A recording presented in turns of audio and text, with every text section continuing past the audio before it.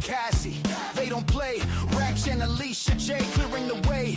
Randy first stomps, a quake in the ground. Fizzy cake laughs, chaos all around. Leah's story spins the tales. Bonnie Bailey howls. Lucy Morning Stars light breaks the cloud. Blue Cruise in the house, feel the sound. Bass shakes the earth, we're unbound. Moonlit baby, typically unique. Voices rise with the words you seek. We're the words you seek. We're the words you seek.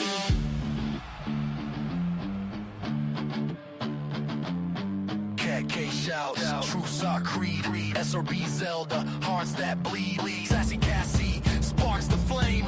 We're all here. Remember the name. Remember the name. Remember the name. Remember the name. Remember the name. Remember the name.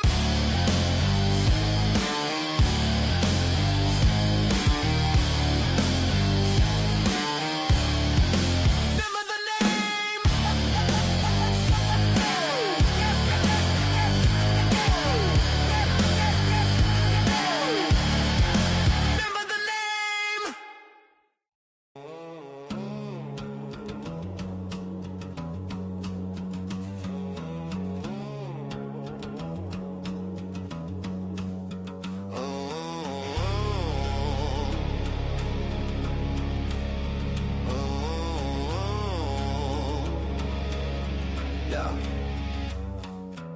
Midnight feet, scrolling glow on my face like static fade. Names in the side chat roll like a wanted list. Moderators of truth, you patrol my wide disgrace. Brandy B, Christina Vada, Tandy stack like a clenched fist. Tomboy charm, I'm a bad eye sharp, you never miss. Molly Drake in the wreck of the common stone. Yeah, SOB Zelda swing a band and hammer like a gavel in flame. Yeah. Sassy Cassie in the alley where the break bake swarm. Rex with the facts, cold hard, no shame. Alicia J cutting through the noise like a one-word blame. Yeah, Randy Fur with the nerve, do you feel that tremor under skin? Moonlit baby glowing in the dark, asking where the hell to begin. True crime regulators, you hold the line in this neon night. True crime regulators, seatbelt odds, they're hungry for the light. You say no more chaos, no more lies in our veins. True crime regulators, drag the monsters out in digital chains. Typically unique, see the pattern in the bloodshot feed. Cat K claws out for the weak in the thread. Fizzy cake, sweet name, but you cut when the troll stampede. SRB Meg P, drop the receipts, let the rumor stay deadly. A story, write it all down, every word they said.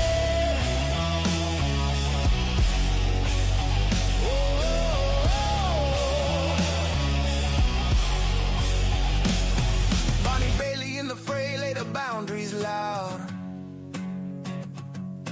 Lucy Morning Star with the stare that shames the crowd. Tell me who guards the gods when the hype runs crude. When the lens gets drunk on grief and the clicks taste good.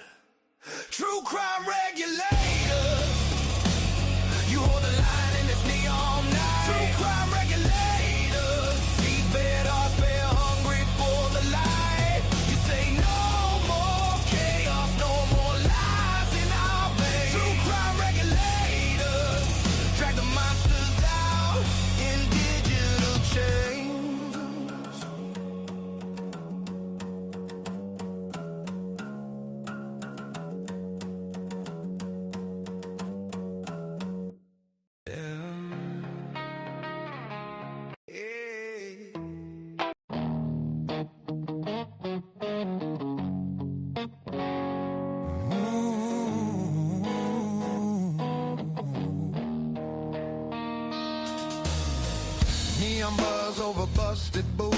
this true crime cafe. Short fuse in my chest, jeweler less of all trades. Pour stories like cheap wine on a payday. Short breath in my lungs, can't be typically unique snaps. Facts on a napkin edge, short stare at the door.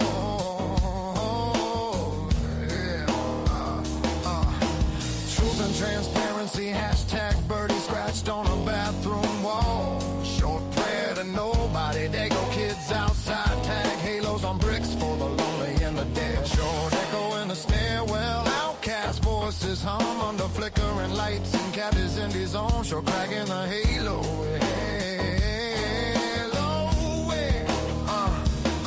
Senior wise reads a Bronx tale of a wrinkled court file. Short pause, bubbly waters and plastic cups fizz like nerves on trial. I send Jordan out of jaw. True crime warrior seeking the truth. Seeking the truth. Typically unique, yeah. Typically bruised. I said seeking the truth. We dig through the static, through the spin, through the spoof. True crime warrior seeking the truth.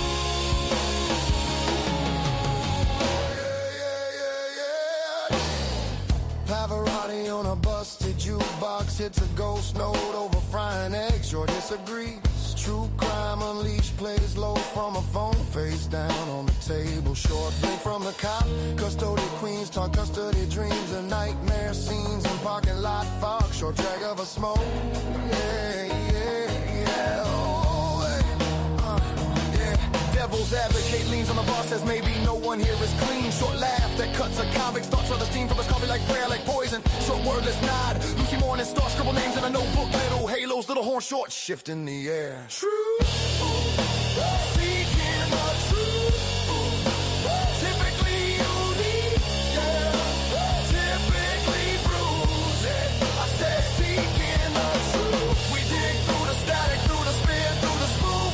True crime warrior seeking the truth.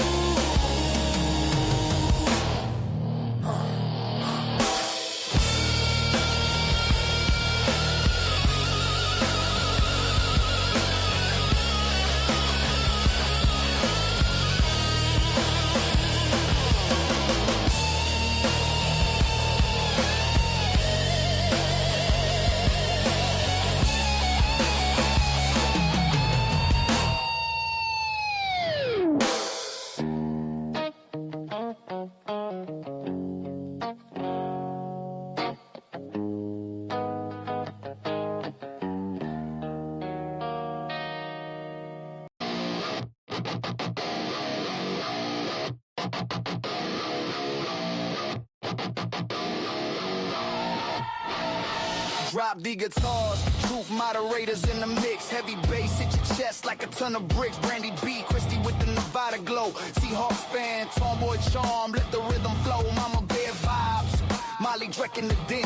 SRB Zelda casting spells with a pen. Sassy Cassie Rach, Lucia J in the booth. Rich Wrecking Crew, they the moderators of truth. True blue crew, wrench in the game. Breaking all the rules, never staying the same.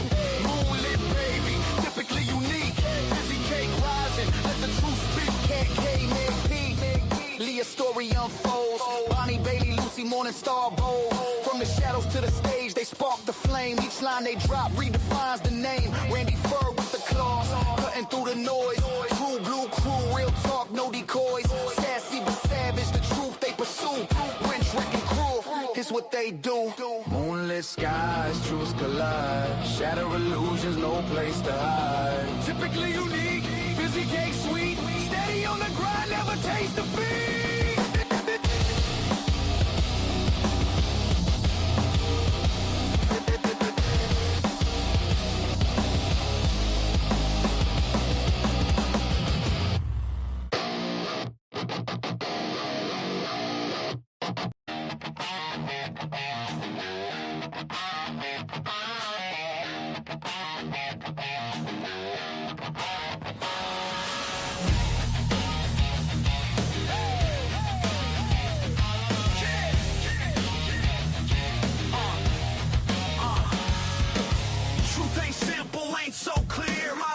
In the rear, steering the fear. Brandy B sharp, like a blade in the night. fight. Mama bear claws, Molly Drex fire. Sassy Cassie spitting truth like a choir. SRB's held the sword in the air. Rachel, Alicia, Jay breaking every snare. Blue Crew Ranch wrecking. Voices loud, no second guessing. Moonlit baby howling high. Typically unique, rising to the sky. Blue Crew Ranch wrecking. Fizzy cake spark, ignite intention. Cat Kaylee, a story taking no blame. Bonnie Bailey, Lucy Morning Star burning the flame. Hey, burning the flame. Hey,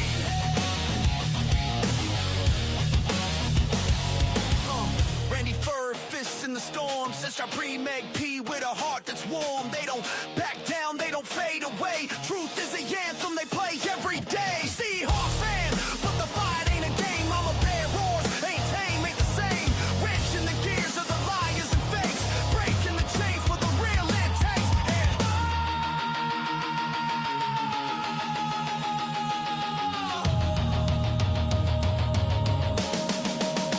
Blue Crew Ranch wrecking. Voices loud, no second guessing. Moonlit baby howling high. Typically unique, rising to the sky. Blue Crew Ranch wrecking. Fizzy cake spark, ignite intention. Cat Kaylee, a story taking no blame. Bonnie Bailey, Lucy Morning Star burning the flame. Yeah, burning the flame. Yeah.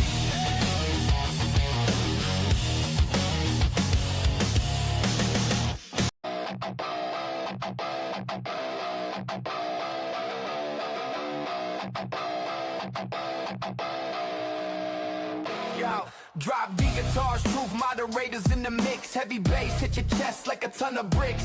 Brandy B, Christie with the Nevada glow. Seahawks fan, tomboy charm, let the rhythm flow. Mama bear vibes, Molly Dreck in the den. SRB, Zelda casting spells with a pen. Sassy Cassie, Rachel, Lucia, Jay in the booth. Wrench wrecking crew, they the moderators of truth. True Blue Crew, wrench in the game. Breaking all the rules, never staying the same. Moonlit baby, typically unique. Fizzy cake rise and let the truth speak. Cat K, Meg P, Leah story unfolds. Bonnie Bailey, Lucy Morning Star bold. From the shadows to the stage, they spark the flame.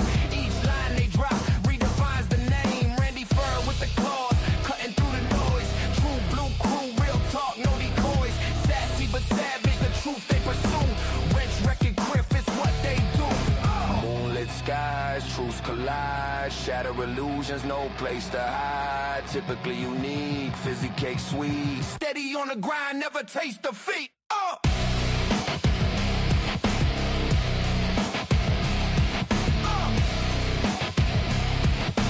Steady on the grind, never taste defeat.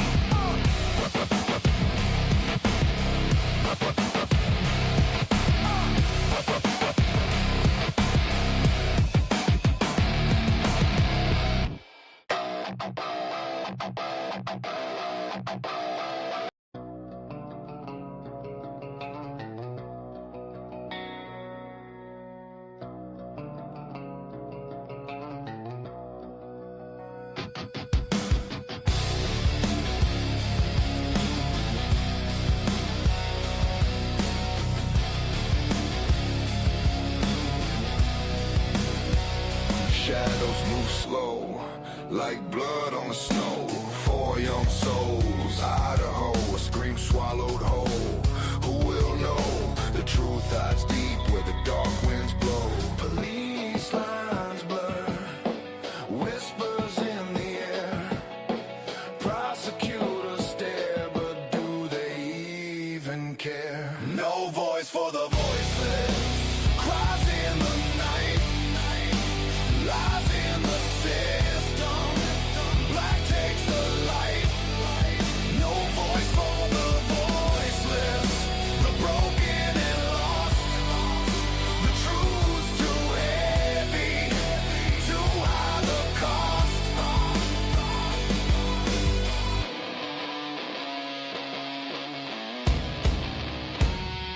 Evil's a whisper,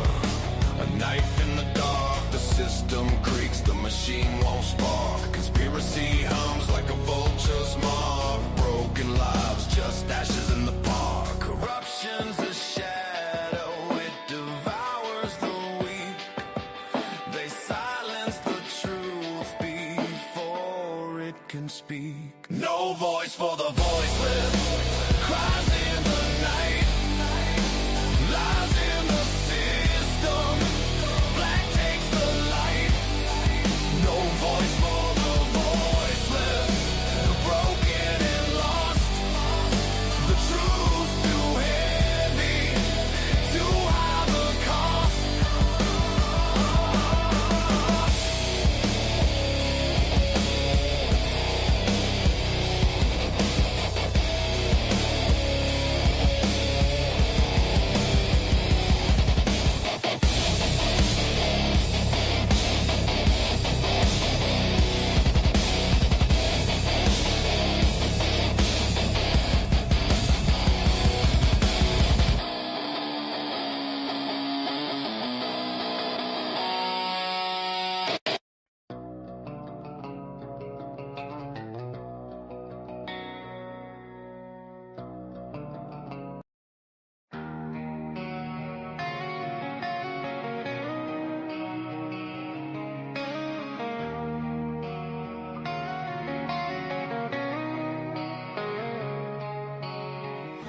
Heavy shadows fall where the truth once stood.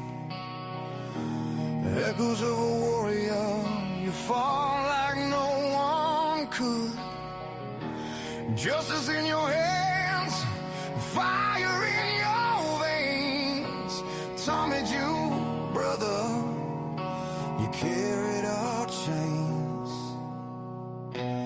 Angel above with a guitar of light, looking down through the endless night. Tommy Jude, you're never gone. Your truth lives on. It's a battle song. Always with us through the fight. We'll see you soon in the burning light.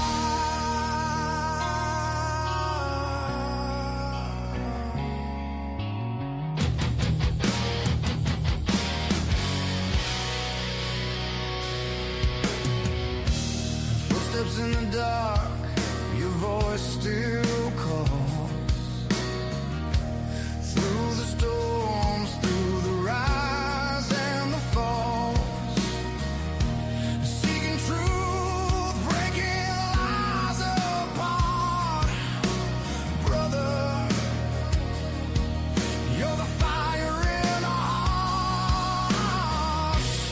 Angel above with a sword of sound, raining justice where it's never found. Tommy Jude, you're never gone. Your truth lives on. It's a battle song.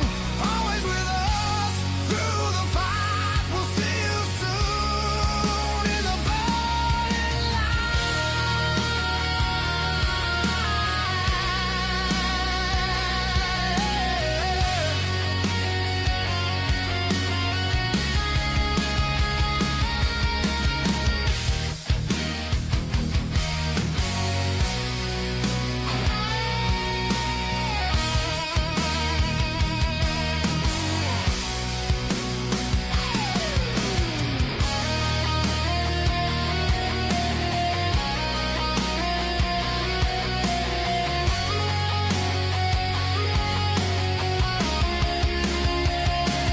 Tommy Jude, you're never gone. Your truth lives on. It's a battle song. Always with us through the fight. We'll see you soon in the burning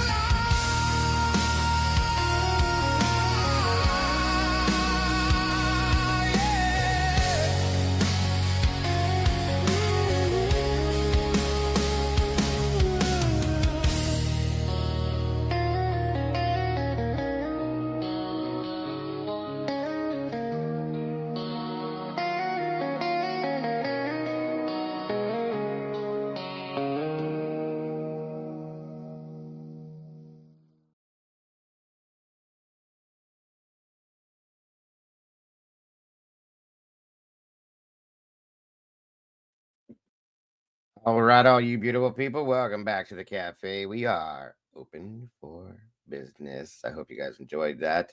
Um, Thank you all for joining us tonight, guys. We're going to be going over the custody queens. They're going to be joining us at the end of this week as a guest here. I'm excited about that.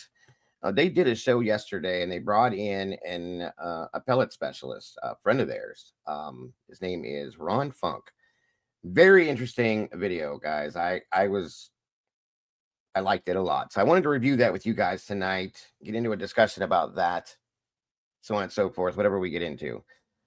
So thank you guys for joining me. Please make sure to hit the like button, share this out, and you know what comes next. So let's do that and move this right along, everybody. Here we go.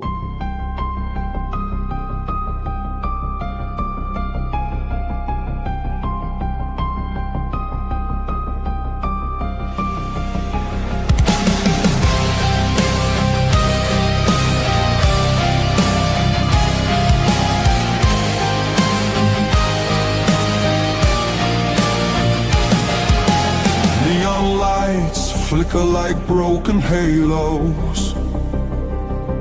Whispers gather in the smoke-filled air. Tables carved with secrets and shadows. Every story's a wound laid bare. The kettle's boiling with restless rage. Justice written on an unseen page. I sip the silence, bitter taste, waiting for the ghosts to show their face. At the True Crime Cafe, we serve up the pain they try to hide away. Pour another cup of the truth you crave. Raise your glass to the names they betray.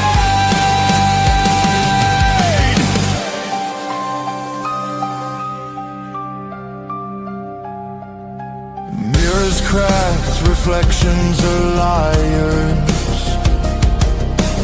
Ashes fall where the guilty once stood. The jukebox hums like a funeral choir. Echoes pounding through the neighborhood. Every scar is a candlelit vow.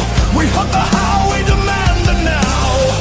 No more silence, no more disguise. We'll paint the night with sharpened cry. At the True Crime Cafe, we serve up the pain they try to hide away. Pour another cup of the truth you crave. Raise your glass to the names they betray.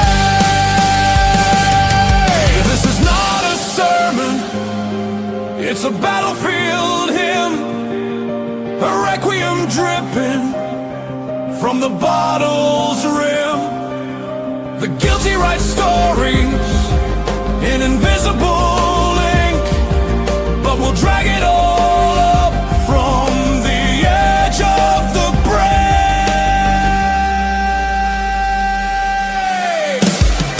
At the True Crime Cafe,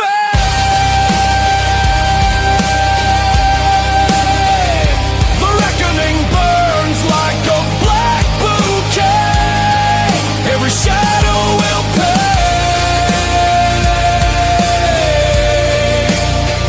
in the True Crime Cafe.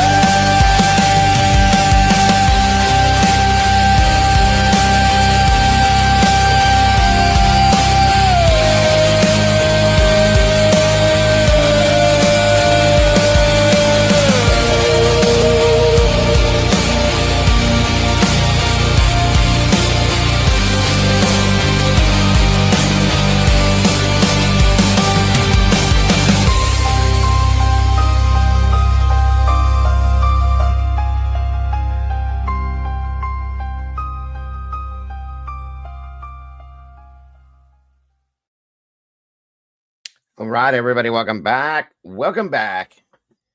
Welcome back. That welcome back Cotter thing in my head already.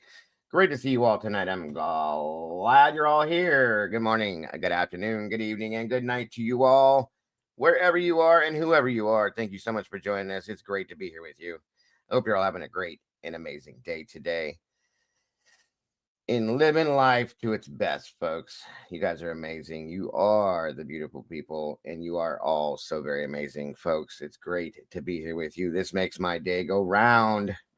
Always grateful to see you. Come on in. Come on in. So yes, that song is the song I put together for Tommy's tribute, which was going to be rescheduled for tonight. But Coco and Jess they're Coco's struggling with this. She's trying to get it out there, but trying to get everybody together and all that is just, it's taking time, and it does take time to go through this. So I will let you know as soon as I know when it's going to happen. I thought it was going to be tonight, but it's just not going to happen tonight. So we'll get it together. We'll get it out there, and it'll be good. It'll be amazing. So, and you know, Coco's got a lot on her plate with this. Jess is struggling a lot with this. A lot of people are very sad with what has happened with Tommy. So I am going to play something though that my videographer, Miss Molly, put together in tribute and respect towards Tommy. That song I put out, the best that came from the heart. It took me about 3 days to put that together because I couldn't think of everything I wanted to. I hope it's good enough for when I can play it. I just figured I'd throw it out for you guys to hear. And of course, my moderator songs. I got to pay homage to my moderators, the most amazing people on the planet because of what they do for me. And guys, I wouldn't be here without them. So got to have my moderator songs. Music is what has made these things so much easier these past few days. I have to be honest with you, truly, because it does express us in every way we can, in my opinion. So thank you again, all of you, for joining us tonight. Again, guys, we're going to review this video that was put out yesterday by the Custody Queens off the clock. Miss Sam and Kristen did an amazing job with their guest. His name is Ron Funk, no relation to Bethany. And they go over and review Bethany's interview. And Ron gives, he's an appellate specialist, and he gives his point of view on this. And it's really interesting for the things that he's saying because of what he does. If you guys haven't seen it, I think you're going to really enjoy us too. Enjoy this. I mean, sorry. So that's what we're going to be doing along with whatever else we get into. As we always seem to make something else happen. So Robert sent me something over too about the Jose Cruz body cam, which I thought was kind of interesting. We may look at that too, depending on how much time we have with this. So stick around, guys. It's going to be an interesting show, as it always is. And thank you all for being here. Today is Miss Alicia's birthday. She's not going to be in here because she doesn't jump into the Idaho stuff because it's just, she had to back out of it. It's too much, and I get it. I do get it. So she's working a lot too, so we don't get to see her. So please, if you can hear us, happy birthday, Alicia. We love you, and I hope you're not working your brains off out there. She's a big part of this family and this community as well. So come on in, grab a seat. Heat miser. Let's see who we got in here. Teresa, welcome back. Beach Babe, great to see you. Miss Christine Wadebird's in the house. Let's see. Michelle F., welcome back to you. Leah Story, dear, good to see you tonight. Thanks for joining us. Robert's in the house with True Crime Unleashed. Of course, Miss Diane Dagbird, Johnny Gobble's Dead Floozy Mama's in the house. Good golly, the one and only Miss Molly. Good to see you, Molly. Thank you for being here. Lisa Hawkins, Senior Wazowski, what's up, brother? Good to see you tonight. Always happy to have you here. Echo 444 is in the house. Good to see you. Phenomamom, always happy to have you in the house. Jackie Bushable, welcome back. Keep it real, as we always try to do. Good to see you, my friend. Let's see here. Miss Moonflower's in the house. Always happy to see you, Moonflower. Thank you so much for joining us tonight, dear. Wonderful to see you. Cat K, welcome back. Great to see you tonight. Thank you for being here. Sweet Melissa, same to you. Great to see you tonight, dear. Miss Meg P, the Megastar, welcome back. Great to see you, Meg. Thank you for joining us. Let me see. Mittens for Kittens, welcome back. And the Tomboy kicking that door in and coming through full force. Good to see you tonight, Tomboy. Great to see you as always. C-Jag, welcome back. Good to see you. Thank you for joining us. It is. I can't believe it's dark already, you guys. It's crazy. Josie West, welcome back, dear. Good to see you tonight. And Truth and Justice, True Crime with Miss Anna D. Welcome, welcome. Good to see you. Thank you guys for the hearts. I put the purple hearts up for Miss Wisdom Speaks, of course, and the blue are for Tommy. That's what I do. You guys do what you choose to do.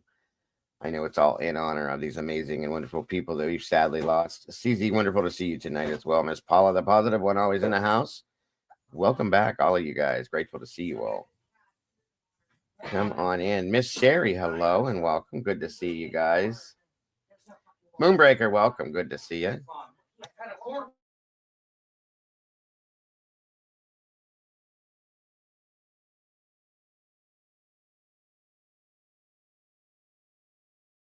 Welcome, Cat Lover. Good to see you.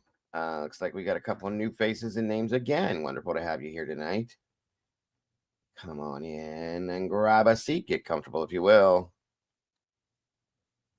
Growing like crazy, you guys. We are growing, and I love it, love it.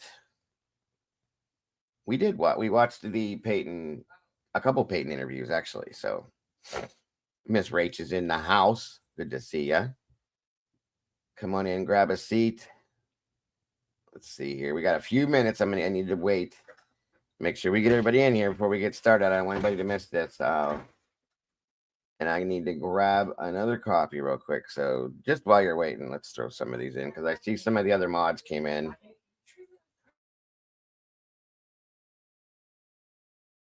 And let's see.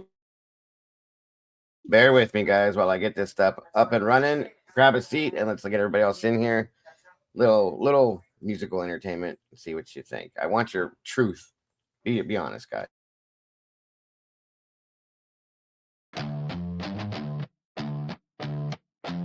We will get here one moment.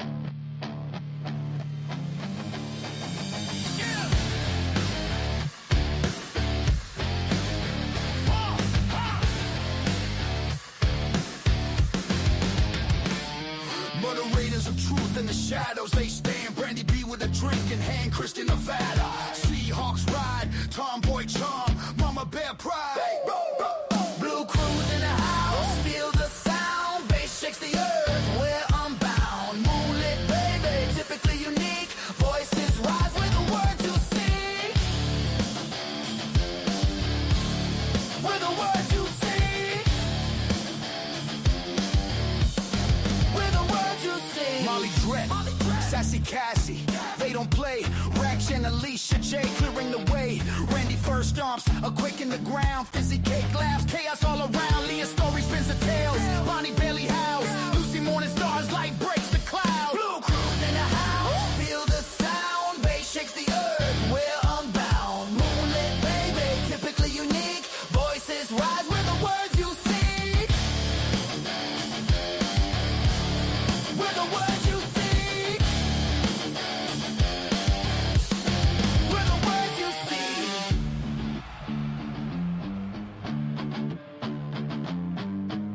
Shouts, truths are creed, SRB Zelda, hearts that bleed, Sassy Cassie, sparks the flame, we're all here, remember the name, remember the name, remember the name, remember the name, remember the name. Remember the name.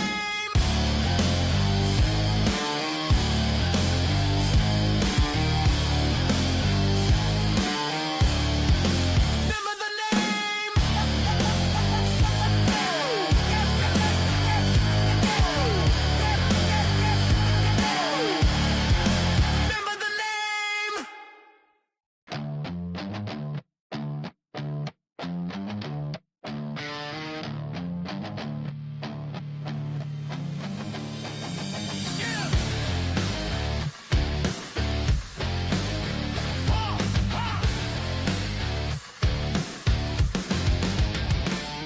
Moderators of truth in the shadows they stand. Brandy B with a drink in hand, Christian Nevada, Seahawks.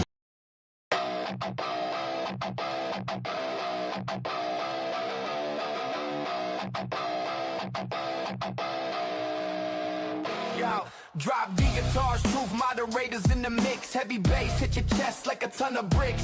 Brandy B. Christie with the Nevada glow. Seahawks fan, tomboy charm, let the rhythm flow. Mama Bear vibes, Molly Dreck in the den. SRB, Zelda casting spells with a pen. Sassy Cassie, Rachel, Lucia, Jay in the booth. Wrench, wrecking crew, they the moderators, the truth. True blue crew, wrench in the game. Breaking all the rules, never staying the same. Moonlit baby, typically unique. Fizzy cake, rise and let the truth speak. Cat K, Meg P, Leah story unfolds. Bonnie Bailey, Lucy Morningstar, bold. From the shadows to the stage, they spark the flame. Each line they drop redefines the name. Randy Fur with the claws, cutting through the noise. True blue crew, real talk, no decoys. Sassy but savage, the truth they pursue. Wrench, wrecking Griff, it's what they do. Moonlit skies, truths collide. Shatter illusions, no place to hide. Typically unique, fizzy cake sweet. Steady on the grind, never taste defeat.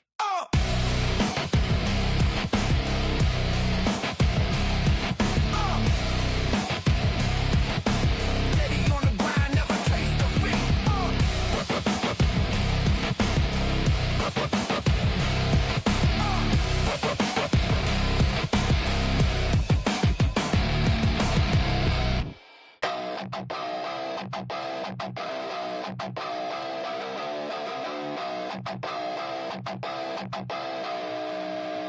Yo, drop the guitars, truth moderators in the mix. Heavy bass hit your chest like a ton of bricks. Brandy B. Christie with the Nevada glow. Seahawks fan, tomboy charm, let the rhythm flow. Mama Bear vibes, Molly Dreck in the den. SRB, Zelda casting spells with a pen. Sassy Cassie, Rachel, Lucia, Jay. All right, you guys, I got my coffee. Come on in, guys. Let's do it. Grab a seat, get comfortable, make sure you got yours. They need to make bigger K-cups. It'll drop more. You know what I mean? Anyway, come on in. Welcome. Good to see all the Blue Crew in here. Thank you for joining us tonight. Let's see if I missed anybody. Miss Yvonne Poole, welcome to you.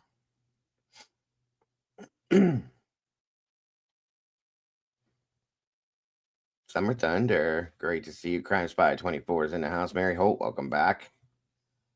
Come on in and grab a seat, everybody.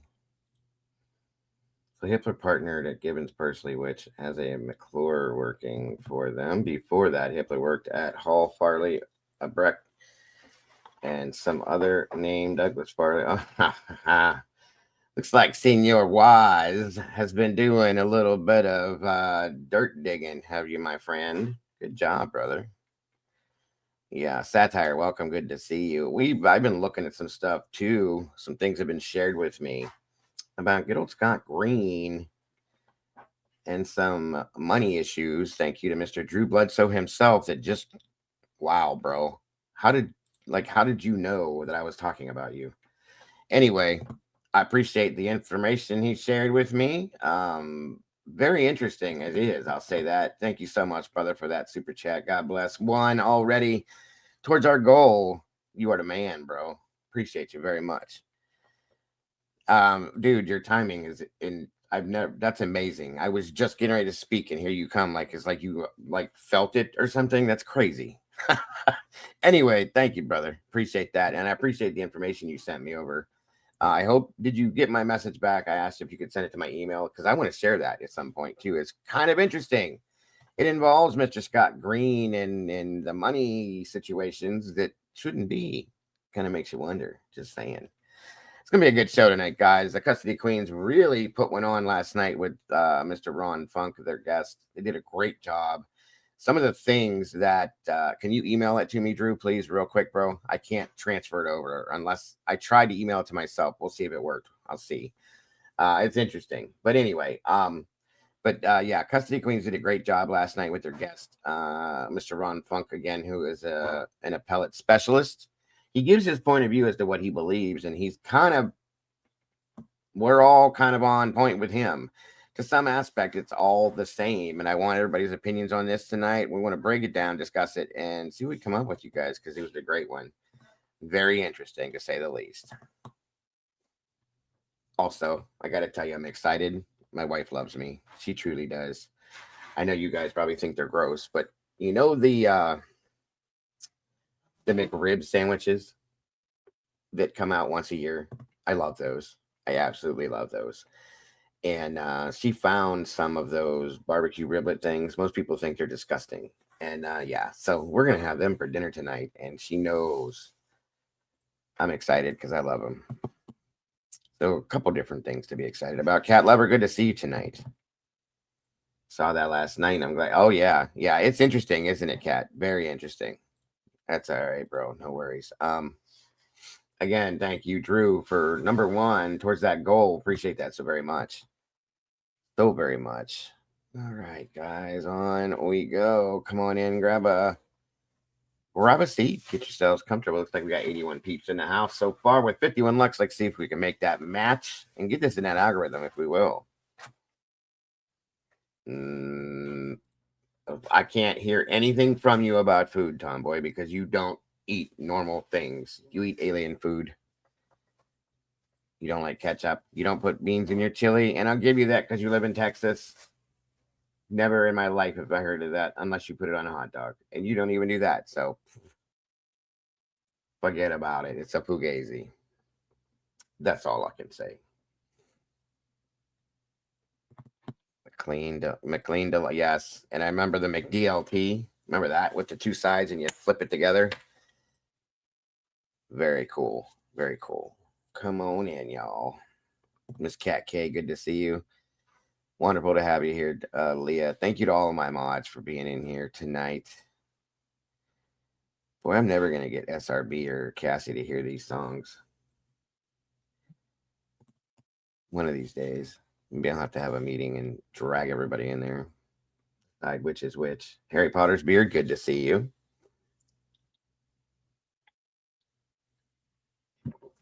Boudin. I do know what that is. Hall, Farley, Obrecht, and Blanton. Blanton was the other name. Interesting. Officer. Thank you, sir. Appreciate that. Officer. Yep. Oh, thank you, Moonlit.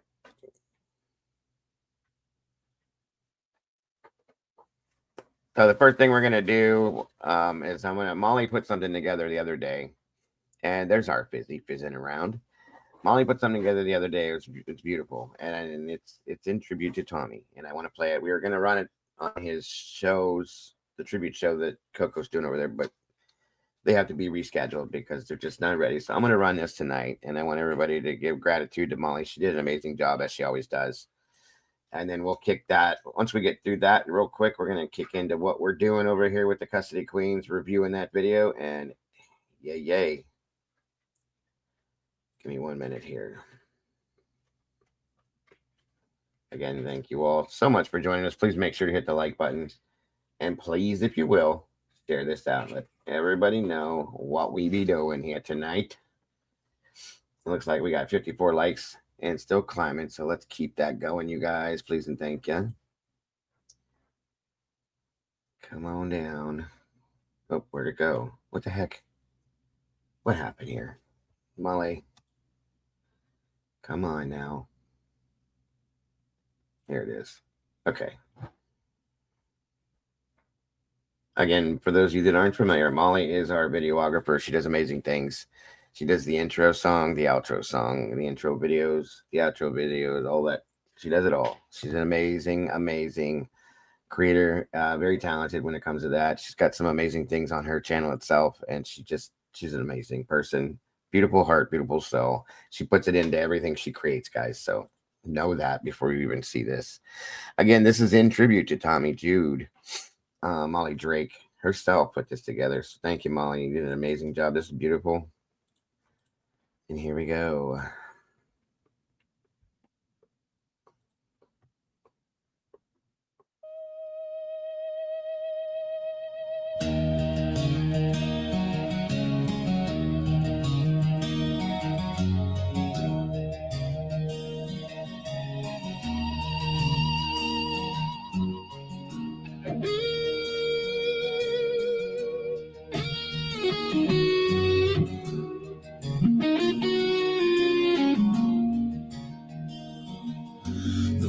phone is silent now where your passion used to ring. You chased the shadows, searching for the light we couldn't bring. Though the live chat is quiet, your echo still remains. And every single one of us is feeling the weight of the space you leave behind.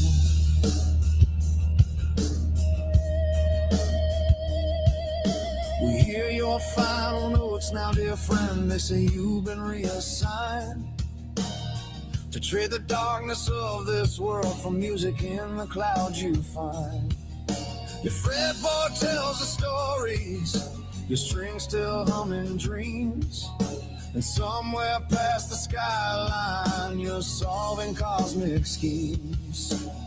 You're in the court of the stars now, cross-examining the night, picking truth from constellations, turning silence into light. The case is closed down here, but your song's still on the wire.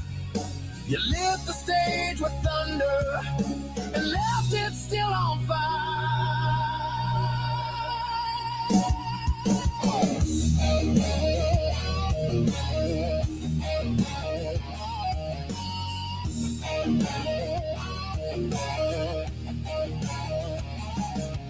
Every clue you hunted, every chord your fingers bled, was another piece of meaning in the puzzle left unsaid. Now you've joined the grand jury of the saints and wayward souls, where the verdict's always mercy and the set list never grows old. You're in the court of the stars now, cross-examining the night, picking truth from constellations, turning silence into light. The case is closed down here, but your song's still on the wire. You lit the stage with thunder and left it still on fire.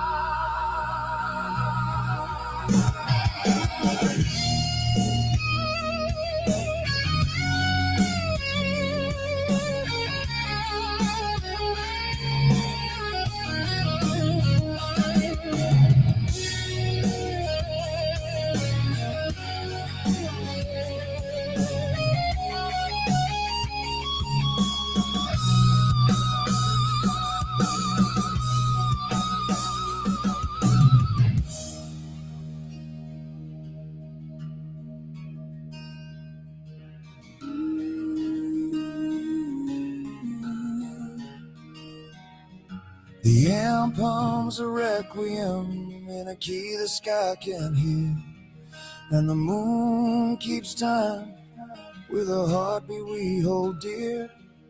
Your shadow plays beside us when we turn the spotlight on.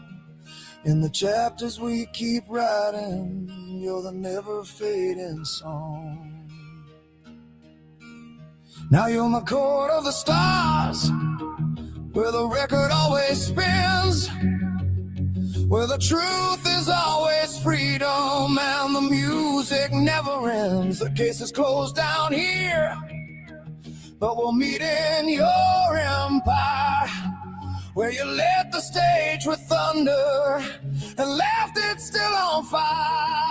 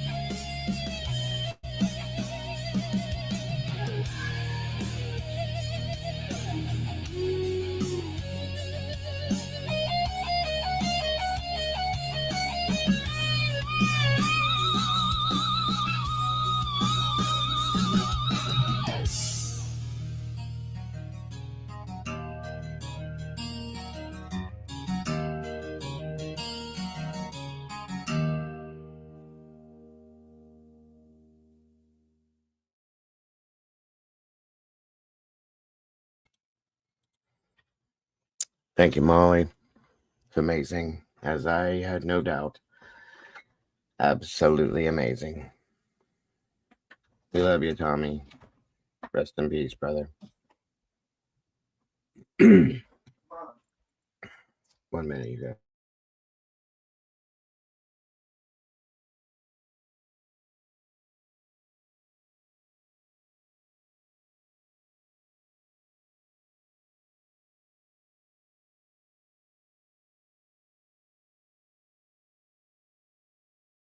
I need just a second.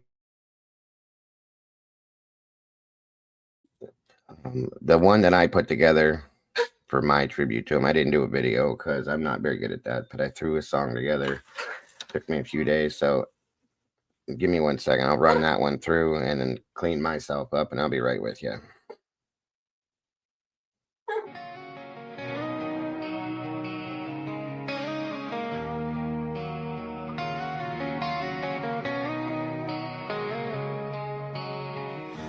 Heavy shadows fall where the truth once stood. Echoes of a warrior, you fall like no one could. Justice in your hands, fire in your veins. Tommy Jew, brother, you carried our chains. Angel above with a guitar of light, looking down through the endless night. Tommy Jude, you're never gone. Your truth lives on. It's a battle song, always with us through the fight. We'll see you soon in the burning light.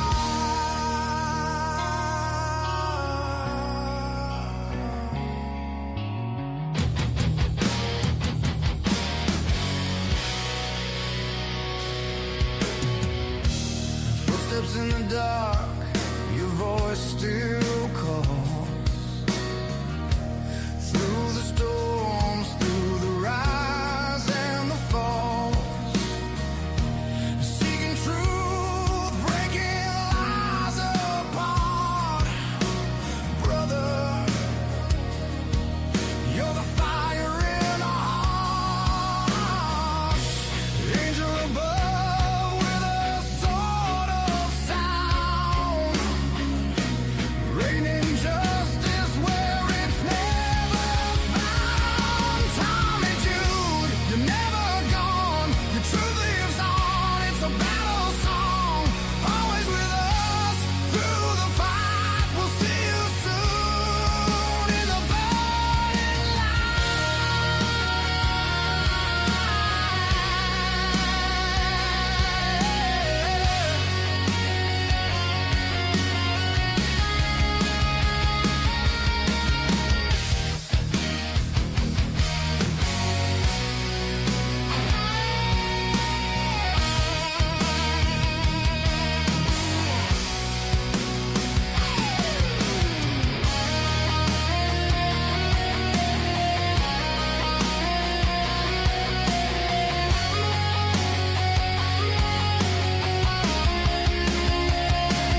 Tommy Jude, you're never gone. Your truth lives on. It's a battle song, always with us through the fight. We'll see you soon in the burning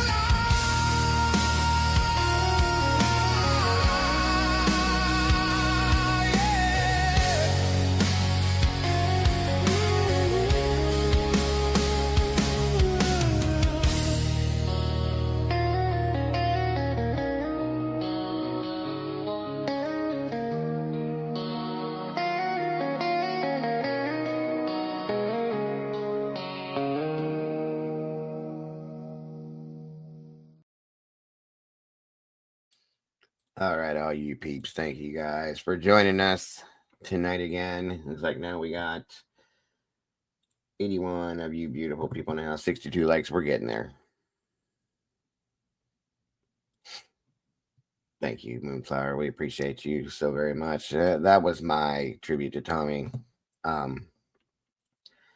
Like I said, I'm not very good with the video stuff that Molly is, but that's what I could come up with myself personally. So, and when we do get to have the tribute show over on Tommy's channel, we will be running both of those, so that everybody knows how we all truly do love Tommy and will miss him deeply for what he has done.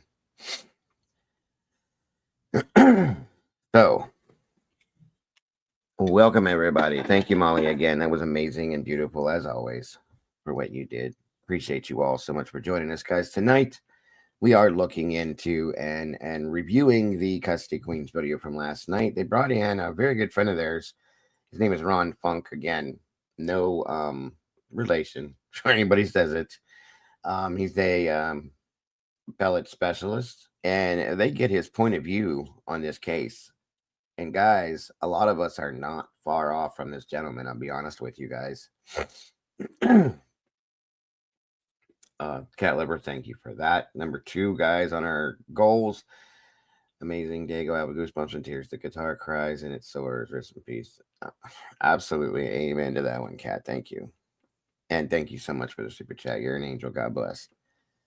So, welcome, Last 24. Good to see you. Meanie's in the house. Crime Spy, again, welcome. Good to see you. Rowena is in the house. Good to see you. Rach is in the house. Welcome back, Joanne. Good to see you tonight. So that's the video. We're going to review that and possibly go over something that Robert sent over. Pappy's in the house. What's up, brother? Debbie Gazzardo, welcome back. Wonderful to see you tonight as well. Sam Panther, you as well. Thank you guys so much for joining. There's SRBBB. Welcome, SRBBB. Thank you, Beach Babe. Good to see you tonight as well. I appreciate that very much. So this is going to be interesting. This video is the one we're going to review first, go through this and see what this gentleman, again, who's an appellate specialist, what his take is on this. And oh boy, like I said, we're not far off in our own thoughts, guys, and there's more. Lion's Den, welcome. Good to see you tonight.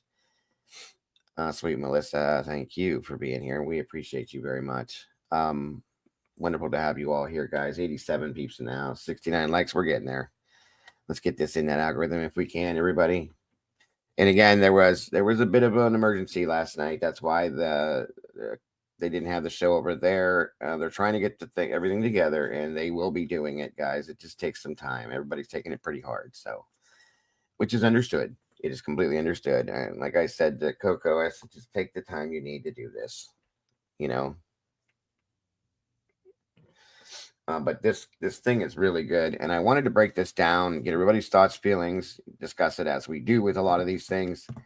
So that is why we're reviewing this and going over it tonight. That's a fact. Let's see here. Welcome in, everybody. I believe that Teresa Tommy was my home for last 3. I met him in here, and we became very close online, and in real life he sent me some wild rice. I'm gonna cook me here. There you go. Awesome, Moonflower. Thank you, Josie. I appreciate that very much. So thank you to my mods for being here. Appreciate you all very much. And let's get this show on the road. I think we got about everybody we're gonna. I was trying to hold off to see who all was gonna join us. And I think we got everybody. If not, we can catch people up if we need to. I had a couple of things I wanted to review, but this one is probably the best. As soon as I find it. Where in my downloads did you go? 1 second. And by the way, again, you guys, the Custody Queens are going to be joining me this week, towards the end of the week. I'm looking forward to that. So please make sure to tune in for that one. And I will be joining Mr. Birdie over at, as I call it, the Birdhouse this Wednesday. Looking forward to that as well. Be some really good shows coming out this week. So I'm excited. Wait for that stuff, you guys. Just 1 second here. Let me load this in. Here we go.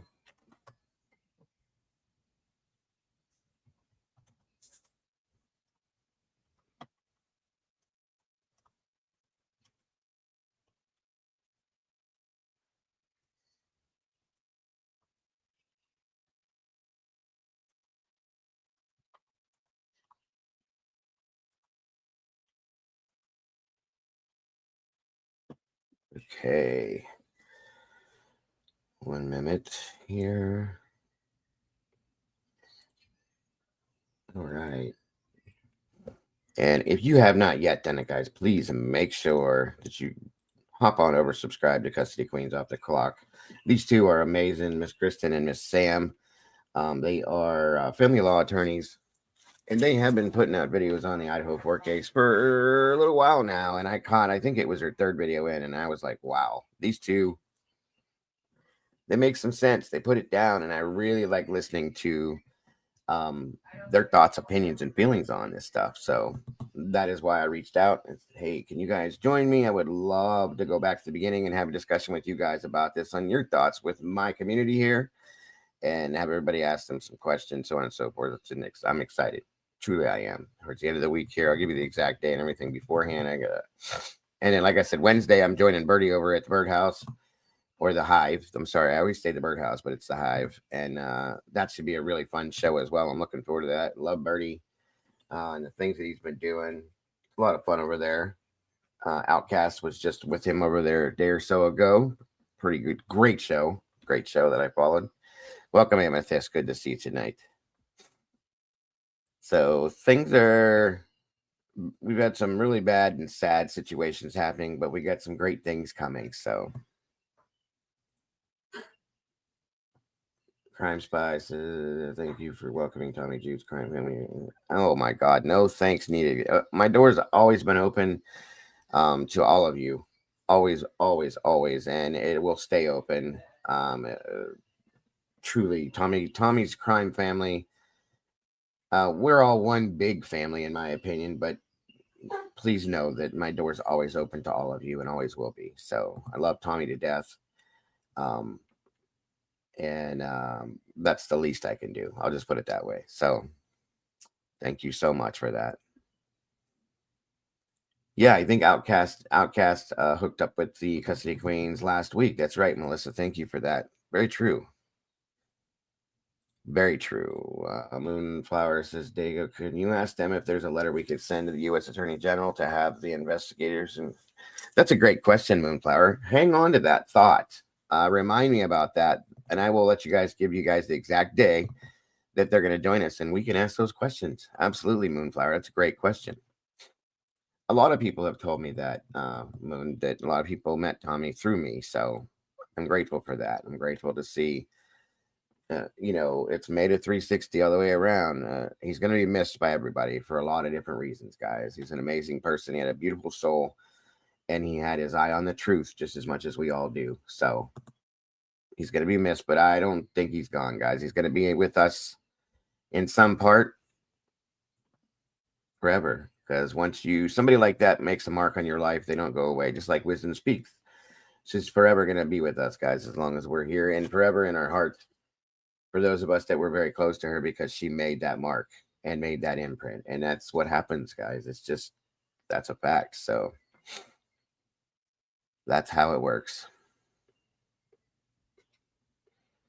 That's either way it works, meaning it works either way. So, all right, you guys. Thank you all once again for joining us again. Yes, I dropped the link earlier, guys. Please, if you have the ability, every tiny bit helps. I don't care if it's a quarter, $1, or whatever. This GoFundMe link is to help Tommy's family to, for the funeral services and so on and so forth. His daughter Jessica reached out to me. Of course, I told her I would absolutely do this. So 100%, anything we can do to help, we are absolutely bound and determined to do. So thank you, SRB, for dropping that link once again. And we'll drop that throughout, guys. And I'm going to have that. I need to write a note to myself to post that to my community page.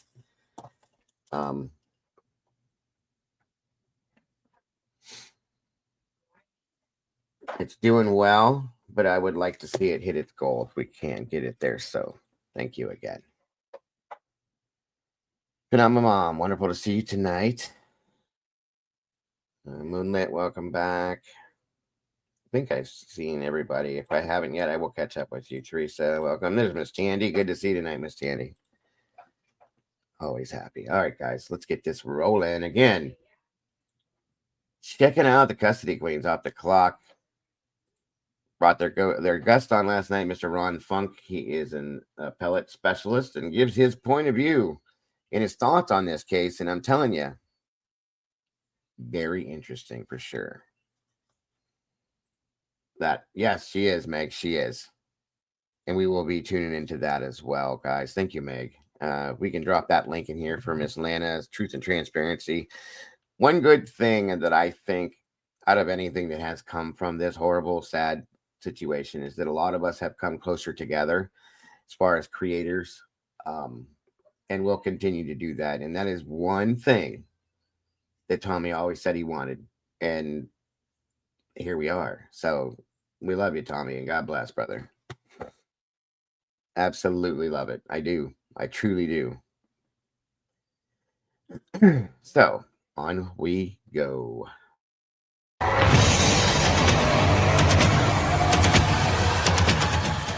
All right, everyone. I'm Sam McBride. I'm here with Kristen Holstrom for another episode of CQ Off the Clock. And if anyone has been following our show for some time, we have been very excited about introducing our dear friend and probably one of the smartest people that we both know, Ron Funk. So thank you for joining us, Ron. We have pulled him to the CQ Off the Clock, tribe, if you will. Ron is both a certified family law specialist and an appellate specialist. So, and again, great person and one of the smartest people that I know. So we thought that it would be really. Now, I will ask everybody in here. Everybody has their opinions, their feelings, their thoughts about anybody and everybody. But as always, I do ask that everybody be respectful to Sam and Kristen and their guest, Ron. You can disagree, absolutely, but do it with respect. These are going to be my guests, and I respect them very highly. So as you respect me, I would hope that everybody would respect them. So that's one thing I will say. Really fun and a nice, interesting take on this Idaho 4 case that I don't know a lot of people have really necessarily looked at it from the appellate side. Ron's got a lot of ideas, and today we're going to get into the interview with Bethany, one of the surviving roommates for Idaho 4.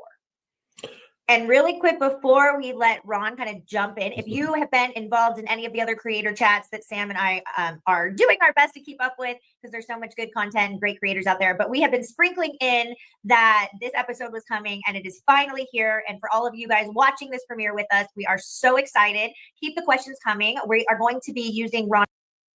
Also, everybody, please, if you have not yet, the link is in the chat. Make sure you jump on over, subscribe to Custody Queens Off the Clock. Show Sam and Kristen the respect and love that they deserve for the hard work that they put in. Please hit the notification bell. You don't want to miss anything these two ladies put out. And like it up, guys, because they do some great stuff over there. So please and thank you. A lot. There's so many times Sam and I get asked, what about the appellate process? Or what is the next motion that can be filed? Or what is next? And a lot of times Sam and I have a general understanding of an appellate process. Well, we are not specialists. Ron is like one of a handful of people in the state of California that has both certifications. Absolutely, Meanie. It sounds like it'll be interesting. I haven't heard, and that's considering where we're at with the Koberger situation right now in the Idaho 4 case. To hear from an appellate specialist, I think, is what we need to hear at some point because of what could happen possibly, and what I think a lot of us expect or should think that would happen. I'll just put it that way. So thank you, Meanie. Good point. That's a very good point, Circus. Tommy showed us how to care about people 100% because Tommy cared about everybody in every way, in any way he could, and he almost refused to see the bad in people in some aspect. He didn't believe in it. So that's something everybody could learn from him. Certifications. So you guys are in for a real treat. Hi, Sam and Kristen. I really am excited about this. I've been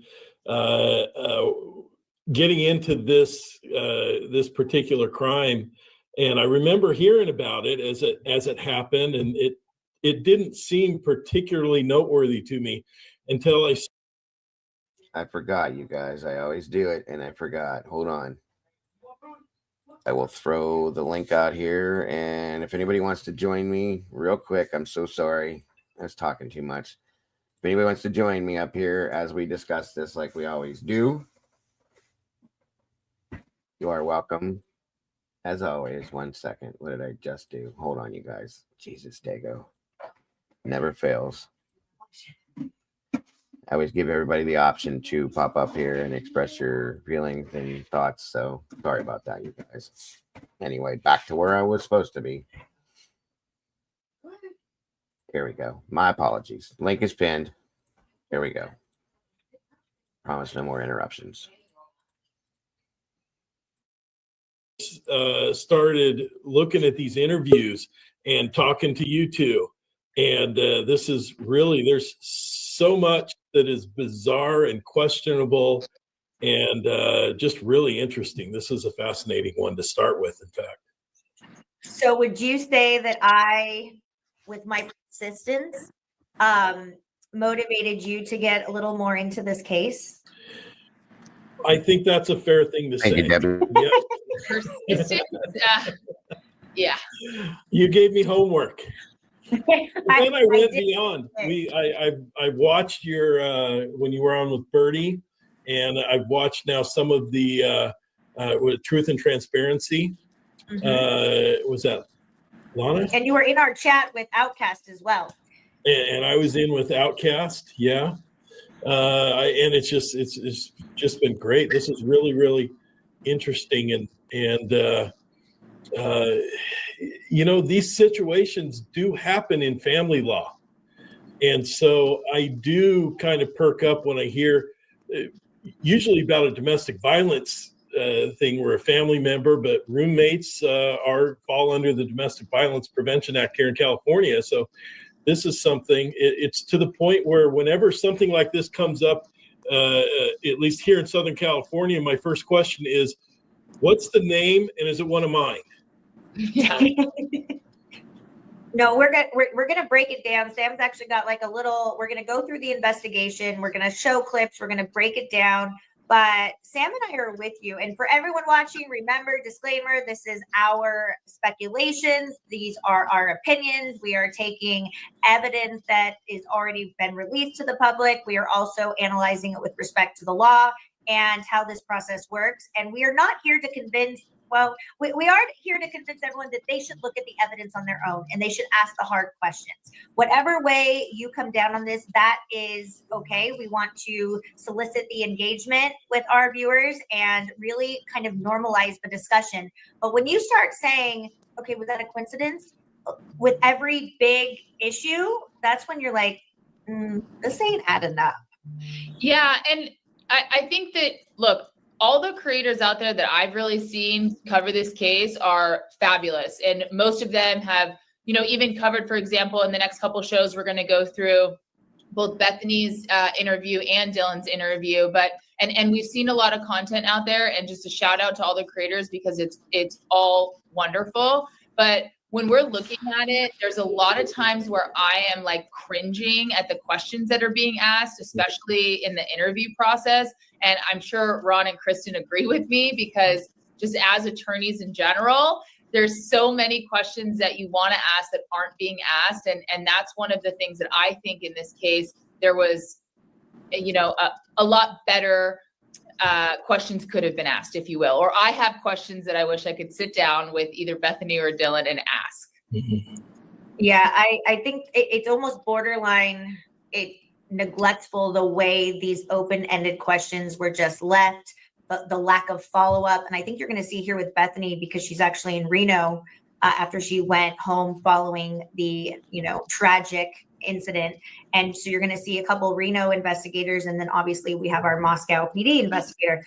But it just shows you from the start that they were trying to force their beliefs, their conclusions, and then kind of build the story around it. So Sam, let's get into what Ron thinks is wrong here.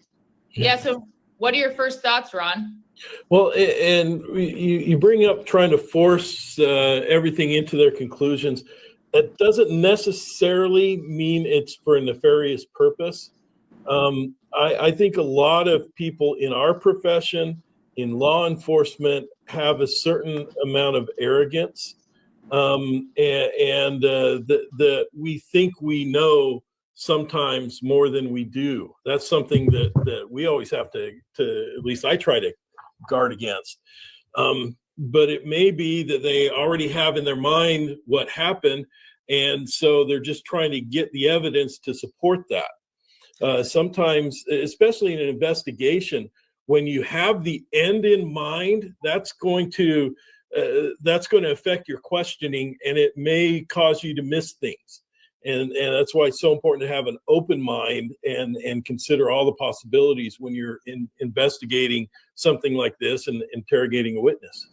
And I think that's such a great point, Ron. And Kristen and I have brought this up a couple of times, that we want to look at the evidence and evaluate the evidence. We understand that there's a conviction already, but we want to look at the evidence and see where it goes, because when we're ultimately looking at whether or not someone is guilty beyond a reasonable doubt, that evidence really matters. And the concern is, if you've already decided who did it, then you may be, even if you are not consciously doing it, and I think some people are consciously doing it here, but even if you're not, then you're putting yourself in a position where you're ignoring all the evidence that maybe gives you reasonable doubt just to like formulate your own conclusion. And that is the scary part. That's what Kristen and I are trying to unfold in general in these cases. But what are your just in general first thoughts, Ron, with the interview with Bethany?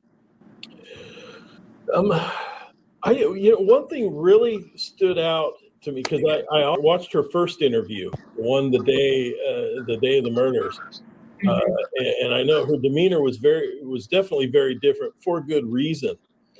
Okay, but can I ask you one question right there when you say that? I felt that the way that I look at that is everyone should have been a suspect until cleared otherwise. Mm-hmm. And I thought that the way that I'm not even going to call it an interrogation, in my opinion. By the way, I see everybody in chat. Welcome, Allie. Good to see you. No worries. We just started. I sent Eddie an email checking. I know he's been busy. Like I said, this time of year, Eddie does contractor work, and it keeping him busy. So I sent him another email, just letting him know we were checking on him. Everybody missed him, so I'm sure he'll get back with me soon. He always does. Just so you guys know. Welcome, Diane. Thanks for joining us tonight. Appreciate you very much. Thank you for having me, Dago. Absolutely. Thank you, SRB. Again, welcome, Alligato.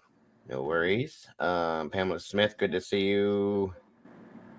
For those of you that just popped in or might be hanging out in the hallway there, not hanging in chat with us, these are the Custody Queens off the clock. Very awesome channel, just came out not too long ago.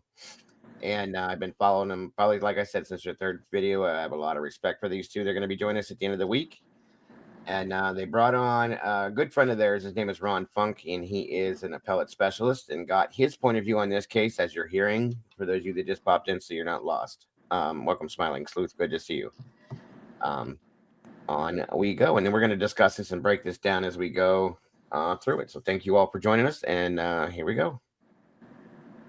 Because I felt that they were handled in almost like they were children, and I get it. People are going to say they're 18, they're young adults, they're borderline children. But at the end of the day, these aren't 5-year-olds.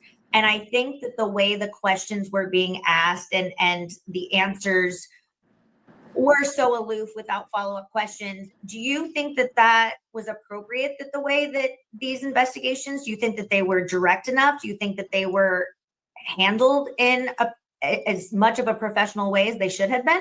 Two things really jumped out. One just a general. I noticed that in that first one, well, he didn't probe very deep on anything. None of the alcohol stuff came up in that first one at all. I mean, it wasn't explored. It wasn't questioned or anything. That interview ended when she went back to sleep at was it 4:20 or something in the morning. And then there was nothing else. And it ended, and I was waiting. What about when you woke up after? What did you see? What happened between then and when 911 was called? I mean, And that's what we're saying, you guys. These are the follow-up questions in the very, very weak interviews we've discussed. He's calling it out himself, guys. I mean, it is what it is. We've all called this out. Like I said, we're not very far off of the beaten path with what this gentleman's been saying, along with Sam and Kristen as well. How are you not asking these follow-up questions in any of these circumstances? These interviews were very weak. Like Kristen said, they were treated like 5-year-olds, and they're not. They're young adults. Okay, you're an adult now, and you claim that, so you need to be treated that way, in my opinion, as we both said, at this point. So once again, very good point. Thank you so much, Bemmy. God bless for the super sticker. Really love your avatar. I always have. Very cool. Be an awesome tattoo, I think. So just saying, this is a great show, and there's a lot of very good points here. So thank you guys so very much.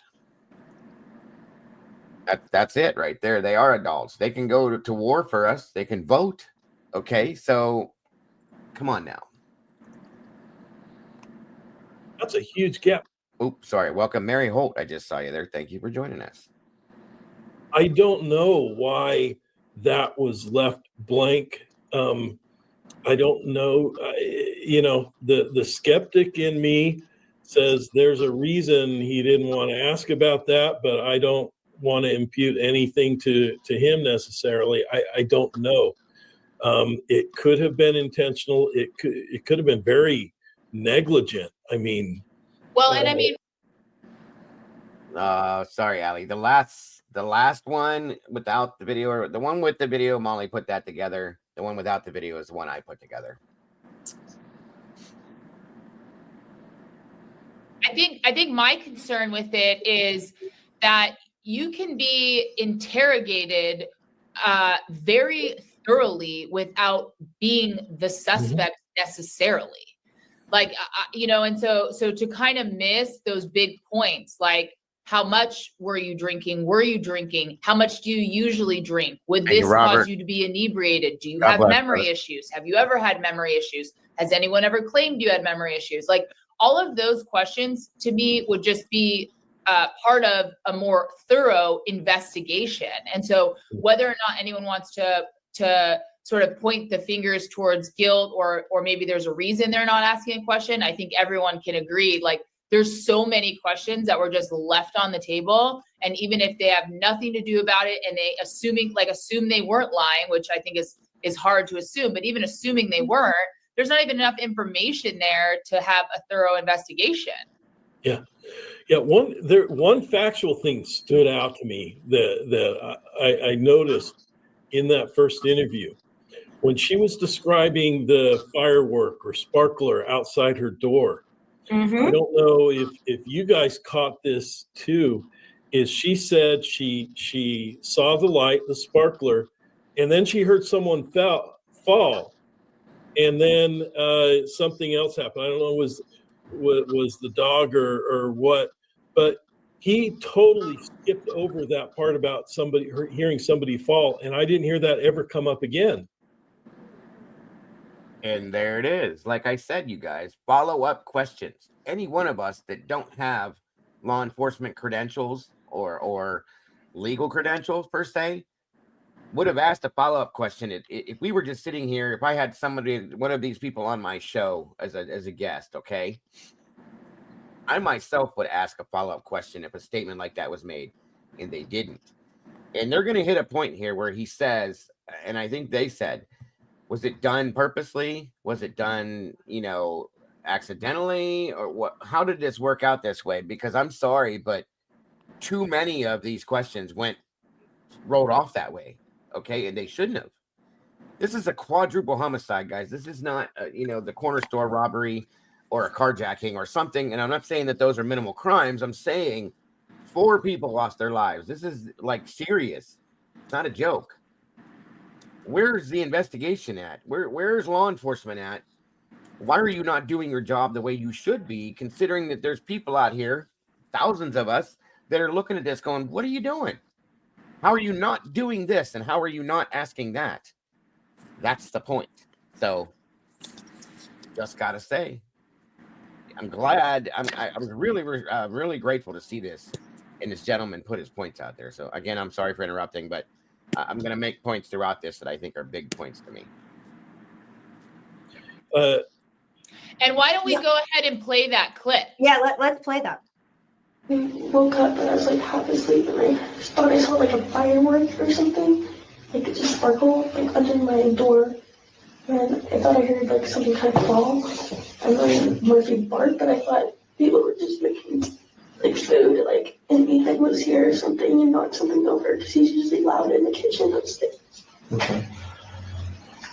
So what do you mean by you heard a firework? It sounded like a little firework, and then there was like a spark. I went by my, like, I'm on the bottom floor. Okay. So it kind of looked like it came down there, but I don't know. Absolutely. Welcome, Melissa. Yes. And SRB is 100% correct, folks. I think we all would ask questions. Again, we don't have law enforcement credentials. We don't have, prosecutorial or any defense attorney credentials. We don't have judicial credentials. We're just your everyday people that have questions that would ask these questions, and they're not doing it, folks. And it's a problem. It's a huge problem. Welcome, Donna. Good to see you tonight. Thank you for joining us. Again, Melissa, welcome. Great to have you here. Pamela Smith, good to see you again. My apologies for interrupting. And Harry Potter's beard, good to see you as well. So that comment about then she heard someone fall, that was never mentioned again, and I didn't hear that in the second interview either. It was just as if it was never said, but it was there pretty clear to me. Do you think that with how much is being redacted, that there is a possibility that we're not even getting redacted parts of this investigation? We're just getting complete cutoffs and chunks of it are missing? Kind of like with Dylan's interview. I think you remember that first one we got, it was like 5 minutes. And we all went, there is no way that this is, your key eyewitness that came face to face is 5 minutes. So do you think that that's a possibility with? Sure. And do you think it's intentional? Well, I think it would have to be intentional. I mean, you've got to be very intentional about what you redact and what you don't redact and what you release and don't release in these. I don't think you accidentally splice an audio or video or anything. Can I ask you a question, Ron?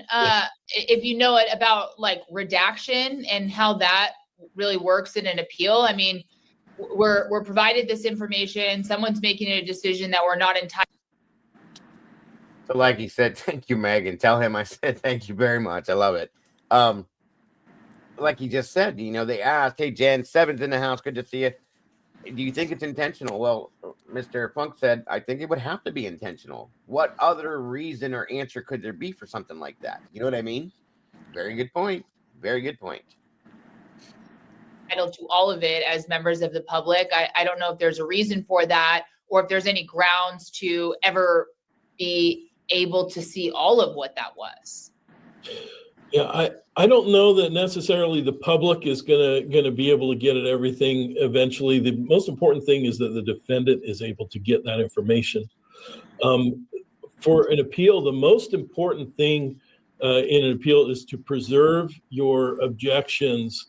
Mike, you got a good point here. And at last 24, he says, at some point, they must have suspected something of Dylan's statements and or Bethany's possibly. Because they did get a search warrant to go into her. They went into they went into Dylan's room after her interviews. And at some point, I believe they did that same thing with Bethany. So, hey, good point, Mike. Yeah, truly. Moto Man, Matt, MX in the house. Good to see you, brother. Thank you for joining us tonight. Appreciate you very much.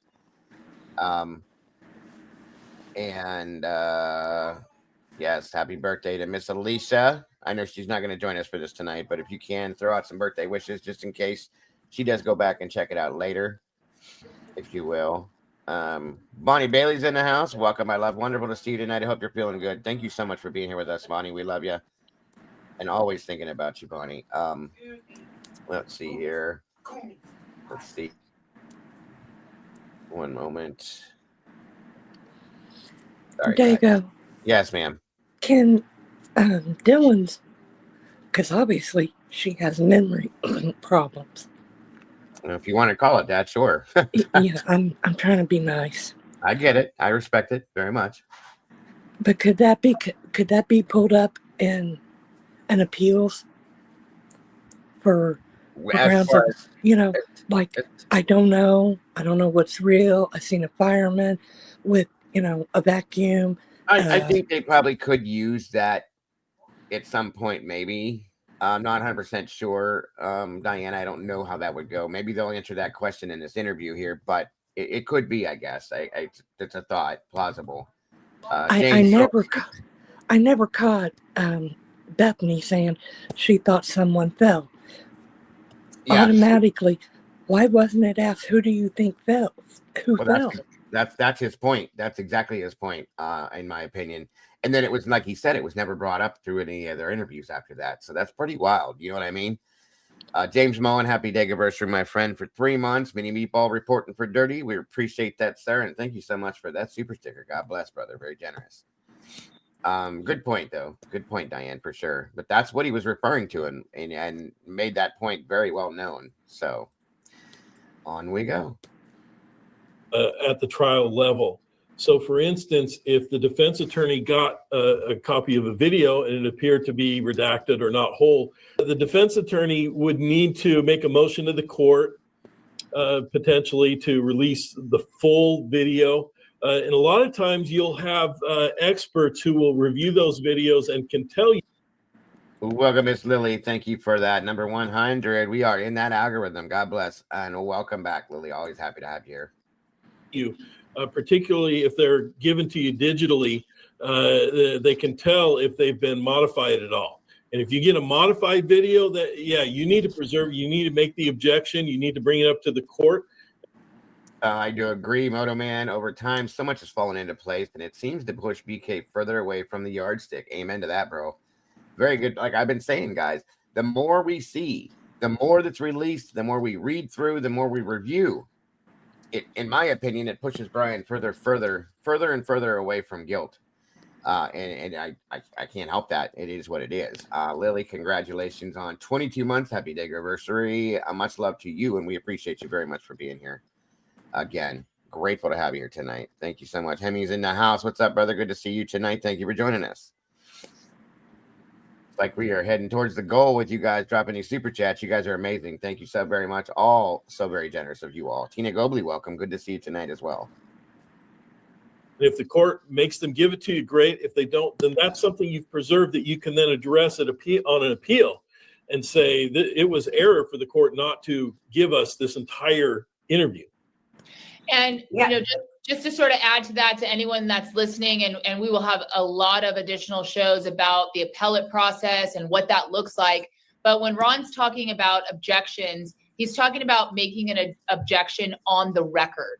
So when you're in court, there's going to be a court reporter that's writing down everything that everyone's saying, the judge, the attorneys, and if you are bringing a motion to the court and you have a concern, when Ron's saying object to the court, you're putting it on the record that you don't agree with this. The reason that's important is because I think as Ron would join in this is everyone watches TV and sees one attorney very pissed off at what the judge is doing, right? But part of that objection, that verbal commentary to the court is being placed into a record so that even if the court gets it wrong, there may be at a later date and time, that may be something you're using on an appeal. Do you want to add anything to that, Ron? No, I know it's funny. Most of the judges now that I commonly appear in front of, they know that I'm also an appellate attorney. And a lot of times they will make a ruling and I'll disagree and they'll try to cut me off. And I'll have to say, Your Honor, I would like to make a record. And they sit back, okay, Mr. Funk, you can make your record. and I put on the record, make sure that it gets down with the court reporter, what my objection is and why I think the court is wrong. Yeah, I need to make a record is fancy lawyer talk for, I think that you're wrong, Judge. And I'm going to go. I'm going to prove it. Yeah, I'm gonna take this up on an appeal or writ, whatever's more appropriate in that case.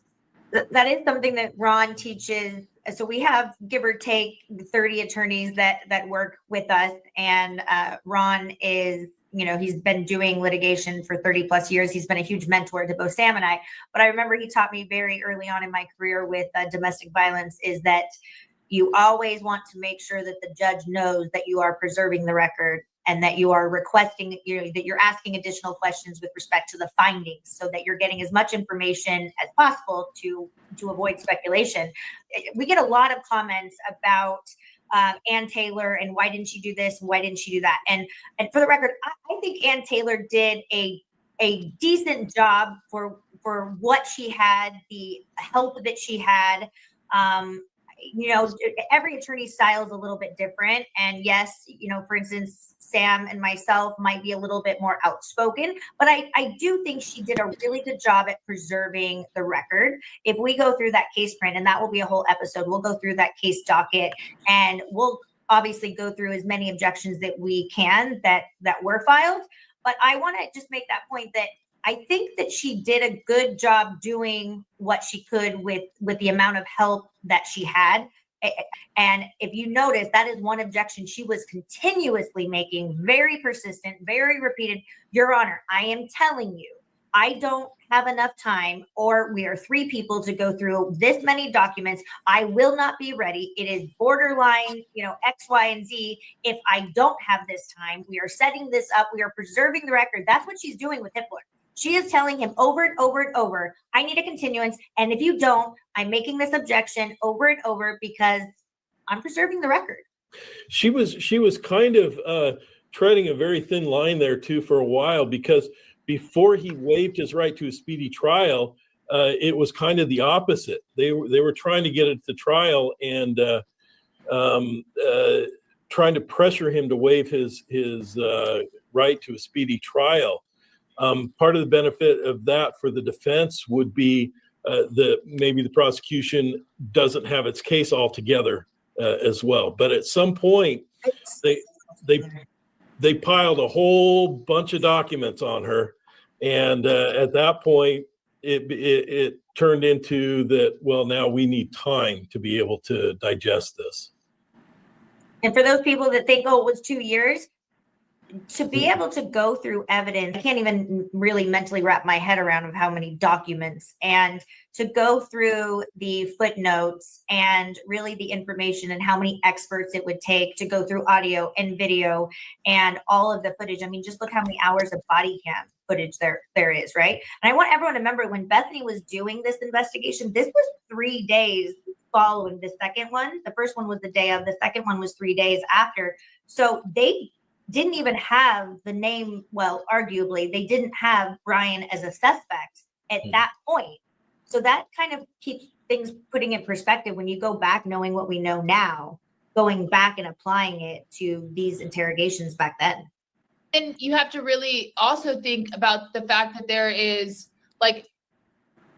we're still dealing with interpreting the evidence and interpreting. So this isn't just like story time, like you're opening up a Harry Potter book and reading it from cover to cover. Like there's going to be a lot of comparing one piece of document to another, talking to somebody, feeling like you found something and maybe you didn't, missing something and needing someone else to catch it. Like even if you read it all, it doesn't necessarily mean that you've been able to thoroughly really review it.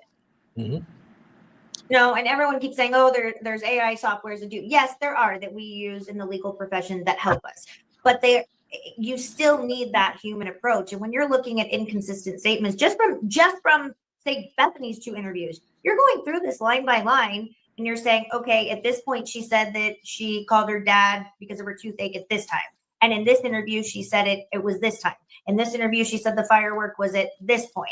And I want people to realize that 2 years is truly not that long. It really, really isn't.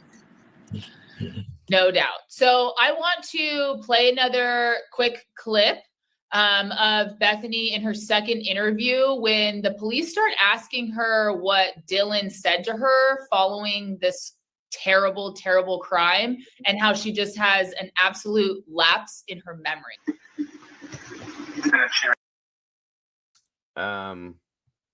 BK enthusiastically pled guilty 4 times and is willing to spend the rest of his life in prison. There's no doubt at this point.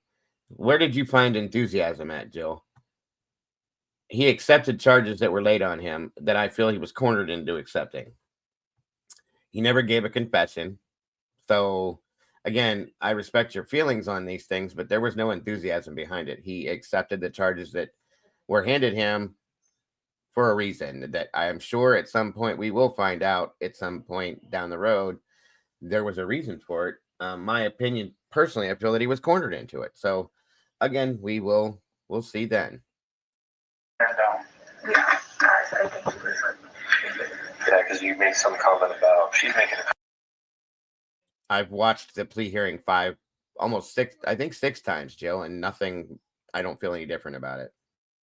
comment that her phone's about to die, and then you told her to run down to you, and then that's when she came back down shortly after that.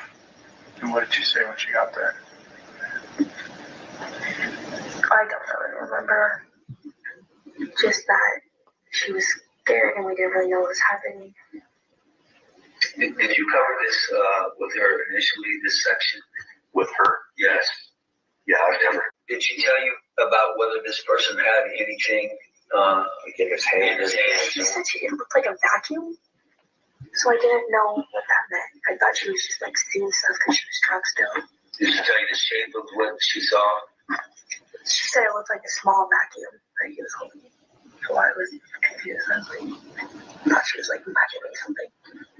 Do you guys want to explore anything? No, we were too scared to leave because just in case something like Did kicked she, in. besides seeing the guy, did she say she saw anything else at all? She said something around his waist and it was like a vacuum. something like that. Yeah, I don't know. It was so confusing. She was trying to explain it. I just was not getting it. And then, do you want to know what time I called the others? In just a minute. Some segment in there, did you ever hear, either before or after the firework spark or whatever woke you, did you ever hear Murphy?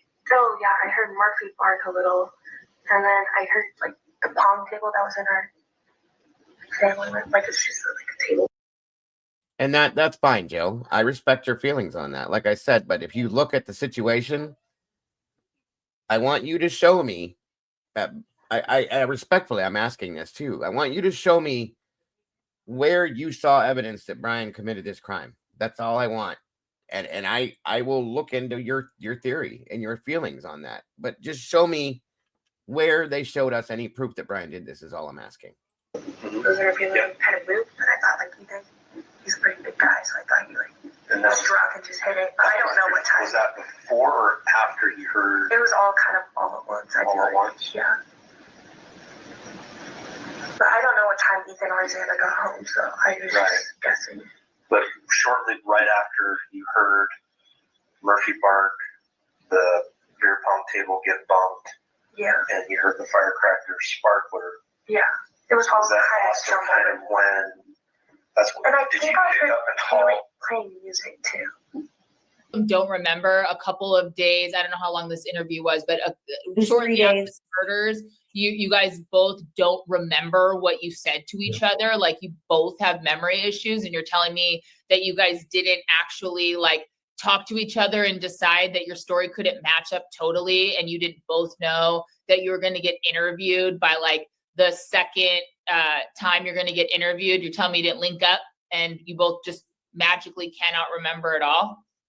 Well, you probably. But they remember exactly how many White Claws she had, which I think was a dozen, which Ron was right. It wasn't, the whole alcohol thing wasn't even addressed in the first interview, but in the second, you hear the investigators go, well, this is going to be a big issue with respect to the defense attorney bringing up, alcohol consumption. Very good point, Kristen. Moto Man, thank you so much, brother. Go ahead and towards that goal again. It's possible that Ann knew they would execute Brian before he could file an appeal, so he took a deal to fight another day of that. Makes sense. Amen, bro. That's what I said. That is exactly what I said not too long ago. That is absolutely what I said. And there you go. Good reasoning, Sue. Too, like I said, when you corner somebody into something, what choices do they have? Thank you, brother. And thank you so much for heading towards that goal again. Great point, bro. As always, I appreciate that so very much. Dago, I'll be right back. All right, Miss Dan. Thank you so much. Dory's in the house. Thank you so much, Dory. Great to have you here. Thank you so much. I hope your grandson is doing better, and I hope the prayers are helping. Guys, please make sure that you continue to keep Miss Dory's grandson, Josh, in your thoughts and prayers. He is going through, and their entire family for that matter, something very hard at this point in time. They all are. God bless Dory. Always in my thoughts and prayers. We will continue to do that. So please be safe on your ride home, and thank you for joining us tonight. That was consumed, but man, she don't remember what Dylan said, but she remembers that she had 12 White Claws, played this drinking game. I found that to be wild. Mm-hmm. It is 100%. You can remember exactly that you had 12 White Claws. You were playing this game for this amount of time at this period in time, but you can't remember something one of your best friends said to you. Come on. Absolutely, Kristen. Yeah, I also think that, like, for me, this is where I mean, I get it. Investigators, their job is also to investigate. And so they are trained to ask questions. But as attorneys, we're licensed in California, but all attorneys, big giant part of your job is asking questions, open-ended questions, more direct questions, trying to get all the information and follow-up questions. Yeah. And so I just kept feeling like, man, I just want to get in there and ask questions. So like, if Bethany is sitting there saying like, oh, I don't remember, and it's a couple of days after like quadruple murders, right? Like couple of days. Why isn't somebody in there saying, okay, so you don't remember? Is it normal to not remember for you? Do you typically have memory issues? Have you seen a therapist? Has this ever happened before? I understand this is a traumatic event, but did somebody tell you that you had a memory lapse? Who did you talk to about this? Who did you talk to before you came to this interview? Like none of that is being said. And so it's like, I think we're missing a big part. Most attorneys, when they start the deposition, they're asking if you've had it. Have you consumed anything? Are you taking medication today? Or are you of sound mind? That's all missing for me. I fortunately, I haven't gone through a lot of traumatic experiences, but I have had some. And I have a couple in mind. I once got in an accident where somebody ran a red light and ran me off the road, and my car actually rolled. There's a lot because it's happening fast that I don't remember specifically, but there are some things that I remember very, very clearly. I remember as my car is rotating and the feeling I had and going, oh no, I'm rolling now. And I remember very vividly what the inside of my car afterward looked like. I remember some smoke coming up from the dashboard. I remember looking for my phone and being glad that my phone was pretty close, that I could grab that. I remember having to push the door open because it landed on its side. There's a lot, and that was a traumatic experience for me, but I remember those things. Another time when I was little, I lived on a little bit of a slope, and I set up a cinder block and a piece of wood that may have been 4 inches wide on it, went up to the top of the street on my bike and rode it down, went off. Of course, it didn't go off very well. I flipped, I scraped the whole side of my face off on the road.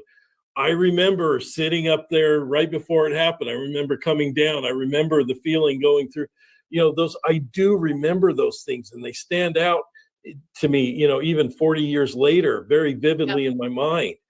And so when most of their I don't knows are regarding the things that were happening at the time of the murders, that raises a lot of questions to me. There are things that you don't remember. I don't remember what I had for breakfast 2 weeks ago because that wasn't important. but there are certain breakfasts I've had that I thought were really wonderful. I remember those because they stood out.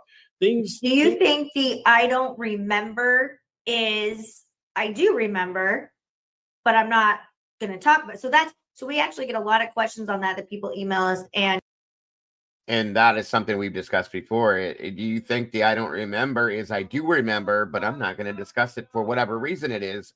Interesting, isn't it? Very good point again, Kristen. Thank you. Buenas noches. Welcome, Senorita Miss Amy in the house. Good to see you tonight. Thank you for being here. Julianne, same to you. Great to see you tonight as well. And anybody else that has popped in here, thank you so much for joining us. Anybody that's standing out there just watching, not chatting, we appreciate you so very much too. And thank you for being here. Moonlit, welcome. Good to see you. Make sure you share this out, guys. Please make sure you hit that like button on your way through the door, if you will. Hemisphere says, we have a big problem with plea deals. Over 95% U.S. convictions end in plea deals. That is proven innocent people are in jail for crimes the state cannot prove guilt. Amen to that, brother. Thank you. Julianne, good to see you. Thank you so much. And I appreciate you so much more. I appreciate you for being here, and I appreciate your thoughts and feelings. If this case ever goes back to trial, then they will use those interviews with Bill against him. I hope they do, Moto Man. I hope they do, because he made a fool out of himself and proved himself to be who he exactly thought he was, in my opinion. So, and we go. I'm sorry, Meg. Kristen and Sam are the two ladies up here. I'm just talking back to the video. I should have explained it. I'm so sorry. Bemmy says, I know I'm late, but this tribute is fire, Molly. Thank you. Oh, thank you, Bemmy. God bless, hon. It's all good. It's all good. Welcome back, Diane. Thank you for joining us again tonight up here. I appreciate you very much. Sorry about that. Don't worry about it. Don't ever apologize. Jen says, I highly recommend the movie 12 Angry Men, and I'll just leave it at that. Good point, Jen. Good point. Go check that movie out, folks. If you ain't seen it, I don't even have to tell you. You'll see it if you watch it, if you haven't seen it already. Very good. Very good point. Very good point. Thank you, Jen. It's a very legitimate question, because it's one of the things I wrote down notes on when I was watching it. There is a difference between I don't recall and I don't remember. I don't or it didn't happen. The way that I take I don't remember is it happened. I just don't recall the exact content. So like when she's saying what did Dylan, when they're asking what did Dylan say, she's acknowledging that a conversation happened or that they were talking. She just doesn't remember what Dylan said, right?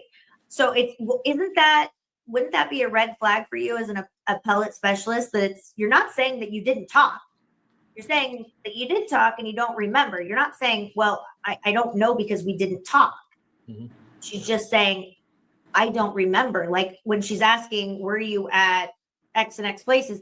Yeah, I was there. Who was there? Oh, I don't remember. She's admitting that these things happened and that she's at these places.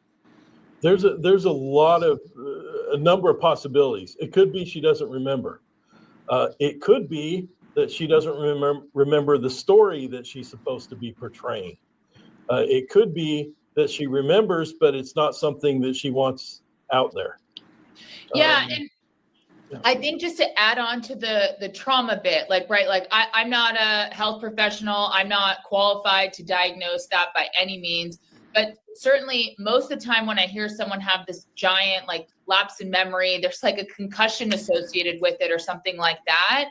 But just the way that she's presenting just to an average person, like me as a person, it's like a couple of days after this traumatic event has happened, she's not like beside herself. She's not like mixing her. Sunflower, Willie's just been dealing with a lot of personal issues. He'll be back around at some point. He's just having some personal things happen going on at home. So don't give up on him. He'll be back around at some point. He's doing all right otherwise, but besides that, that's what's going on.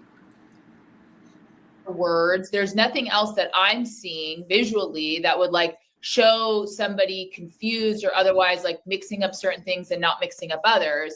And what I think is interesting when you look at like the Dylan interview versus the Bethany interview is like similarly, they both don't remember a lot, but then they remember the things that they know they can't say they don't remember, like the communications between each other, like that's something that they know happened, right? And something evidenced by the messages, but they just are magically not remembering the same things. Like that's two people then are experiencing trauma and experiencing the exact same time periods of memory lapse. That to me is hard to imagine. So like, even if I say, you know what, Dylan, you couldn't remember, it was all a dream, right? But then I would think then if she couldn't remember that conversation, even if Bethany had some confusion over the night, so she would be able to fill in some gaps. How come they have the same gaps?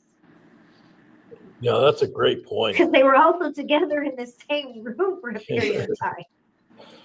Yeah. Ron, and I want you to kind of go through a line of questioning, but what was even kicker to all of this? I'm watching, I think it was released yesterday on, I don't even know where I saw it, but they're all being gathered in the Moscow PD following, they're all being taken to the police station to be interviewed.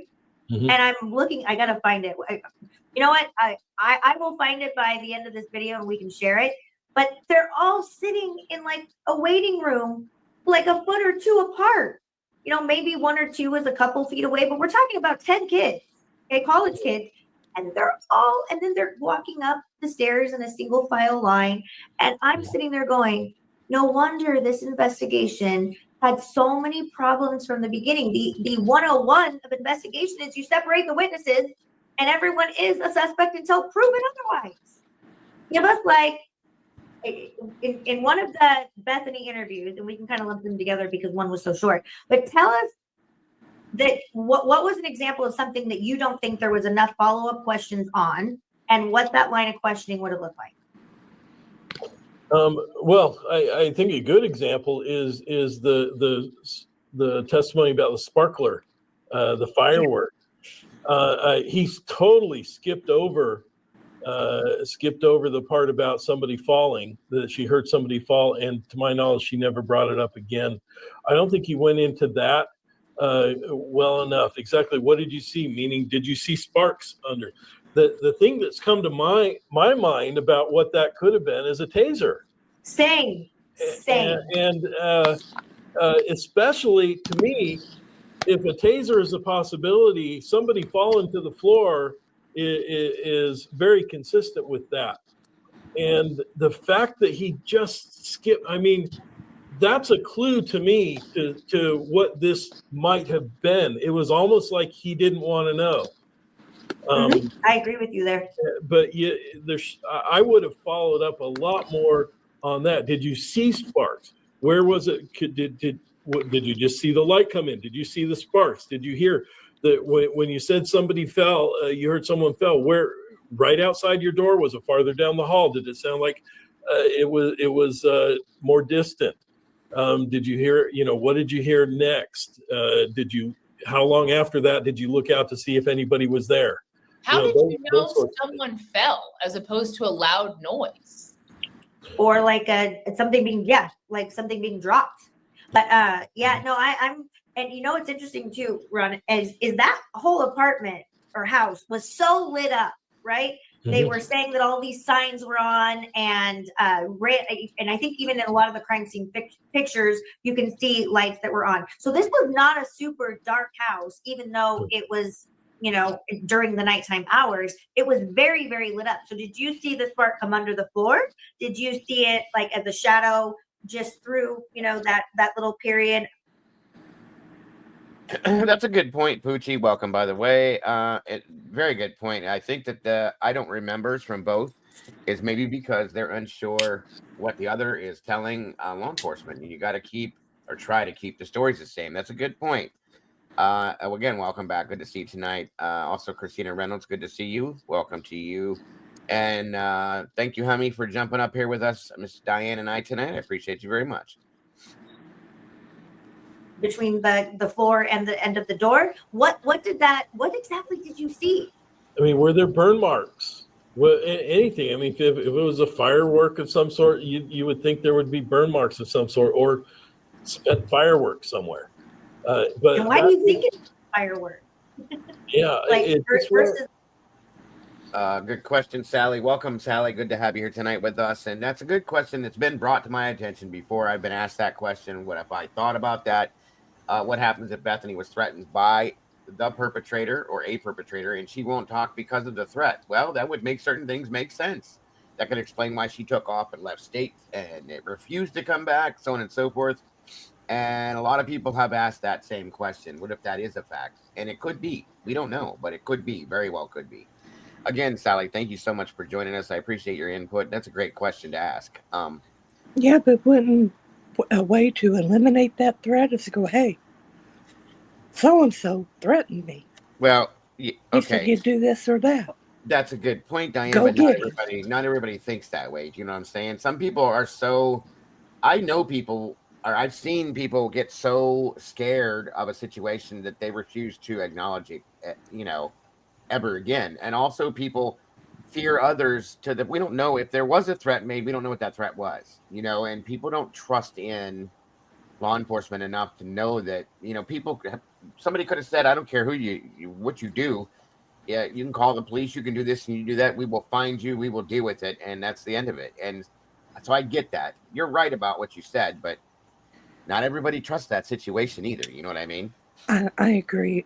I know people that have refused to testify against certain individuals because of their status and what they know they can do. And there's some dangerous people out there too. We don't know who these people are for sure. Okay. That's why I'm having a hard time believing that this was a frat boy. Well, yeah, I get what you mean. I do. Thank you, Tandy. Good to see you tonight, dear. Again, somebody else just popped in here too. I thought Rise Hamilton, welcome. Good to see you tonight. Thank you so much for joining us. We appreciate you joining us. Great to have you here. Dago, I watched this earlier. He's about to really throw a little bombshell out there. There's something that I ain't never thought about, that little flash on the door. Yes, it's coming. He's about to say something I didn't really think maybe that was a possibility of a taser. Yeah, we've talked about that a little bit, about it being a taser because of the type of noise and the kind of what she said. She also said, though, that when in the one interview, like when they said, what did it look like? And she said it was fire. Like fire. What color was it? It was orange. Things like that. So I don't know. It could be. It could be. See, I took it more as like muzzle flash. But what he says here, we have discussed, and he's got a good point. It very well could be, you guys. So, it kind of throws out the gun theory. A little bit, yeah. A little bit. If you take it that way, if you think about it. But yeah, it's a good point. Very good point. My thing is with a taser will sound like firecrackers to some aspect, depending on how loud it is, but it gives off more of a white flash as compared to the orangish fire flash that a muzzle would. You know what I mean? That's what my only issue with that statement is. But it is a very good point that Mr. Funk puts out here that we're about to head into here, guys. So thank you again, all of you, for joining us. Thank you for your input too. Great to have you up here, Hemisphere. Thanks for joining us, bud. Also, I'd like to touch on something that happened in chat. I'm sorry? I cannot. This is me and my own sanity of it all, okay? And everybody has a right to their own opinion and how they look at things, okay? Sure. But for me, I cannot accept a plea deal without a formal confession. Of course. And a lot of people don't see it that way for whatever reason, but I agree with you. To look at, you can look it up. There's over 90 to 95% of conviction rates in the United States alone ends in plea deal, and there's a strategy behind that. Sure, it's not an admission of guilt. No, not at all. They're typically, and they gave a dumb excuse, in my opinion, for this. Hitler did himself. Typically, you would ask, especially in a situation like this, a suspect or the defendant to allocute, and nothing was stated. So his excuse to that is, well, why would we believe anything he says? Well, you believed him enough to accept his yes to the plea deal. Yeah. That's the dumbest thing I've ever heard in my life, coming from a judge of all people. So ridiculous. Especially when you got people like us looking into it and other creators, and not just that, we're starting to get lawyers looking at this case too. We're 100%. Watching it right now. There's 3 of them right there on the screen. Absolutely. And they're all watching this. And many more. And there's a lot of holes in the case that don't make sense. This case should have went to damn trial. Oh yeah, my attorney, my personal family attorney, and his son, they're both attorneys. I spoke to him about another situation, nothing bad, but just another situation. I was talking to him, and he asked me because he knows I do this. He's like, "Are you still covering the Idaho thing?" I'm like, "Yeah, absolutely." He goes, "Wow." He goes, "I'm telling you right now," and his son's name is Joe too. He calls him Joey. He said, "I'm telling you now," and Joey and I talked about it a lot. And he goes, There's no way this kid did this, Joe. He goes, I don't understand how these people see this. And he is, again, they're defense attorneys, yes, but it doesn't make no difference. These guys have a legal background. They've seen it both ways. They get it. He's like, I don't see how people don't see this. I don't see how people aren't seeing all these red flags. He goes, I have never seen so much corruption in a case, because I'm the one that got him to start watching that. And he was like, it's just crazy. I don't get it. So, and that's an attorney saying that, and his son both, okay? 35 plus years.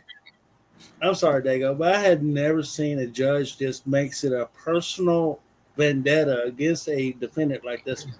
It looks that way. They're supposed to be impartial. Yeah, it looks that way. That's what a judge's job, guys. I've said this to you guys 100 times now, I think. The judge's job is to defend the rights of the defendant, to protect him, not defend, but protect him, protect his rights as a defendant, ensure that he gets a fair trial, and make sure that he's treated equally. Judge Hippler did none of that for this man, not even a little bit, folks, none of it. So that alone, in my opinion, is the reason why this case should be overturned. That's just an opinion I have, folks, just from seeing what I saw. And I'm telling you, folks, we're sitting here talking about, people are coming at me. I've gotten, I don't know how many emails, I can't even count them, about how stupid I am because he confessed. He did this, he did that. No, he didn't. I want you guys, I've shown you the definition in a legal book, a legal law book, okay? The definition of confession is not what he did. It would, the definition of a confession, and I'll pull it back up if you need me to, and show you once again, there would be details of the crime or something that nobody else knows of the crime involved in a confession. Brian Koberger did not confess to anything. Nothing. Okay? He agreed to the charges that they gave him to accept a plea deal to take the death penalty off the table to save his life. Period. That's all it is.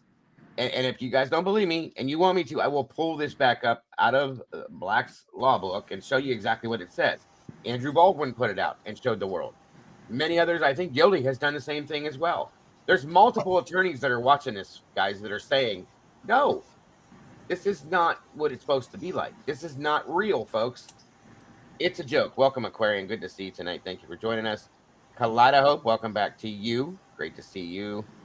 Where are we at here? Judge Gas, that's you are welcome. Sally, Teresa, thank you. The judge was handpicked to side with. By the way, for those of you that didn't realize that, from what I understand, oh, I'm sorry, Leah. I hope you feel better, hon. Yep, Tomboy, yeah. Look up the definition of confession. He did not confess. That's a fact. Thank you, Tomboy. But yeah, 100%, you guys, 100%. That was not a confession. Period. And come to find out, didn't Ann Taylor already said that he's got enough to file for ineffective counsel? That came out for his own attorney. I don't remember. She may have. I don't remember with everything I've heard, but I believe that he does. I heard that from somebody. Ineffective counsel, in my opinion, would be the fact that the judge didn't allow any help from the court to the defense to be able to defend her client. That's ineffective counsel, in my opinion. Just saying. That's how I feel about that. Just about everything that she ever argued, like multiple perps and other stuff that she was trying to get done, Hippler wasn't trying to. None of it. He did not consider anything any motion she put forward, anything. It was absolutely ineffective. Okay, she couldn't do anything. Okay, I'm trying to say, I'm stuttering around my words. I'm sorry. There was no way that he was going to, at least from what I saw, that he was going to allow for her to defend this man. He had no chance, in my opinion. None. Okay? None whatsoever. And all that we have asked as the people, because we, the people, created this country. We created the judicial system. They work for us. I don't care what they say. I don't care how they present themselves. They work for us, the people. And that's not what they did. That is not what they did in this case. We have the right to watch this man go to trial and tell the truth in this case. It didn't happen at all. The prosecution did nothing. They did not prosecute this man. They sold him. They sold this to the public as if the defense couldn't do anything, and that they ran to the prosecutor's office and said, please, please, please, please, please, when that's not what happened. That is not what happened at all. And we know that now at this point. So realize and understand all that, you guys. Welcome, Happy Hounds. Good to see you tonight as well. Yvonne, great to see you. Jay Marie says, I agree. Hippler's rulings were demonstrating that Brian was not getting a fair trial, threaten anyone's life, and they will take a deal. Of course they will. Not a confession in any sense. Amen to that, Jay. Thank you again for joining us tonight. Welcome. Absolutely unethical. That's an understatement. If you don't get anything out of this case, this is what I'm asking of you. Then you have to be willing to point out what something is wrong. If you know something is wrong, point it out. Of course. That is totally you. If Hippler was a judge, an ethical judge that took his job seriously, that cared about the law and the people that he served, he would have absolutely denied the plea and said, no, this is going to go to trial. The public and the victim's family deserve this, period. That would have been what would have happened if he was a good person and a decent judge, but it didn't happen.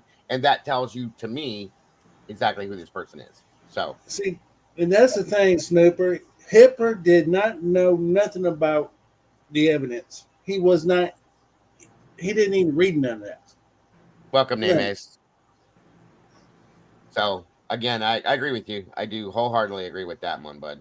At least with Judge, he was very open-minded to the possibilities of hearing an argument. Not with him. Absolutely. Hippler already made the statement from day one. He didn't even want to be there. First thing he said. That's the first statement he ever made. He set the tone for the trial right there. He did not want to be there. Well, then get your ass off the damn bench. Yeah, that's it right there. Well, and here's the thing. The man was part of the committee that appointed him as the judge for the case. What does that say to you? Okay, if somebody wants me to stand in on a panel, okay, and wants me to make statements about something that I believe in, or review something that I'm supporting or following, okay, and they want me to do that, or they want that to be done, and they tell me we need 3 people to do this, but I want you to pick those 3 people, and I pick myself as one of them. Don't you think that's a little crossover, in my opinion? A little bit of a trying to think of the right word, and I'm a little stuttery tonight. Contradiction to it's a counter. Yeah, contradiction is a good way to put it. Counterproductive, in my opinion, because it's just not right, in my opinion. He shouldn't have anything to do with who was picked at all, especially if he was one of the ones that was going to be available to be that judge. It's a very big conflict of interest. Thank you, Name Ace. That's what I was trying to say, you guys. I don't know why I'm stuttering tonight. Huge conflict of interest. That's a big problem to me. Why did nobody call that out? And why did nobody look at that as a problem? Especially if you don't want to be there. Why did you choose yourself? That's what I'm trying to say. That's so dumb to me. Yeah. It's ridiculous. I might have said this before, but I kind of felt her frustration. I'm talking about Ann Taylor's frustration with Hippler. Is whenever she got up there and she was making an argument, she goes, look, I ain't got to do nothing. I don't have to prove my case. The prosecution got the burden of proof. What I'm telling you is there's inconsistencies that in my client is not having his rights taken away from him. So that right there, she shouldn't have to argue that. If he was on the uppity up, it was not biased. I agree. That's a very good point. Very good point. Very, very interesting point. And also, I hate to say it, but part of that plea, the plea deal thing, was for her to open up the possibility, if he decides he wants to appeal this, he can appeal in an effective counsel, because she did not prove or make the right argument, and that's all against him. Right.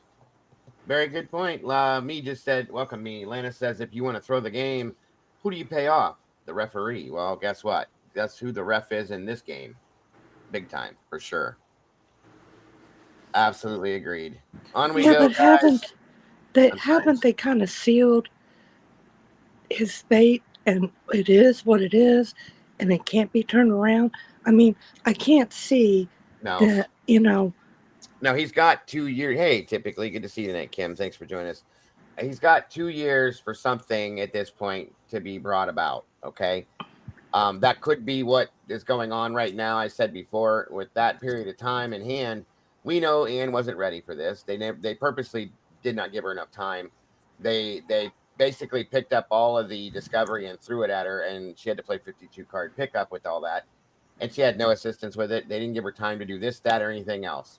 Okay, he purposely, in my opinion, denied the continuance, knowing she wasn't ready. So in turn, what other choice did she have? Let it go the way it is, go to trial and risk Brian getting the death penalty and them taking his life, or go this direction and hope that you're able to put something together over the next couple of years to prove this man's innocence, and or I should say, to prove the misconduct that's been portrayed by the prosecution and the judge, because that's exactly what we're looking at. So, or both. Maybe both, because that will give you some time to put those things together. And that, in my mind, is what I believe could be going on. I could be wrong, and I'll be okay with that. But in my mind, I kind of hope and feel like that may be what's going on in the background. I thought if it went to trial, there was, and I think I said last night, that one juror that would go, wait a minute, something isn't right. But then I got to thinking about it. There was books that had come out, so to say, documentaries, movies, this and that. Maybe the jury wouldn't even listen to any of the evidence and go, well, who was the first one who put the book out? He looks like Gargamel on the Smurfs. Hitler? No. He's like a supposed writer. Oh, you're talking about Howard Bloom. Yeah. Didn't his book come out first? Actually, no. The first book that dropped, from my understanding, was Scott Green's, and then Howard Bloom, and then James Patterson, and there was a couple other unknowns in there that dropped different things. Like I heard that there was a Reader's Digest excerpt that was put out, things like that. But there's a few of them out there, and there'll be more. So, and Green's maybe book the jury did one chapter, but it was enough. Yeah, maybe the jury, whether they read the whole book or books, like I said, maybe they just wasn't going to listen to any of the evidence, and they was just going to go off of what they read or what they seen on TV. Well, I think that's another thing. I don't think that the defense trusted the jury at this aspect, that they wouldn't be, we all know how the train ran during this whole thing about everything that was put out against Brian. There was no chance in hell, okay? Especially not in the state of Idaho, in my opinion. So there again, okay? So yeah, we knew it was going that direction. They knew it was going that direction. They saw this was going to run into a wall, period. So I'm just saying. Oh, that's right. Appleman had a book. Welcome. Again, thanks for joining us, Kim. Kim, the link is pinned if you feel like joining us, dear. Yeah, you're more than welcome always. You know that. So we keep watching this here. That one of these lawyers, I think it's the guy on the bottom, is going to tell you the options that Koberger has. Yes, he does, and that's what we're going to get to that here. He shortly. has options. He's not stuck in jail. Absolutely. And if he decides to, but if he decides he wants to stay there, he's going to stay there. Right, and that's why I wanted to play this, because Mr. Funk is an appellate specialist and explains how all that could go out, and that's why this is kind of interesting to me too, not to mention everything else. But back to that we go, and we will at the end of this break this down completely. If anything pops up during, I will open it up and we'll talk about it there as well, but we're almost about halfway through it at this point. So again, thank you everybody for joining us. And the two of you, thanks for joining me up here as well. I appreciate you guys' input, thoughts, feelings, and opinions on all of this, guys. And that goes to all of you. Other noises. Exactly. That just seemed to go by the wayside. I haven't seen anything indicating that they figured out what that was. And that's just a huge question to me that really went uninvestigated. I'm with you on that. I think Sam too. Yeah, and I just think in general, when I'm thinking about Bethany's interview, I also I understand that, and of course, this is a traumatic event to happen, and obviously to survive. There's a lot there emotionally, psychologically to go through all of that, and I understand that sometimes investigators, when they're talking to someone, they want to kind of loosen up. It's maybe not as formal as a court hearing when you're asking questions, but I noticed that a lot of Bethany's responses were not really like yes or no's, and they weren't really totally responsive. It was a lot of like did anyone else notice that? They were very evasive with very little follow-up. Yeah. And so at some point, are you just trying to get it over with, no matter what someone's saying? Yeah, okay, move along. I don't want to talk about it. And there are things that need to be talked about. And there's a reason for second interviews and third interviews, because there's a lot more information that needs to come out. And there's a lot of things that you maybe don't think are relevant that are relevant. And so even if you're not being quote unquote evasive intentionally, it sure starts to look that way. And I think, I don't know if Ron or Kristen has any experience feeling this way. I sure do. When you get a witness on the stand and every other thing is, I don't recall, I don't remember, I don't recall, I don't remember, I don't recall. Pretty soon I start thinking you're a couple I don't recalls away from the court not thinking you're credible, just in general. And I get it. People have issues with memory, but if we do have issues with memory, I think you're going to need to testify a lot more about why you guys both have issues like that. Yeah, and I know that juries are instructed that, very often people have trouble remembering things or may misremember, but that if there are excessive uses of I don't know or I don't remember, that they can consider that in determining the credibility of that witness. And there really is a point. I tell my clients in preparing for a deposition all the time, I say, look, if you really don't remember something, then you can say, I don't remember.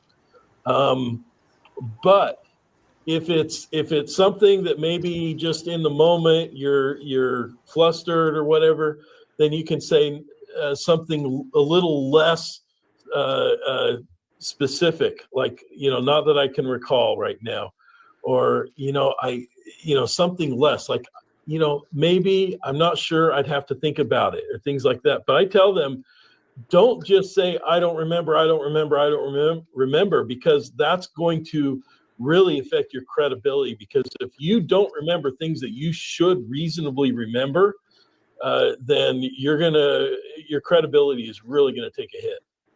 Yeah. And least we forget, if we go back real quick to your story, Ron, which sounds like trauma. Thank you for sharing, but it's a small period of time. It's not from 12 a.m. to then the 4 a.m. to now the call 8 hours later to 911. That's a huge amount of time to just have a total lapse in memory and have no way to know what's happening. This is there is more than 12 hours of significant time here that I think they just didn't explore it enough, at least the investigators that I've seen so far. And I want to know a very clear timeline of what happened at 5 and 6 and 7 a.m. and 8 a.m. because now presumably your communications about having too many White Claws are starting to like literally evaporate, right? Because your BAC is going to go back to normal or start to head that way. So even if we assume that you really are that inebriated during that time period that you just genuinely blacked out and can't remember what happened, presumably you start getting to what happened at 8:05 a.m., 8:10, 8:30. Like, walk me through why you guys who always walk around the house with phones, filming each other and posting each other, never thought to yourself that you should go try to wake up Xana or go upstairs and see what else is going on now that the sun lights up. Yeah, and I'm not even, Ron, what do you think about her saying that she was able to fall back asleep for a period of time? I mean, we have a lot more evidence now than we did when this interview was done, but I have a hard time believing that, I think she called her dad because she had a toothache, her dad wasn't available. I think her mom said her dad would call her back in 20, 30 minutes, but there's periods where she's saying, oh, I fell back asleep. And like Sam, I'm not a mental health expert, but I have a really hard time processing, and I would have asked so many more questions. How would it even be possible to fall back asleep after you see a firework and your roommate is telling you, say they saw a masked man? Because she does say that Dylan said that she saw a random person in their house that was a man wearing like all black and a mask. She does say that. So that combined with the firework, how are we able to go back to sleep? My wife can't go to sleep if she saw a spider in the room, much less. Absolute. I'll never, ever believe that they slept. They didn't sleep that night. Nobody did. And I'll stick with that until you prove me wrong, somebody or anybody. Please do, because I know for a fact that they didn't sleep that night. That's my true feelings, guys. And I'll claim that as a fact. I have no problem. A masked man. That's literally one of the biggest things besides the 911 call. Those are like the two things I'm like, it doesn't make sense. Well, and so are they falling asleep in the same room? Am I correct on that? I think so. Dylan came down to Bethany's room and then they fell asleep. So then my question is this the first time that ever happened? So Dylan comes down to Bethany's room and spends the night. So Dylan's leaving her bed to partially run down the stairs to Bethany's room. And, Bethany's there to open the door for her. And they've been communicating and they can't remember about what, but they've been communicating and then they're going to fall asleep. Is that the first time you've ever done that? Because, Dylan's saying she wasn't that, she didn't realize everything was, maybe it wasn't all real. But that's just a casual thing for you guys to do. That's a night out. You guys end up sleeping in each other's bed.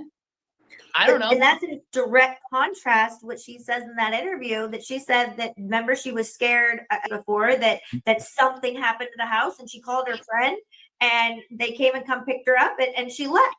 So it's like, Ron, what follow-up questions would you have trying to analyze both of those incidences and get more information from her?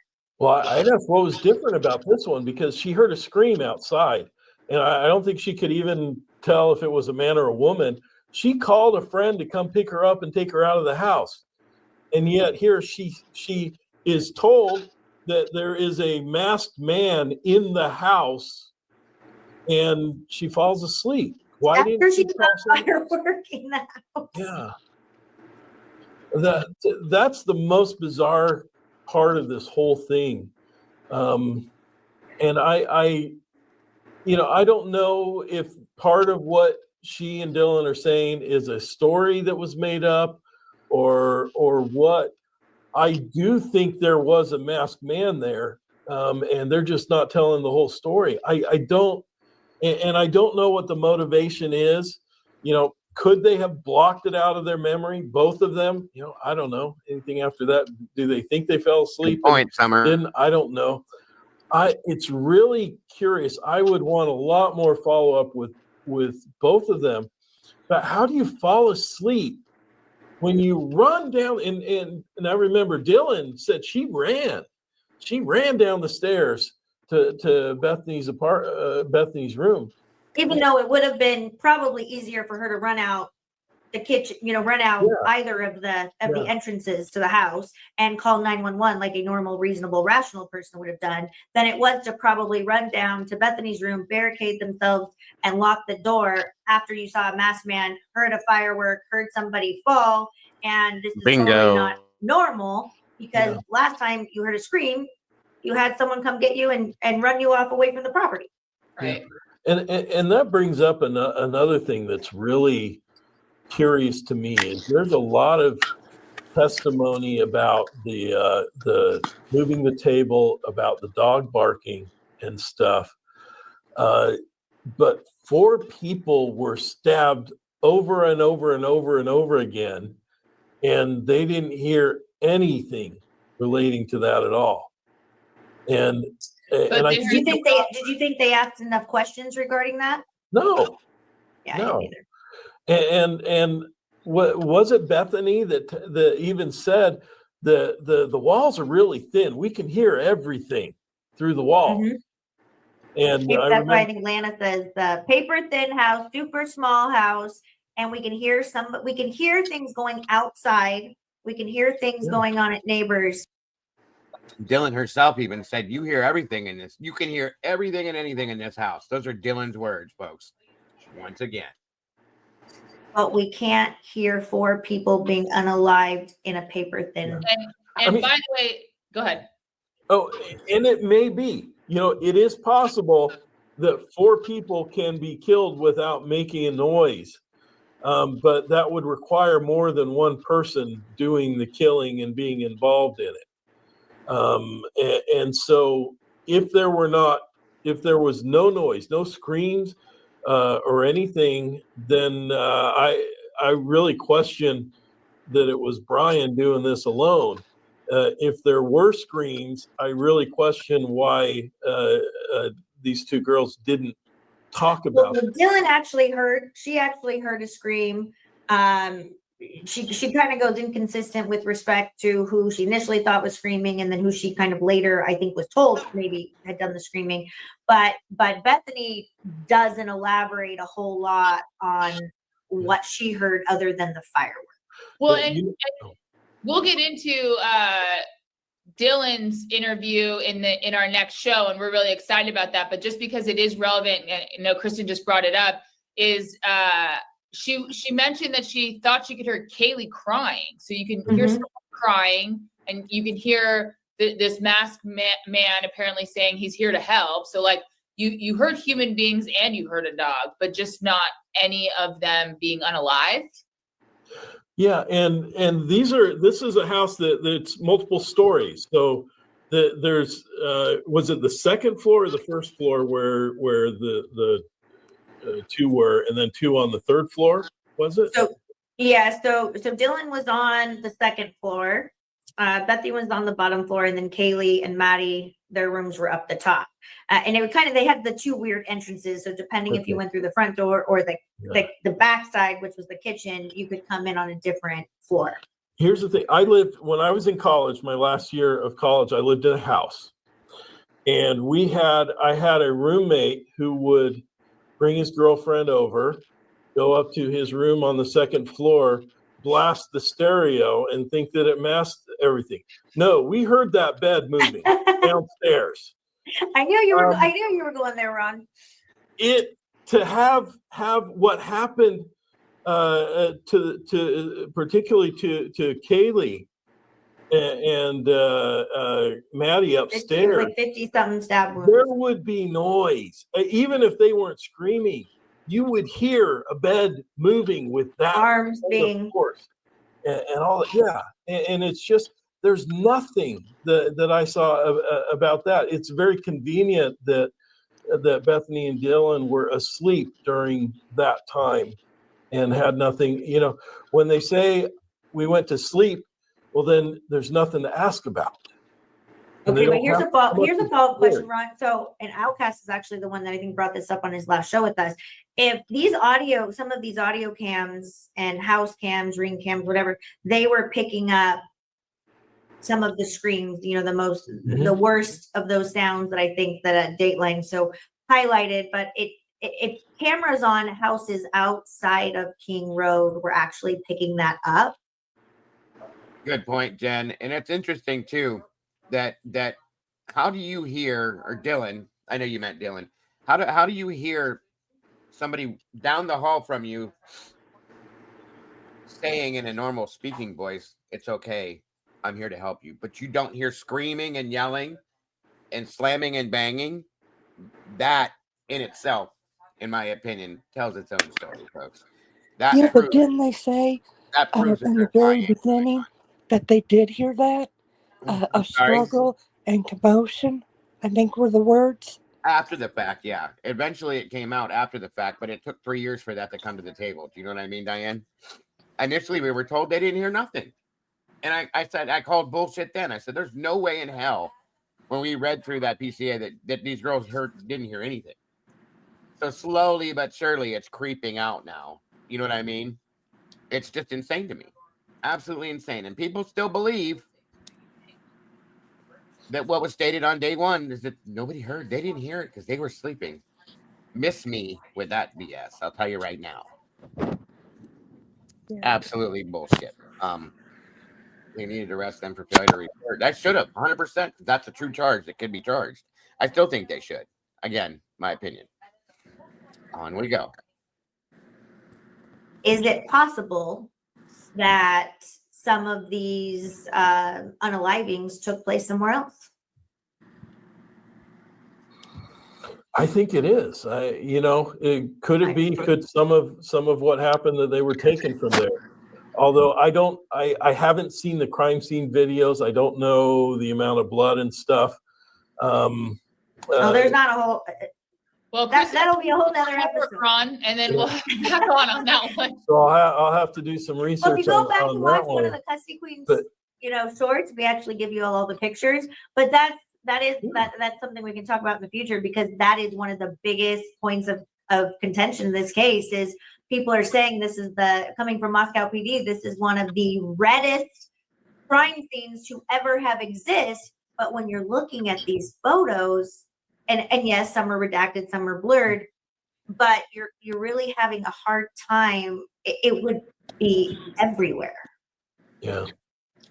So and that is a big point to me as well. This is probably one of the cleanest massacres I've ever seen in my life, for lack of better terms, because that's how they explained it to us. It was a massacre.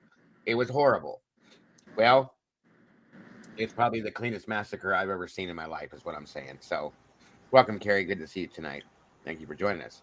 It's kind of hard for me to believe that this happened outside the house and they just conveniently just got placed right back in the house. And I agree. Like I said, there's different opinions on this too. I've never really felt that anything happened outside of the house. I did say not recently that it may have started outside the house. But there's different opinions. People see it different ways, and I can respect that. I've had people. There's some things I will not accept. At some point, somebody put out somewhere about they were put into U-Haul or something like that. And I respect that as well. I just think that if that was the case, that somebody would have seen a U-Haul truck pulling up to the house and people being unloaded from it. That's my only issue with that one. Because that's a big truck. You know what I'm saying? And somebody would have seen and heard something, I think, because there were still people up at that hour. But that was the only thing I thought I found as to be a little hard to gather. WB, welcome. Good to see you. Welcome. Yeah, agreed. We don't, definitely nothing correlates correctly. So, and they are called, by the way, the channel is Custody Queens Off the Clock. They will be joining us here on our channel at the end of the week. For those of you that are just popping in here, Kristen and Sam will be joining me, and I'm going to take it back to the beginning and discuss the case from the beginning and see what their take is all the way from back then. Ask questions and put it together. These two are awesome, and I love both of them, the way they do it, and respect them very, very much. Ignoring you. What did I ignore, Rach?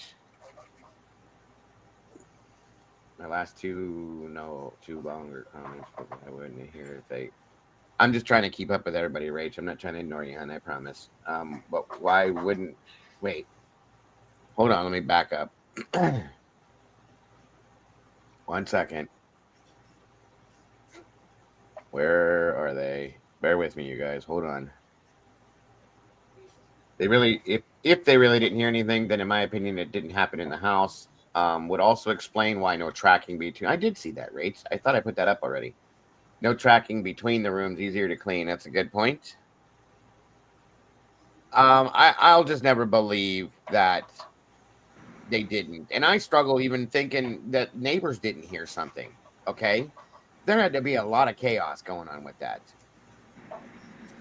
Could the girl crying have been Molly if they moved the bodies in there and she needed help? I mean, anything's possible, Rach. It truly is. Anything is possible at this point in this case. We don't know. That's the problem. And I'll tell you now, I don't trust anything Molly has said ever about why they wouldn't hear if they could have been Molly crying. I mean, it could have been. I don't know why she'd be crying, but still, I don't know. I don't trust her. I don't trust anything she says. There's just something about her I don't trust at all. Never have. So that's just me, though. Anyway, very good points, you guys. Very good points. Moving forward. Question I have for you, Ron, just about this being the second interview is, did you notice any difference between Bethany's first interview and her second interview? And what I'm kind of referring to really specifically is the type of questioning. It seemed much more detailed the second time around when now we have like Nevada law enforcement participating. Yeah, and I did notice that the Nevada law enforcement followed up on some places that should have been followed up on too. That it appeared that in that one, was that Blaker?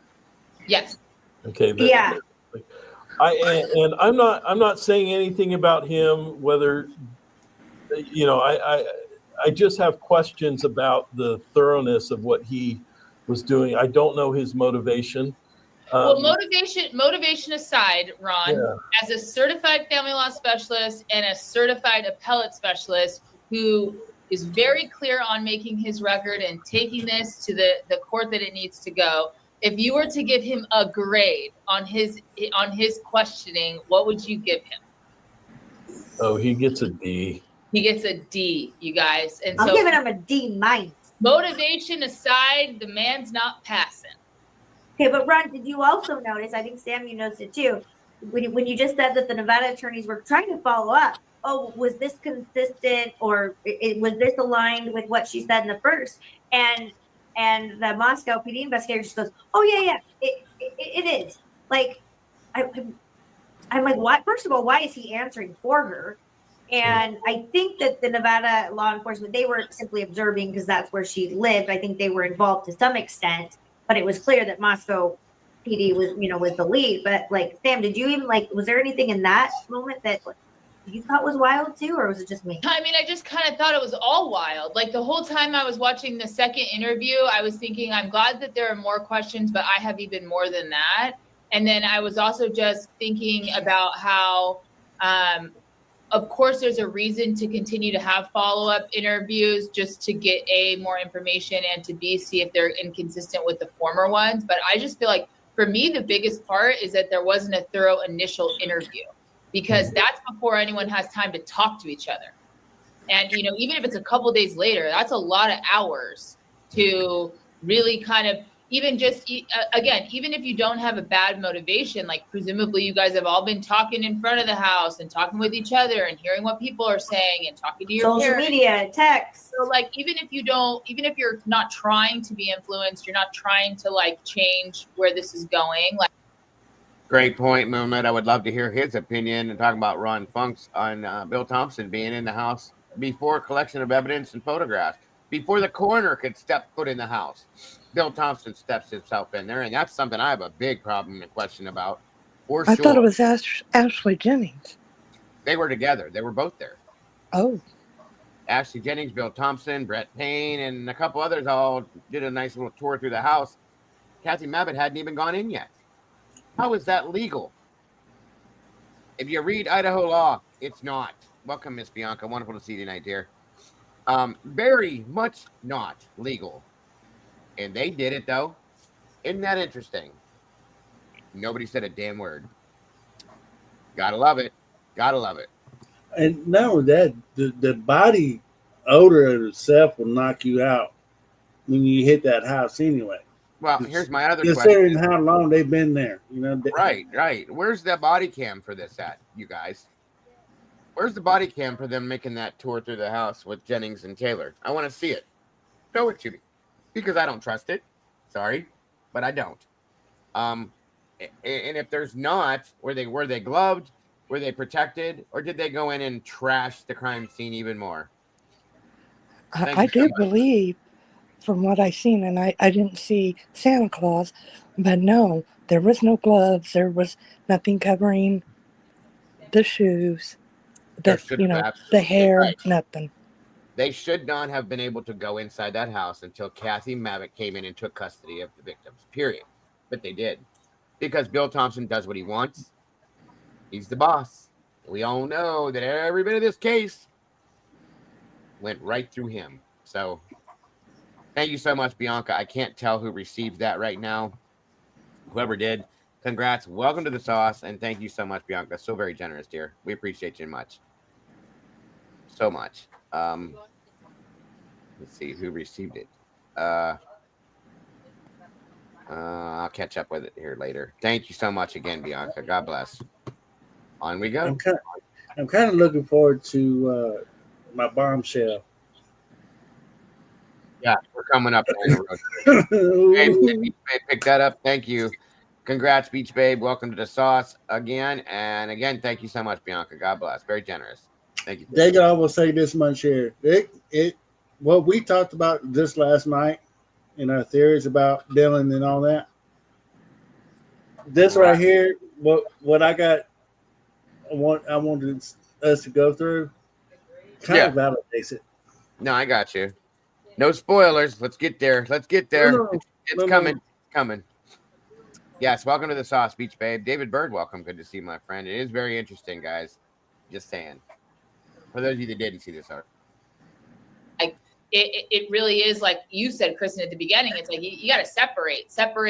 And, there's a reason why when you get to a crime scene, typically people are separated and they can't hear each other's interviews.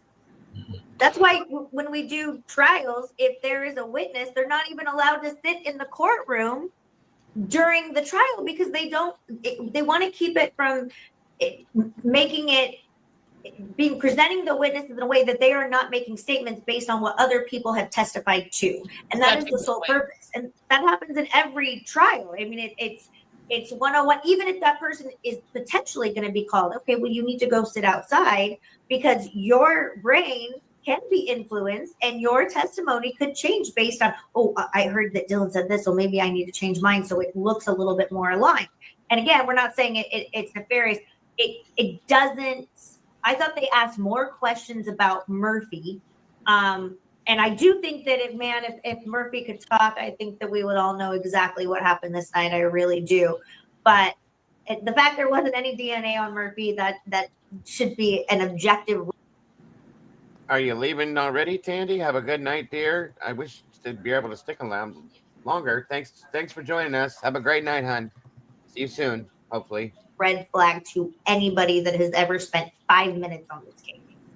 Yeah, I think that's such a great point, Kristen. Like it's a ridiculously good point because there's a reason why we do motions to exclude witnesses so that they can't hear what other people are hearing, so that really credibly that they're saying what they need to say. So there's a reason for it. And if you are a very young attorney, if you allow the other side to have their witness in the courtroom, you need to get that witness out before they're testifying for that very reason. And I think that we should get closer to that with investigations, the ones that are done correctly. The funny thing is that happened to me yesterday. It was not a case. I was the judge pro tem, so I was the judge. And we got to it was a domestic violence case, and we got to the respondent's case, and I asked him if he had any witnesses, and he said yes. Who is she? And she's right there. And I remember the deputy looking at me like, oops. We didn't. I ended up excluding her as a witness. You have to. But it happens. Excluded as a witness. Oh, it means that she couldn't testify. And part of it was also because really it was the deputy should have said something, or we should have said something. Usually the judge doesn't necessarily, but the deputy, although he was. And I'm guessing they were both pro per too. They were pro per and not represented by counsel, because usually both counsels will say, "Hey, we both need to exclude any witnesses." But sometimes you get a new baby attorney, and Sam, myself, and Ron, we're not telling you how to do your job, and you might have to exclude a witness because they just watched the first 2 days of trial. It is very difficult to unring the bell of what you hear and how that potentially may affect your testimony on the stand, which can have a huge impact. But Ron, if you are looking at this entire investigation and say you are planning on filing an appeal in this case, not saying you are, but what would this interview do for you, good or bad? What could you take from it? What would it help you on an appeal? Would it hurt you? Just talk to us about that process. Like what could you get from this? Well, in order to appeal, let's say that this had gone to a verdict and that he was found guilty by a jury. You could potentially argue that evidence or the part of the story was or testimony was either physically impossible or inherently improbable, so that if usually the fact finder gets a lot of deference as to the findings of fact, and it becomes when in a situation where he pled guilty, it becomes even more difficult. But if the appellate court finds that a reasonable fact finder could not have found beyond a reasonable doubt that this had occurred, and you could point to inconsistencies between interview 1, interview 2, and whatever testimony was given. A lot of it, I think, would hinge on what testimony was given. But you're looking at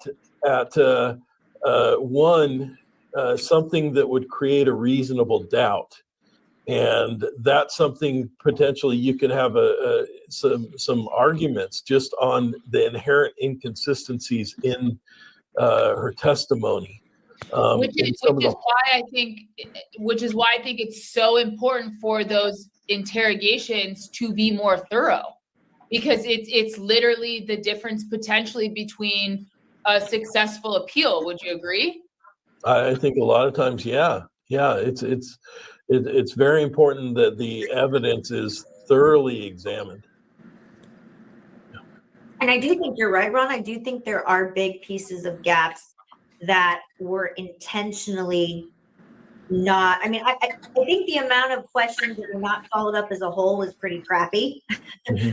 I think some of our new baby junior attorneys probably could have done a better investigation. But again, there were a lot of witnesses that had to be interviewed within a relatively short period of time. But I just think that there were big chunks that were intentionally that firework. I immediately thought the same thing as you, Ron. Taser. Okay. And the fact that she's saying someone fell to the ground right after, Sam and I talked about it. There's not a lot of more logical explanations that you would see a firework, hear something, and then someone drops, right? That masked man in the house, maybe wants to take someone out, coming from behind, taser, firework sound, firework light, drop. But the fact that it completely ignored that entire line of questioning is mind-blowing to me. Yeah, and I think one of the more common grounds for an appeal in a criminal judgment is ineffective assistance of counsel, which you can do that both on the state level and the federal habeas corpus.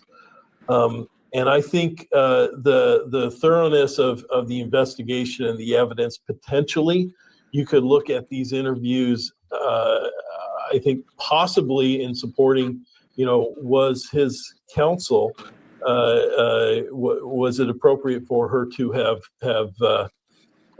counseled him to plead guilty, given the inherent problems with with this testimony, the possibility that their credibility would have been damaged in front of the jury. That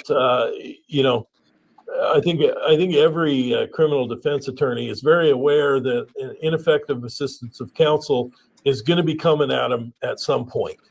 And I don't necessarily, and I don't have any really complaints that come to mind right now about his counsel, but that is a reality. And those are the things that potentially they might look at, is really, given the status of these interviews and these inconsistencies and these holes, did the state really have? No, I don't. Well, she even said herself that when they asked her like what color it was, she said orange, like fire. So you're not going to get that kind of lighting or that kind of an effect from a taser. I mean, maybe the sound could sound a little like that, but it would have to be literally like right at your door to hear it that way.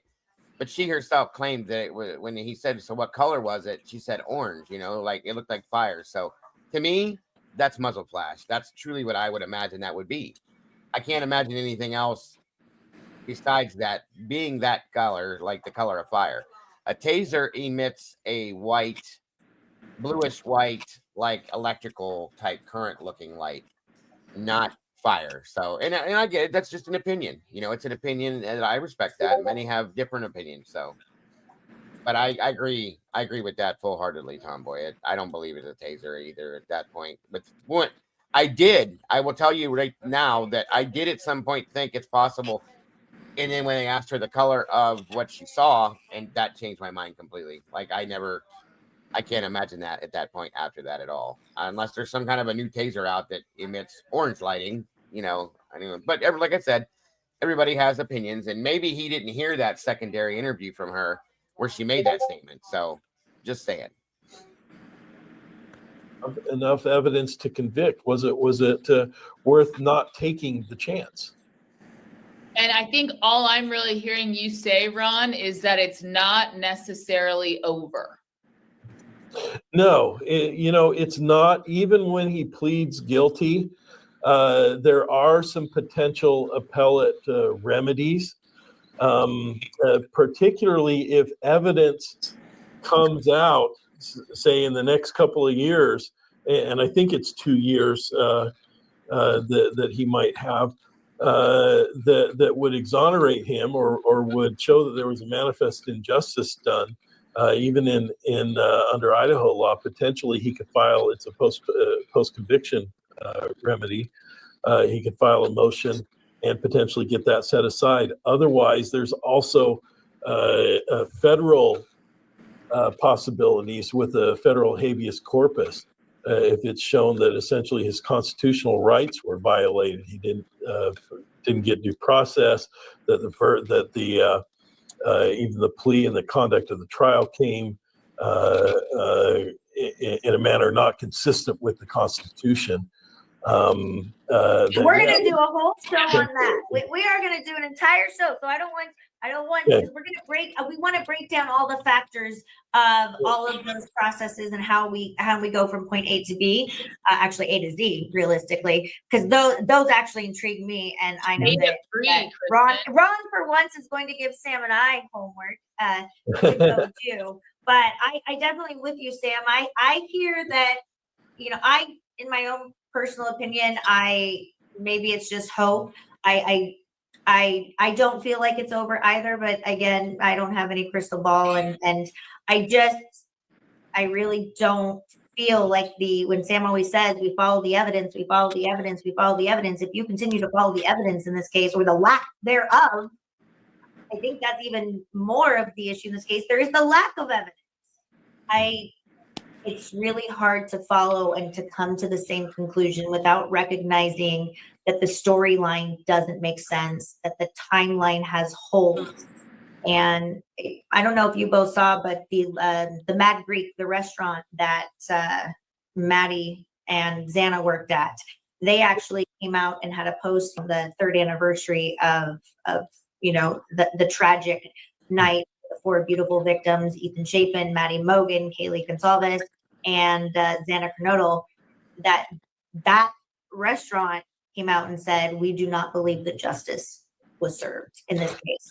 And I think that is, I don't know, that kind of digs deeper into our fight. So I say to all the creators that are continuing to analyze and follow the evidence. And yes, there are some crazy theories that we all go down rabbit holes, and it's okay to talk about those, right, Sam? Like, it's okay to talk about them. Doesn't mean we all have to believe in all of those theories, but by all of us continuing to bring these facts up and bring them to light and having conversation is continuing the fight.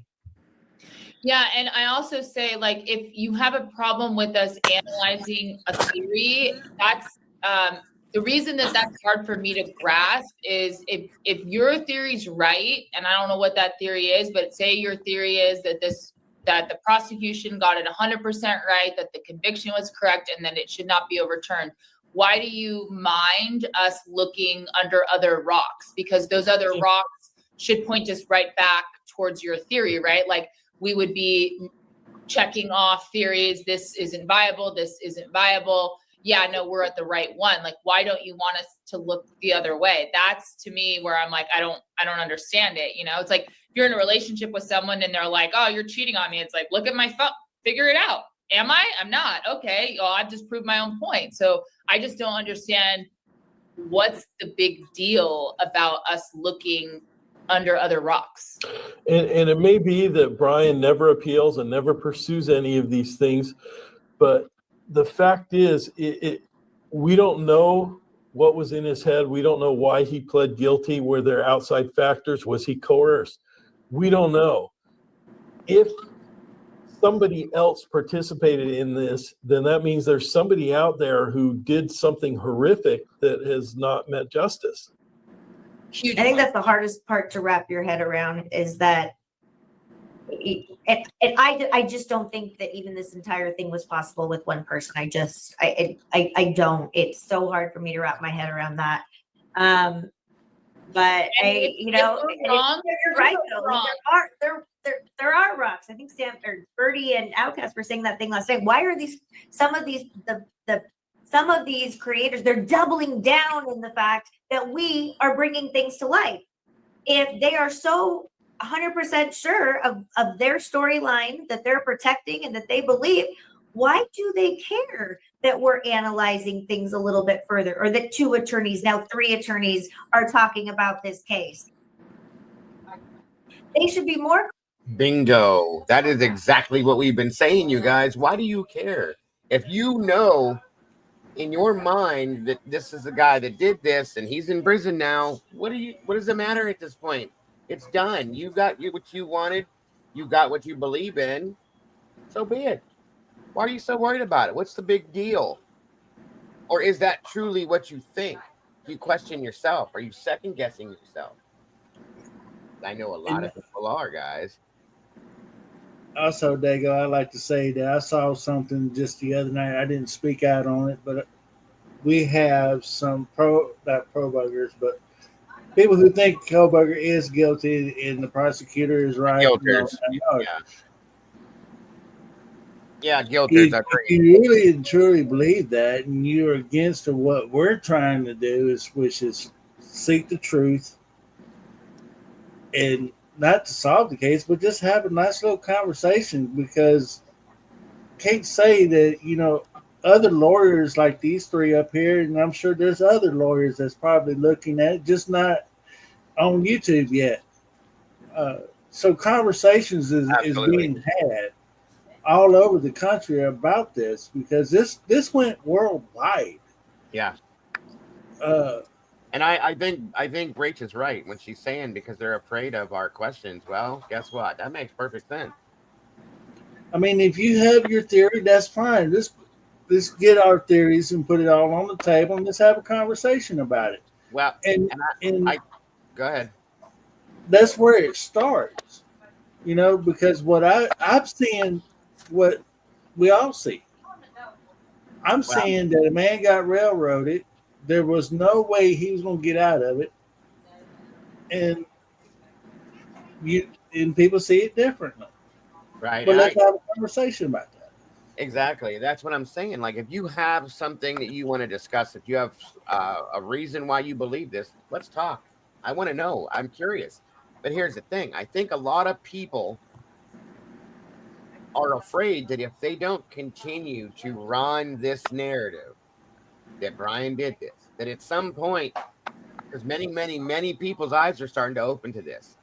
And at some point, they're going to be alone over there in that corner by themselves going, but he's guilty. And nobody else is going to agree with them anymore.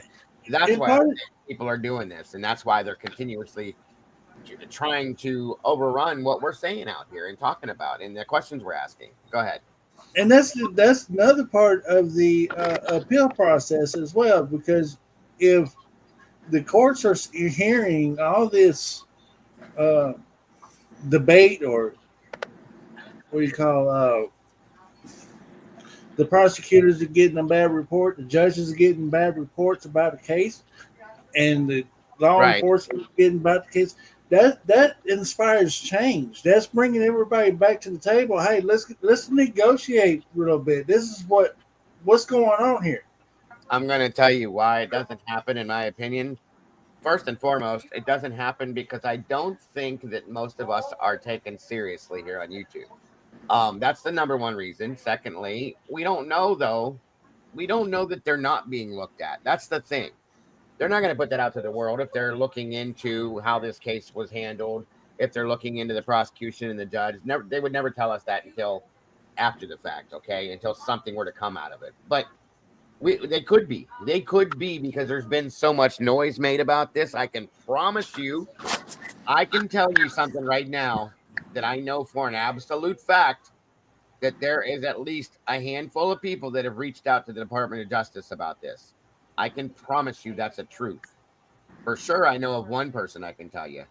And I don't know how many other people have done it outside of our box, but within our world, I can tell you that I know that there's a good handful of people that have reached out to the Department of Justice and said, hey, what's the deal with this and why? In fact, I know there's somebody else I know for a fact that sent an email, not that it reached anybody, but sent an email off to the White House about this as well. Now, I'm not saying that reaches anyone. I'm not saying that's going to do anything. But when you have so many people making noise about one thing, at some point, somebody's going to turn around and say, yo, what's going on over here? And why are we getting so much noise about this? It's going to happen. That's all I'm saying. The only thing I can say about that, Dago, is whenever you have the President of the United States of America that's making comments about this case, that's saying a whole lot.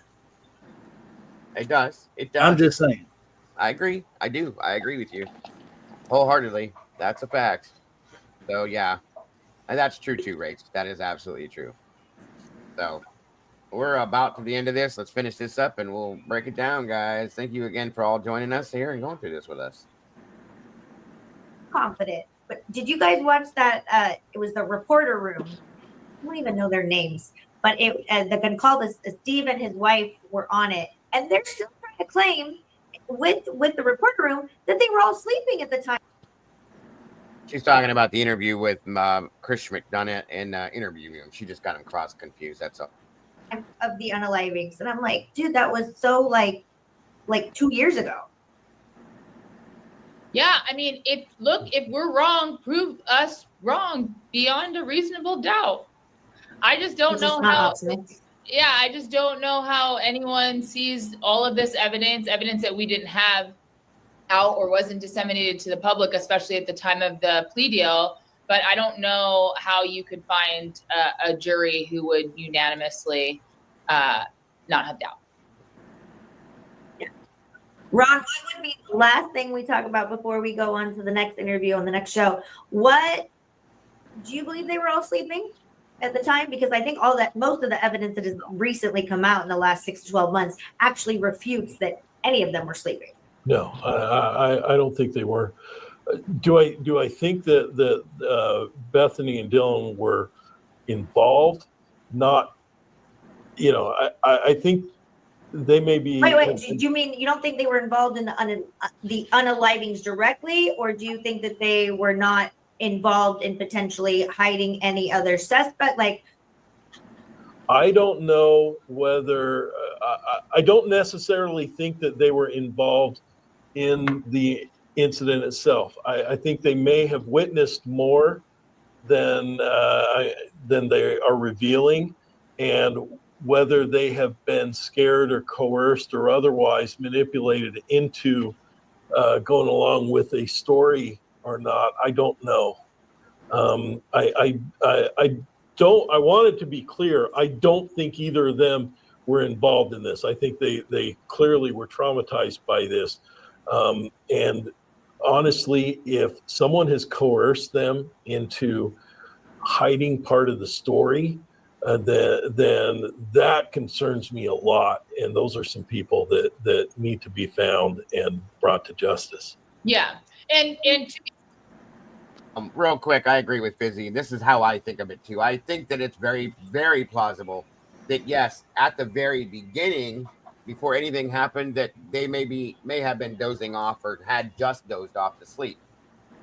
That's where it stops. Truly, after that, there was no more sleeping that night. I do believe that. I've said that before. I fully agree with you on that one, 50, for sure. And at some point, once that happened, I think everybody in that house was just like you, wide awake. So be clear, we join Ron in that we're not specifically pointing fingers at anyone. We're just we're breaking down different pieces of evidence. And so right now we're looking at the interrogation and, something doesn't smell right with the type of answers and the vague answers. I'm not buying that they even buy their own testimony. Yeah, I'm with you 100% there. I think there's probably multiple factors, but I do tend to agree with you, Ron, that they are not disclosing everything that they saw or heard. And some of it is probably intentional, but I don't think there's enough evidence to point it at them and say they were involved in this unalive. There is still so many puzzle pieces that we are all trying to put together. And I think we're getting a little bit closer with all the amazing content that's coming out, but I still think we really have a lot of pieces to put together. Well, thank you so much, Ron, for joining us. And you are going to be joining us very shortly and regularly. We are, again, so happy to have Ron, who's a California appellate specialist, certified family law specialist, all-around great guy, and very smart. So we are just very happy to continue this journey with all of you. Thank you so much for watching our show. Kristen, any final thoughts? Yes, and if you are watching this live with us as a premiere, we are all so incredibly grateful. The biggest thing that you guys can do, if you like us, if you want to see more of us, is making sure that you are hitting that like button, that you are sharing this content, that you are engaging with us. We will engage back. Please do not feel free to ever voice your opinion and bring your thoughts. Never feel ashamed or embarrassed to talk about what you believe or what you think happened, because that's the whole point of this, is for us to talk about it. And we don't all have to agree, but we need it to be done in a professional and respectful way. But we will engage. And if you are watching it on the replay, thank you for doing that as well. And Ron, I think this was an amazing show. I think we got your feedback.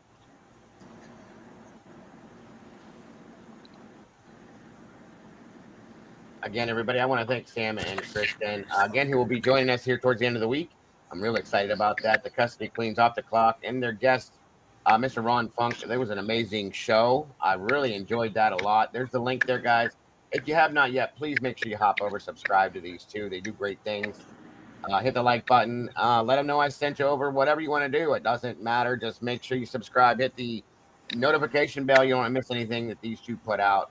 They really put a lot of great sense and time into what they talk about and the things that they discuss with this. I really appreciate them both.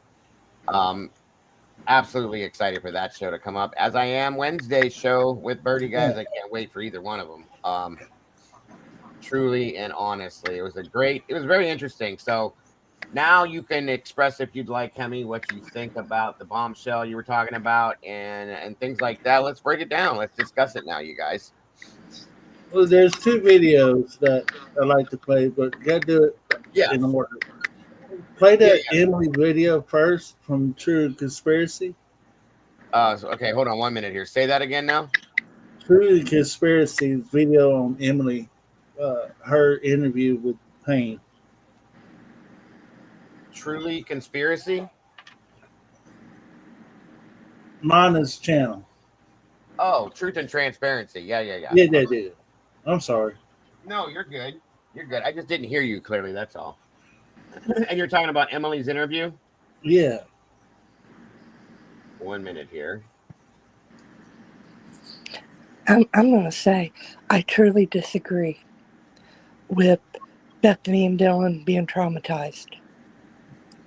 I've said it, and I'll keep saying it. You do not come. They heard everything. Everything. You don't come out of your room to run downstairs. You lock yourself in the room that you are in. You have your cell phone. You're calling 911. Right.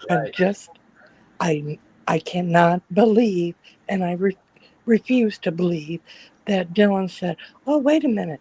Let me get out of my protection behind a locked door and run downstairs," not knowing who was left in the house, if anybody. Right. I understand. I do. I think there could be some trauma there, maybe more for one of them than the other. But I still maybe Bethany. But then there again, we got to remember something. People are good actors and actresses these days, guys. Very good. And manipulation is a true thing, and it happens all the time. It wouldn't be hard to manipulate another person or other people into believing their situation at that point. So yes. If Bethany truly believed he was the one who did it, and she knows he wasn't. Right. Why wouldn't she come back? I mean, there's a fear of something there, in my opinion. That's what my thought has always been, that she's got some kind of a real fear of being here, whether it's a fear of getting in trouble, a fear of somebody hurting her, or something in that aspect. But it's got to be one of those things, in my opinion. For sure. Yeah. For sure. It's obviously not a fear of Brian, because what's he going to do? Jump over the table? Or, yeah, I mean, what are you afraid of? If they have the guy that did this, then you should be comfortable anywhere at that point, because that person's no longer on the streets. But it makes you wonder. Makes you wonder, doesn't it? You would think you would want to be there to go, hey, you're going to get what you deserve, blah, blah, blah. And, let it out. I mean, it's been 3 years. Well, going on 3 years at that point. But you don't show up. And the one who has the worst, I can't even, oh my God, the words, well, I don't know if it was real or not. Well, I was drunk. Well, Oh, no, her statement, the statement she made that kills me the most is when she said, now I don't know if that's right or not, or if it's just my brain making it up so that I'll remember it. What the hell does that even mean?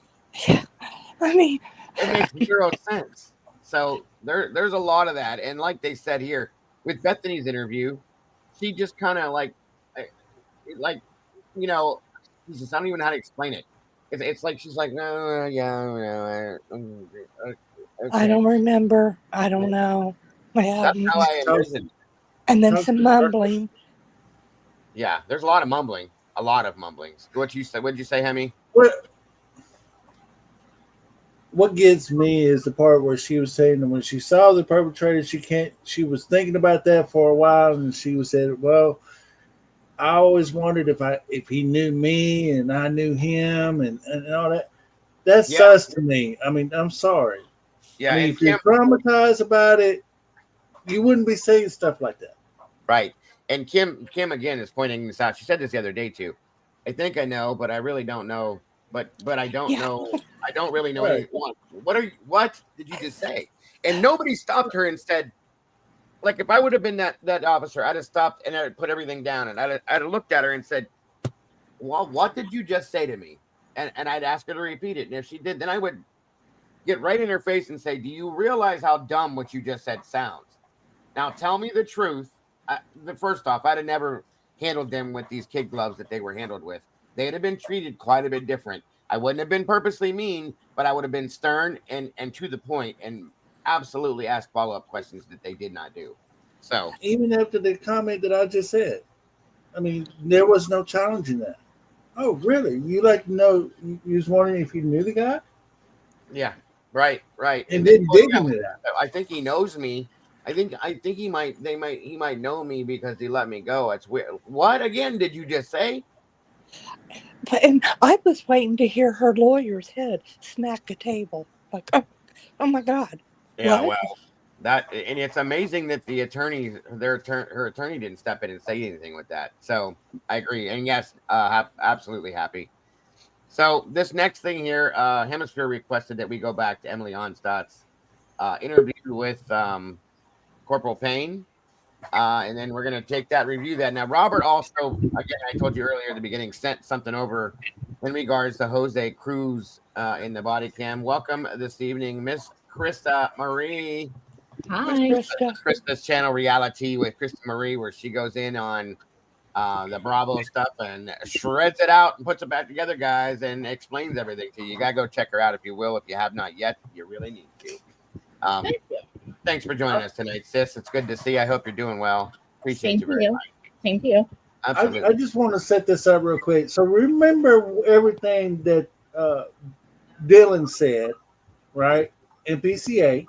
Yeah. How she said that she heard Maddie or Kaylee coming down the stairs and all that stuff. Right. Absolutely. We're gonna go through. I want that be in your mind when you listen to Emily. Sure. This is Hunter's girlfriend.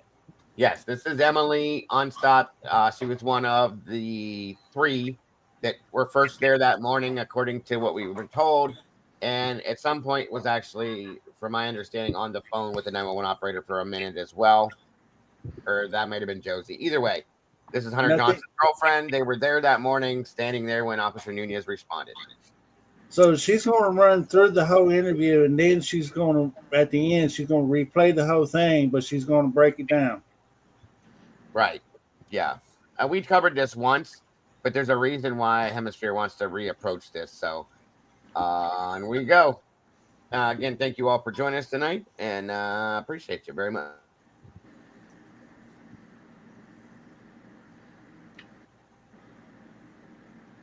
Oh, there's the little guy himself. Come on in, buddy. Poor guy's feet don't even touch the floor when he sits down. I gotta stop. I'm sorry. This guy irritates me to no end. And this is what I don't like. When they do these interviews, I'm gonna point this out right out of the gate. I think that this should be turned on as soon as they sit down, the audio, the video, all of it, without them saying a word, and recorded, because we don't know what this conversation is right now about, and I just don't like it. I don't trust it. So, just the point I'm making. I don't like in pictures his feet swinging underneath the table. Can you state your name for me? Okay, let me check its spelling correctly real quick, okay? His first name, right? Yep. What's your name?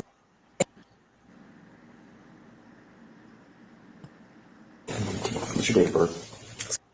2001. Good phone number for you. Exactly, Fizz. Okay, do you have, that's your phone right there, right? Real quick, before we get into that, what's your relationship to the victims? Sarah is my best friend. Okay. Ethan is her boyfriend, who's also one of my best friends. And Maddie Moken and Kaylee are great friends to all of us too, because they live with them. Okay. Are you were they all in a sorority? Yeah, we were all. Me and Santa are not anymore. Okay. What about Ethan? And Mogan's not in it anymore. Okay. Ethan is in, along with his brother who's here. And his sister. I'll give you some tissue for him, okay? You sure? Yeah. Okay. Let me know if you need something, all right? Again, this is not, just, you need a minute, take a minute, okay? Okay, so at the end of all this, we're going to seize your phone as evidence, okay? Just understand that this is a procedure for us, okay? Yeah. At the end of all this, this is at 1:50 in the afternoon, so literally an hour and a half after law enforcement responded to the scene. Doesn't mean we're looking at you or anything like that. It's just this really helps us kind of narrow it down, okay? So is that an iPhone? Yes. What model is it? I think it's the 11. You can take all this. It should be. Yeah, I think it's 11. Okay. Does it have a passcode on it? It does. What's your passcode? Okay, so your social media, what kind of social media do you have?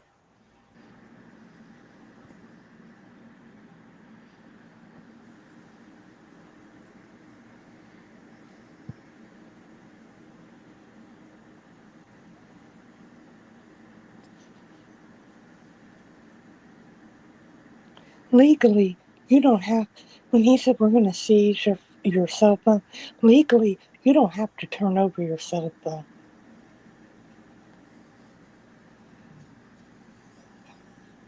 I've heard that before as well. And why is this all being redacted, you guys? That's what I'm talking about. This is nuts to me. This is way too much. Look, we're a quarter of the way through this, and most of what we've heard already is redacted.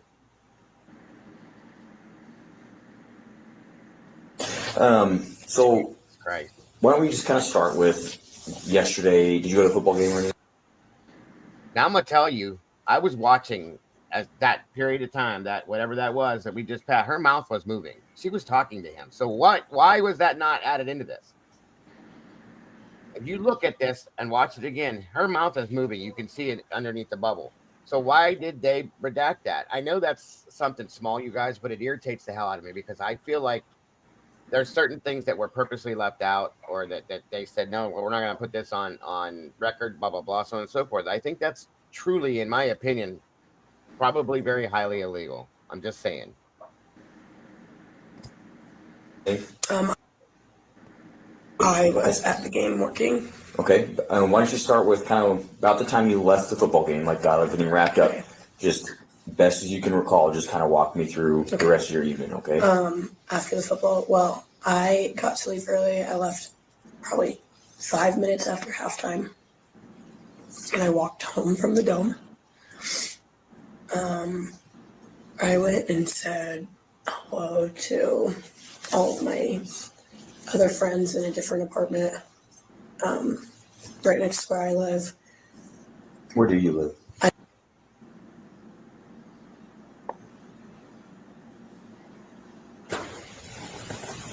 Gotcha. And I was there for maybe an hour, two. Okay. And I went home, and it was about 8:30, and So when did you get to your apartment? 8:30 p.m. Well, after visiting my friends. Yeah, so you went and saw your friends, and then you got to your apartment about 8:30. And none of them were there. Okay. It's about 8:30, and who are all here? And there's two here.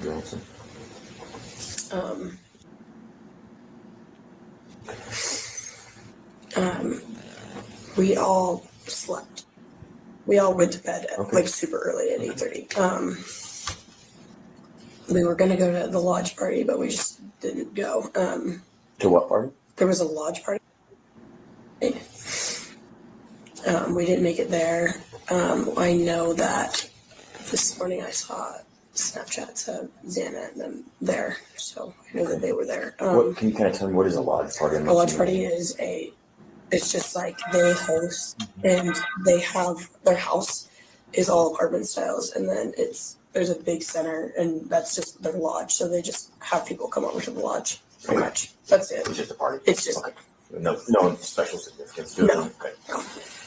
Okay. So you guys slept. What time did you wake up? 1:30 a.m. Okay. Okay. We woke up at 1:30 a.m. We stayed up at our own apartment, just doing nothing. We were watching TV probably till like 3, and then just woke up, and we all hung out for another hour, and then we all went back to bed.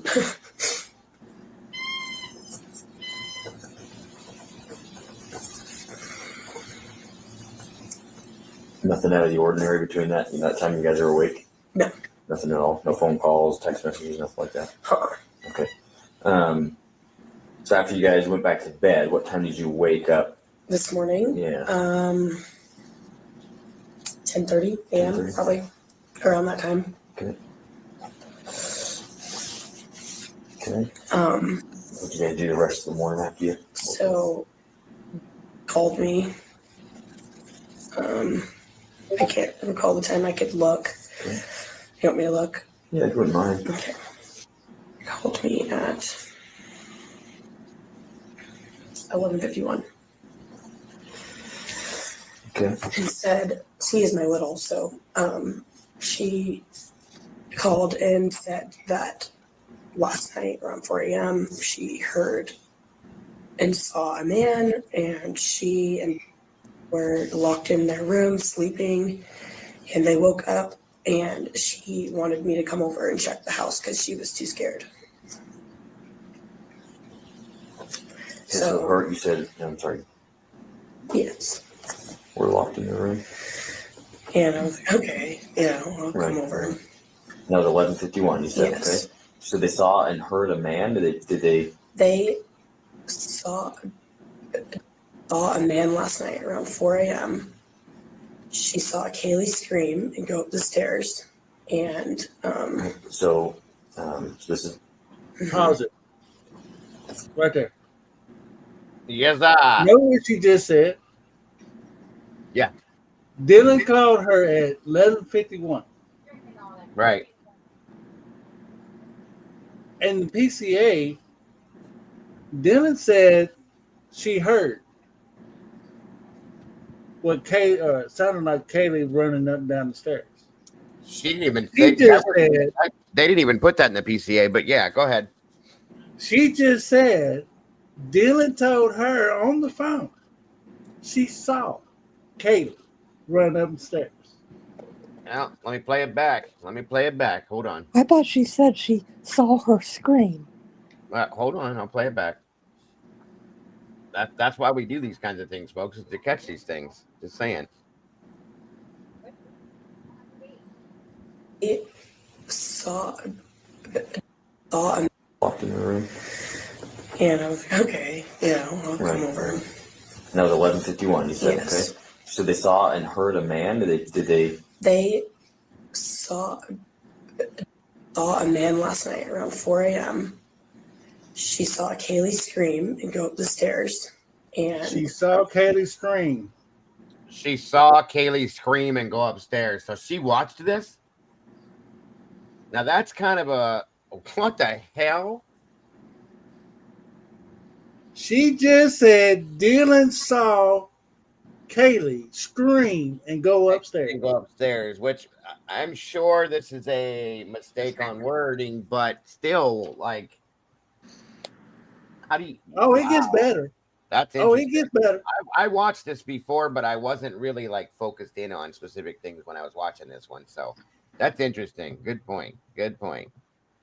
Yeah, like I said, I think she may have just jumbled up her words, but it sounds like she's like really like thinking hard on some of this stuff. That's all. So this is. So she saw a man, and then heard Kaylee scream. and run. See what he did? He changed it and fixed it, right? And that's not what his job is to do. He's supposed to take this down word for word. And if he believes it's wrong, he's supposed to question her and say, so do you mean, what did you mean? Because you just said this. Is that what you meant to say? That's what he's supposed to be doing, and he doesn't do it. He just fixes it himself and moves forward. So it makes more sense. Oh, I'm not sorry. their job. That's not their job, folks. That's not what he's supposed to do.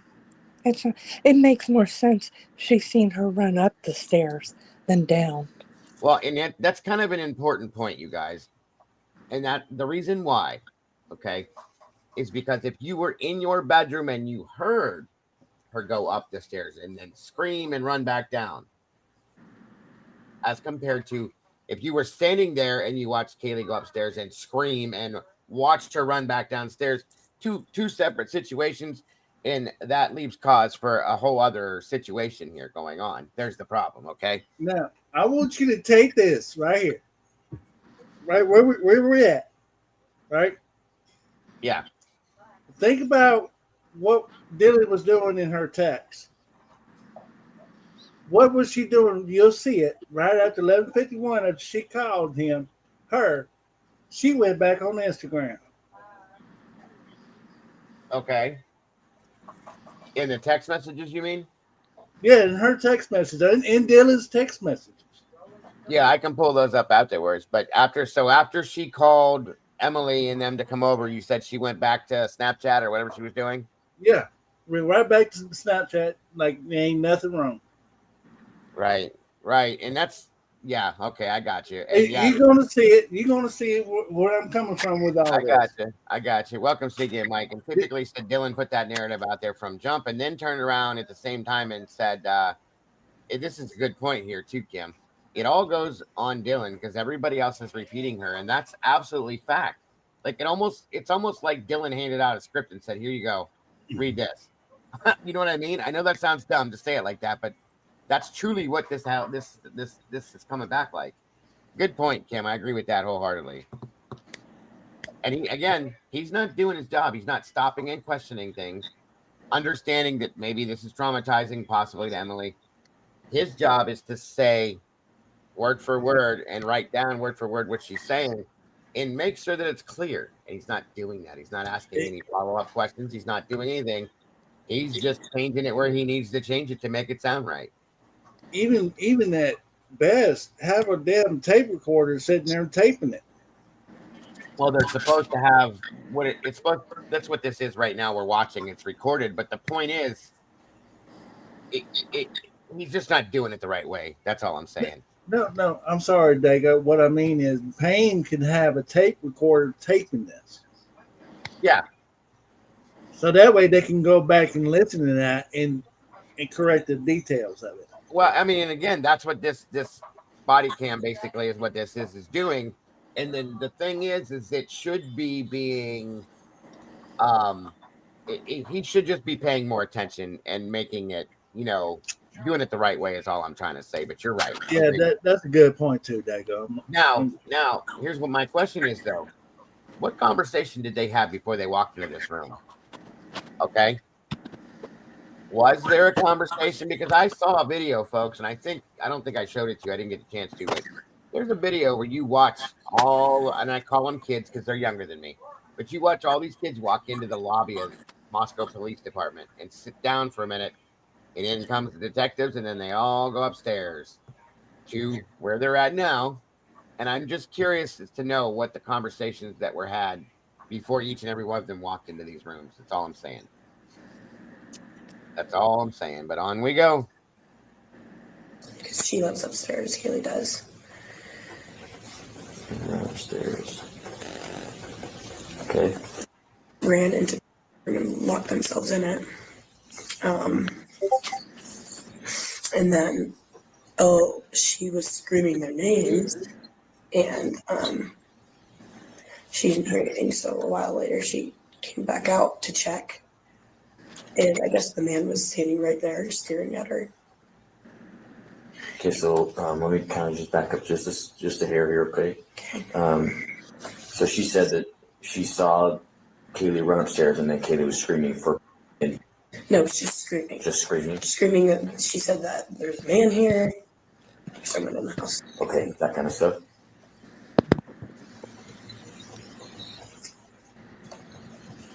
And this is all right around 4 a.m. Yeah.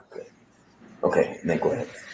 And she opened the door a while later to check, and I guess the man was staring at her, and she didn't know what to do, and the man didn't do anything to her, and she went back into the room, and she heard the side back door close, so she thought that they were gone, so they went to sleep. Okay. You hear that?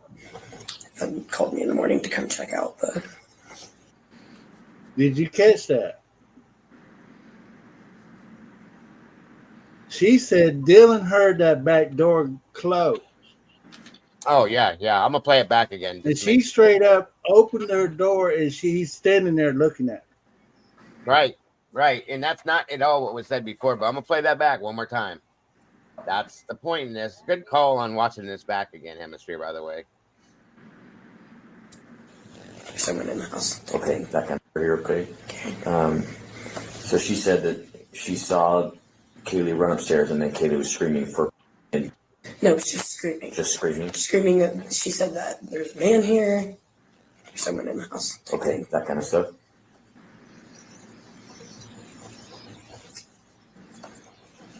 And this is all right around 4 a.m. Yeah. Okay. There's a man here, which, okay, that's interesting too, because if they're wearing a mask, you don't know it's a man, but I'm just pointing out little things here. That's all. Okay, then go ahead. And she opened the door a while later to check, and I guess the man was staring at her, and she didn't know what to do, and the man didn't do anything to her, and she went back into the room, and she heard the side back door close, so she thought that they were gone, so they went to sleep. Okay. And called me in the morning to come check out the house.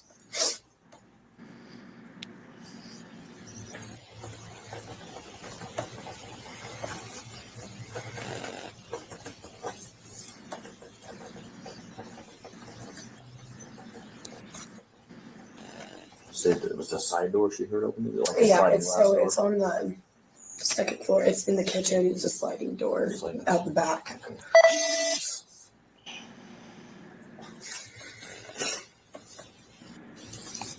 Then they just went back to bed. Did she say why she didn't think to call anybody when it was going on? I didn't ask her that, but I was talking to her, and I was like, well, do you know what you looked about all this stuff? And she said that she almost didn't want to believe it, because she said, A, I was a little drunk, B, I didn't think anything of it because your brain just doesn't make sense of that, because why would it? Right. And then I was like, well, do you know, she said that he had some mask on, or you could only see, it was it goes over here and over here, and she could really only see his eyes and nose. Yeah, that's all she said about it. So that's twice now that we've heard that she's seen his nose, at least twice. And if we go back to the other statement she made at one point where she stated, I don't recognize him with a nose like that. I think I'd remember that. But now she's seen his nose. Just pointing this out, guys. That's all. Okay. So then once she called you, then what happened? She just said, come over, check it out. I was like, okay, I'll be right there.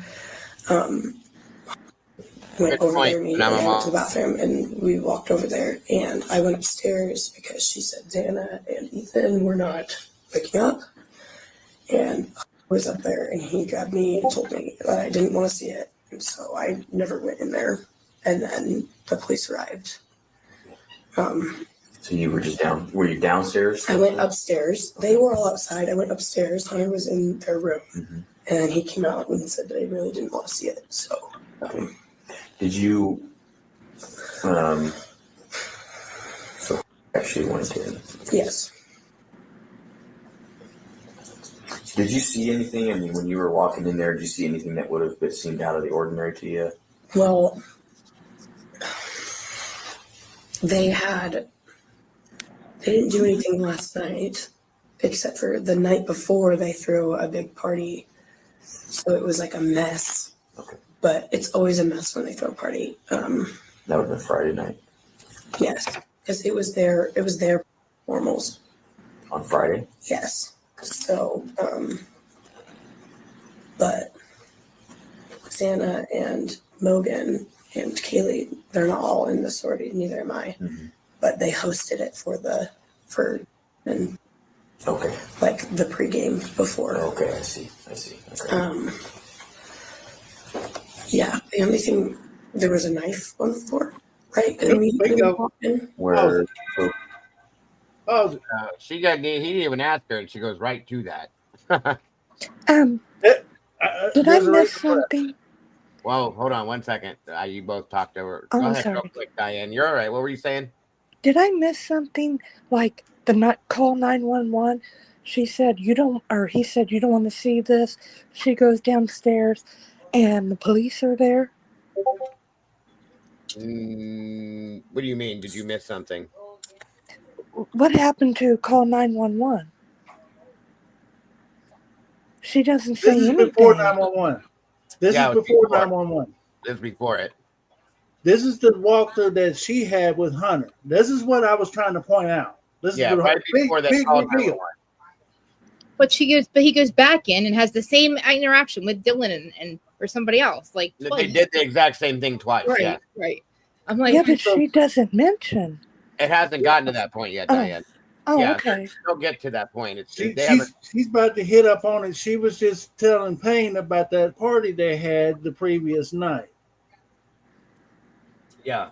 I was waiting on that because she's about to tell Payne something huge that we have, and Miss Potts even pointed out one night we was looking at that body cam.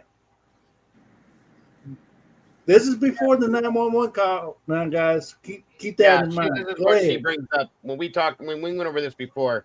It was kind of I don't want to say impressive to me, but it kind of took me off guard that she brought this up without even being it was never initiated by him. She comes out right out of the gate with this, and I was like, whoa, because it's her boyfriend that had it in his hand. So here it comes for those of you that never saw this. This is interesting. Explain to me. Which, I mean, like, that could be normal, am I? Mm-hmm. But they hosted it okay, like the pregame before. Okay, I see. Okay. Yeah, the only thing, there was a knife on the floor, right? Immediately when I walked in. So explain to me. Which, I mean, like, that could be normal, but you walk in, you go up the stairs right here, and then it's the living room. You go down this hallway and it's Santa's room. There was a knife right there on the floor. Like in front of their room? In front of, just at the top of the stairs. Top of the stairs. Which I don't know why there would be. Well, first off, she said, which that could be normal. I don't know how. First off, how is it normal to find a knife on the floor? But okay, on we go. What kind of knife? Do you remember? Like a steak knife. Okay. Can I cancel this? Yes, go ahead.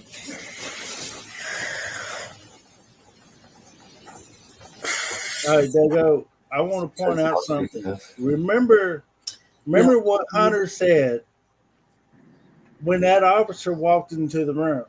I went to the kitchen and got a kitchen knife. Yeah, that's this is before all that happened, and she's sitting there saying there's a knife on the floor. Right. Now here's my problem. This is her boyfriend. Okay. He goes in the house. He gets there and goes in the house before her and Josie get there. He goes upstairs to the kitchen, grabs whatever this knife was, and then on. How did those two not communicate, boyfriend and girlfriend, for her to know that he had the knife? That's what I don't understand. Okay, my question to you is: whenever Hunter, we're going to watch that body cam again. When Hunter was walking out the room where not Kaylee, but Xana is, how does that knife get on the table? It was sitting on the floor the whole time, Dago. No, I know he picked it up, obviously, and then he explained to the officer what he did. And the officer told him, whatever. But they should have been more interested in that. That's the whole problem, folks. They didn't even blink. They didn't question it. They like that alone, considering what they just walked into the bedroom and looked at, should have been like 100 red flags all at one time going up. Okay, but they didn't even blink. This flashed on my radar because it proves that Hunter lied about going to the kitchen and getting knife out of the kitchen. How? What do you mean? There you go. That's the reason why I was wanting to go through that body cam to see if Hunter picked up that knife off that floor and put it on the daggone table. Well, you don't see him do it because, and we'll look at the body cam after this, but he had to have at that point. Then he explains it to them. Because there wasn't two knives there, Bo. No. But what I believe happened, this is what I think happened. Hunter goes into the house. He discusses whatever with Bethany and Dylan for a minute. And then up the stairs, he goes to the kitchen. He grabs this knife, goes in the bedroom, checks the closet, whatever he said he was doing, check Xana's pulse or whatever, comes back out, back down the stairs. They're on the phone with 911. Nunez gets there and he directs them to the room. And I think that after he came out of the room, when he realized and probably saw through that window at the top of the stairs that the PD showed up, he drops a knife on the floor in a panic, comes back down the stairs, and he's standing there like this, okay? And then takes him up through there and realizes that that knife is still on the floor. He's probably in a panic because of the situation, and he picked it up and put it on the table after that. That's what I think happened here, okay? Why it went down that way is what I don't understand. That's why I don't understand that. There you go. This is before the 911 call. This is before the officer even got on the scene. Her and Hunter walked up to the stairs. She just told Payne the knife was sitting on the floor. Hunter went into Xana's room and checked on the bodies. Told her, there's nothing for you to see. But he got there minutes before she got there. He went in first and got there. Like he ran over for whatever reason. And went inside the house. Got there together. They got there together. No. Back it up. No. When I remember reading the report and his interview, I'll let him show that too if you want me to. But he got there before the girls got there. Josie and Emily, they remember they said they took their time getting there because they thought it was ridiculous. But Hunter said he ran over there, and he went in first, and he punched in the code. Went in. They were, which again I still question that Bethany and Dylan were in the room to the right. Then he goes upstairs to the kitchen, grabs a knife, checks out the room, checks out the closet, comes back out of there, and at some point dropped that knife on the floor, which is very suspicious to me why you would do that, but okay. And then he goes down the stairs after the first reenactment of the 911 call. He did all this, and then he goes down the stairs, which is what I don't understand how Emily didn't know. This is what my question is. That's why I thought you were bringing this up. What I don't understand is how Emily didn't know that he was the reason for the knife. You see what I'm saying? That's boyfriend, girlfriend. She should have known that. They don't communicate. Like, that's what I'm saying. That's what doesn't make sense here. But he was there a matter of a couple of minutes before the girls got there because they took their time walking over. He ran over. I thought it was 7 minutes before the girls got there. Yeah, it was. That's the period of time between him and her getting there. Still, it's still an issue. It's a big issue because you have. It seems from what she's saying that when she walked upstairs, she seen that knife laying on the floor. That's my whole thing. This is before 911. So it's like he went to the kitchen and got another knife. So where's the other knife at? That is the same knife, Hemi, as far as I'm concerned, the way I understand it. That's where I think people get confused about because of the way that all played out. I'll play the body cam video after this once she's done, and that way we can put the two together. Well, if I was a defense attorney and you was the judge, we'd be arguing. Yeah, and it's still an issue though. It's still an issue that the kid had a knife in his hand, considering the situation at all, and then laid it on the floor. Why didn't you set it on the table in the first place? Why'd you throw it on the floor first and then put it on the table? That's the whole point. Why did you put it on the floor in the beginning? That's what I'm saying. Why did you throw it on the floor to begin with instead of putting it on the table? And why did you? Here's my other issue too with this whole thing. Since we're talking about it, why did you run over there before your girlfriend and her friend could get there? That's always been kind of suspicious to me. Why didn't you walk with them? Why did you have to hurry up and run over there before they got there? 7 minutes? You can do a lot in 7 minutes, you guys. I'm just saying. But it just seems like it just seems like with so much doubt around Dylan's story, and then you add this to it, how Hunter is always at the daggone residence. We've seen that. Everything is like not very sus towards Hunter. Okay. How it don't make sense for you to put a knife on the ground before you call 911, then walk the officer with that on the ground, escort him to the room, and then so happen to pick up that knife and put it right back on the table before they even show up. I thought the knife was shown as the cops arrived, as they're going upstairs, and then mysteriously the knife got on the table.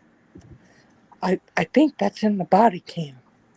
We're gonna do that so that you guys can see how everything goes down. But yeah, then you think about what he was doing in the body cam is he putting his hands up, thinking, "Oh shit, I just got caught." The next thing you know, he's in the back of the daggone back of the car. No, that was Jack Decor that got in the back of the car. Hunter went over and sat down by the dumpster with the rest of them, or was standing there. Okay. Yeah, Decor was the one in the back of the police car. I thought that was Hunter. Oh, no. Jack Decor had the dark blue hoodie or like sweatshirt on, and Hunter had like a teal colored one on. Oh, I thought he had the similar coat. No. Either way, the whole thing is a mess, guys. The way this all went down is a big problem. I get it completely. I completely get it. Because if you're covering up for somebody, it just makes it like you covering up for something. That's all I'm saying, Lego. I understood. And I still, like I said, I still want to know if you all were at the house together when you got the call. Okay. There's 3 of you here. You start heading out the door. Why did he sprint to that house and let Josie and Emily stroll on over there, take their time? Like he had to get there before them for some reason. I've always questioned that. And then that whole episode happens with the knife. And I'm standing here going, bro, what are you doing? I got a better question. Everything about that is completely suspicious to me. I'm sorry. Go ahead, Diane. Why didn't anybody go, hey, call 911? Immediately. Why didn't you do that immediately? Thank you. Yeah. There's I just don't a big question. He never tells 911 the truth. He never tells the officers the truth until they're No, he never even brought up Hunter, his supposed best friend, or Ethan, his supposed best friend. Not once did he even bring him up. Why did that happen? Oh my God, my best friend. Like, I don't understand. Like, it's like they already knew. Like, there's no shock. There's no, like, I don't know what it is. And Emily brought up the fact, I think it was on Dateline, that she lied to the 911 operator, that they lied about this situation too. So there's that to add to this mix and stir it up too. Okay. Remember that. So let's get through the rest of this here real quick. There's not much left. And then we'll head over to that body cam and I'll point all these things out and show you how it went down, in my opinion. But at the same time, understand how absolutely suspicious I am of this entire thing. Okay. Please do. Go in further. I just saw the living room. There's, I don't know, the solo cups were on the ground instead of on the table, which I don't know, they could have been knocked off by something, but. Oh, that's interesting, Phenomenal Mom.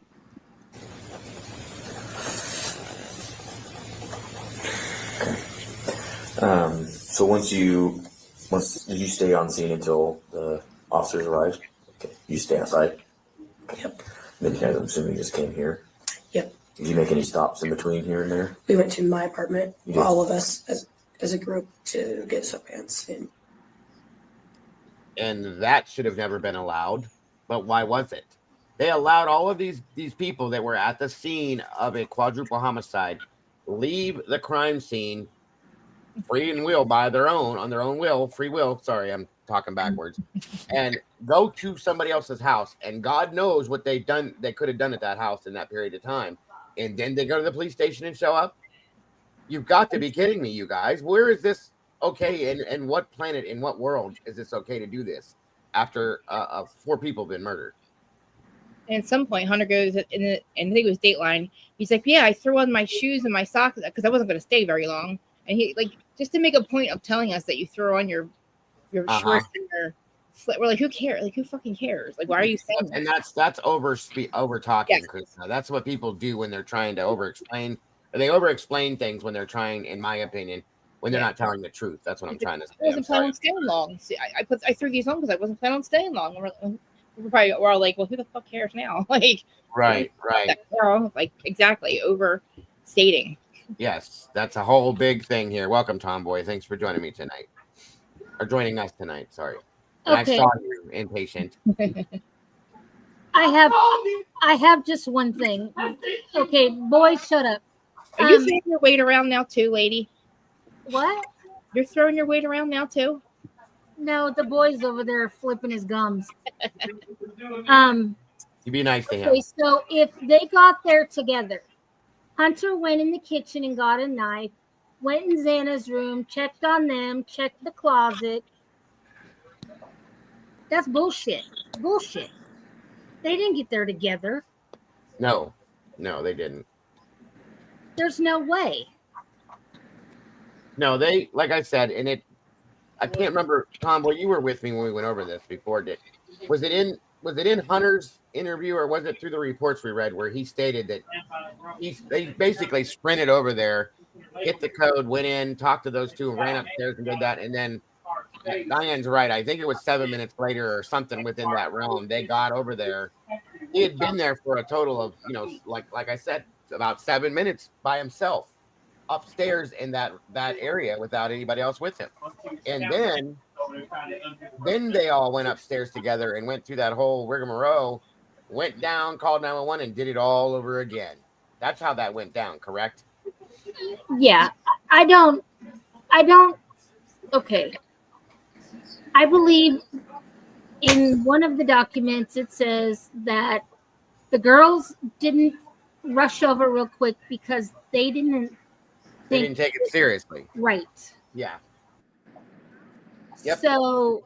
And she even said that in a Dateline episode too, didn't she? Emily did.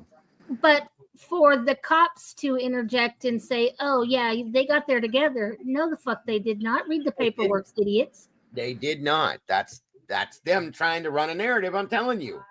That's what I'm saying. The cops don't even read their own fucking paperwork. No, they don't. Not at all. Why would the girls not take it seriously? But he rushes right over. That's my question, Diane. Like, he sprinted over there, got there a full, mind you, it takes, I guess I'm going to imagine, for as close as they live, okay, they live in the Whites, okay, which is directly across the street. It literally would take 3 to 4 minutes to walk from there to that house. He sprinted there. There's a 7-minute difference between them. Do you realize what you can do in a period of 7 minutes without anybody else watching you? That's ironic. And Taylor, 7 minutes on Brian Carr. I know. 7 minutes. I agree with Senor. It would make more sense of him grabbing a knife out of the kitchen if he went through the slider door. Yep. Sure. And that would 100% explain the footprints in the back. But why not just say that? And he's got really big feet, folks. Hunter's huge. Look at his feet. They're big. So, yeah, I agree with you. Yeah, that's why wouldn't you say that? Why not just say that? Why do you have to have this big old fucking story? It's a story. Exactly. Because it's not true. Exactly. 100%. Absolutely. Because there's something there that's really, really wrong. Good point, Senor. Good Maybe point. he was there all night and he never came home. Maybe he was there with Dylan all night, morning cleaning. You know? Well, it could have been that he remember the whole story that I don't believe I told you guys where he claimed that they went to bed early, but then he got up at what time, Tomboy, did he say? In the middle of the night sometime? And then Yeah, at like 4 or 5 o'clock, and then went back to bed at like 8:30. What? That's just stupid. Something like that. That I said no, you didn't. For like 2 hours or something, and 3 o'clock. It's weird. 3 o'clock in the morning, everybody's locking their doors and like saving themselves. Apparently, isn't that? Yeah, and he said Yes, they went to Donnie bed. Hunter wore Vans slides. Yeah, he said he went to bed at 8 o'clock that night, and then got up at 1, and then stayed up till 4, and went back to. What the hell are you talking about, dude? Wasn't there? Never. Sorry. Wasn't there a Van's footprint outside of a bloody Van's footprint outside of Dylan's door? Yeah, and supposedly. Yeah, the latent print, supposedly. I wonder if it was his slides. Well, the front door was seen open, Moonflower. I think it was claimed about 8:30 in the morning. It was wide open by somebody walking her dog by. So, who shut that door and when? It's 20 degrees out too, isn't it? Yeah, yeah. Nobody feels that door open. Like, oh, our front doors are side. You know what I mean? And they're on the ground floor. If this is all true, they're on the ground floor, so they're gonna feel that air coming underneath Bethany's door at some point. And why is it cold in here all of a sudden? Why did nobody check that? Like, I don't believe any of this, you guys. Where's the dog? Where's the dog? Yeah. These two girls, especially if they were drinking all night, these two girls didn't step out of Bethany's room to use the bathroom at all, not one time. Right. They were too scared. Listen, I know. Okay, indulge me for a second. So let's just say at 4 o'clock, you remember that car that we couldn't decide what it was, but the 429 car? Yeah. We all think it's Ethan's SUV. Some people do, yeah. Maybe that was Hunter coming there. And maybe that's where they were all night, was cleaning up. I mean, it's very possible that I said that before, that's a possibility. And that could exactly be how that front door got left open, because we've been told before that if you don't shove that door shut, that it doesn't always grab, per se, and it can be found open.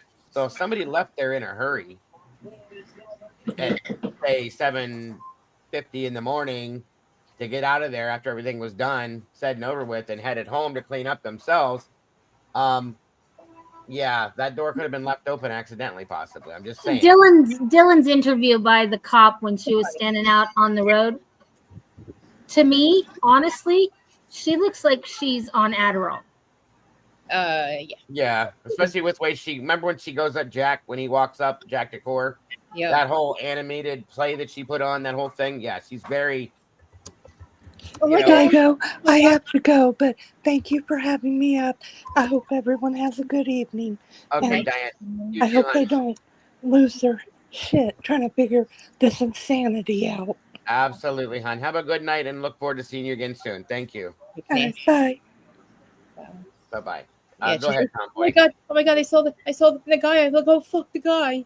And like, I'm sure Jack D's like, are you kidding me? How long ago was this? 9 hours ago? Very, very dramatic. Yeah, so I agree with you on that. That's Tom. the one time we were dramatic. I will still go back, and anybody can fight me on it. Ann Taylor asked for those videos of those hotels for a reason. And when Payne said that they didn't have them, they must be in evidence. Well, apparently they're not in evidence. So I think she was trying to prove that one of those girls was not even there. I believe not. I'm starting to think that none of them were there and they were told the story, because don't you think they would? The story doesn't make sense, but if they didn't know the truth, they could use the story. It would sound not normal to them, but like, I think if what really happened with the way they're saying it, they'd be much more traumatized, right? Like, I don't know. I just feel like they were told, they just say, we'll have your phones here. Look at the phone. We'll document everything, so that way you can look right at your phone and tell us everything that happened, pretty much. And because like they don't seem like Dylan 3 days later, she's like, It's like, well, you're healed. 3 days later, you know. We have our sister from another mister. Her sister was killed, and she was more traumatized than those two girls. I know. I know. There were 17 cops that my sister took her life. 17 on a little residential road, and 3 of us losing our minds. You know what I mean? Like, it's like there's 4 of them in there, and there's the brother and sister, and then there's the best friend, and then the 2 roommates, and everybody's just like standing around like, can we go? It's Thanksgiving. Can we go home, please? Like, Hunter's trying to walk away. Like, yo, dude, where are you going? Where are you trying to go, shady ass? It is all very strange. Man, nobody's acting like there's nobody's acting like there's 4 dead bodies in the house. Like, I really am starting to think that either they weren't really there, they had to tell the whole story, this whole whatever crazy story that nobody thinks makes sense, and they're not traumatized at all. Nothing happened to Moscow. So, and then the only one that seems really upset is Emily, because she really seems like she's lost her best friend. You know what I mean? Like, she is truly the only one that shows any kind of real, and I'm not even saying I fully believe her. Yeah. I think if anything, Emily is telling a story she was told. Right. That's what I think right there. Okay. Because you can tell she doesn't know that Hunter was the one that put the knife there, and that's very strange to me, being that is your boyfriend. Just saying. Somebody was saying maybe she's holding this against him. You know what? That could be true. That could be. If you back it up, you listen to her. She said that I went to the bathroom and then we walked down there. Yeah. That's what had me thinking that they ride together. Well, she meant we as in her and her. Yeah, she meant we as in her and Josie. Josie's the girl that is on the 911 call that's standing there when Nunez gets there. That's the other girl standing next to Dylan. The one that they faked being Dylan. Yeah. And then Josie's boyfriend Lyndon shows up shortly thereafter, and he's standing there behind her. So go ahead. Sorry, bud. I was just gonna make mention. I don't know where I heard it from, but something about Hunter text Ethan around about 10:30 or so. It was in his report, yes. And I think it might have been in his interview. So while she's taking a nap, he's over there doing all this. He's gonna come down. Okay, Tomboy. Thanks for joining us. What are you making me? What? What are you making me? Oh, I'm just some table runners. Oh, cool. For Christmas? Thanksgiving and Christmas, yeah. Cool. I put my lights on my cocoa cup, and the little red wagon is done too. Mm-hmm. Yeah, they both turned out very pictures. Pictures. Let me get you. All right, guys, onward with this real quick, and then we'll move to the other part. It's change of clothes. Okay. For the other girls that did not. Okay. Could not go back in. I see. Yeah. So, I mean, I'm assuming you've talked to folks, or who have you told that's what's going on? So he can't. He's. I don't know. And my mother is flying back. She moved to recently, so she's flying back. I sent them a text and said, I don't know if you saw the van alert, but I'm safe with the police officers, but I didn't tell them anything. I don't think that they've seen it yet. So, okay. I mean, this may seem like a weird question. It may not, but who would do something like this? You're the detective. I would say absolutely no one. Zaina's the most loved person on this campus. So, okay. What's Zaina's background? I mean, like, what is she? She on any sports teams? On the what's her involvement on campus? She did. Let's see, what is it called? For business, she's part of that group. Like BPA kind of a deal, or it's can't remember what it's called. It's Vandal something for business. She's a part of that team.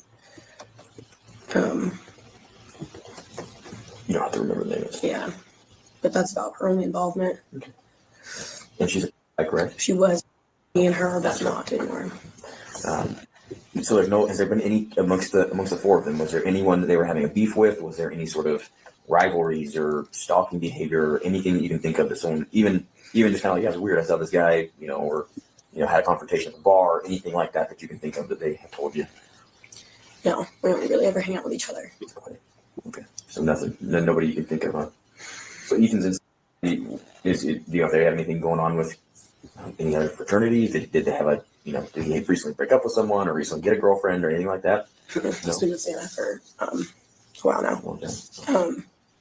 No, and we consecutively, like our friend group, at least that we have, we're friends with all of the fraternities. So those boys get along with all of our other fraternity friends.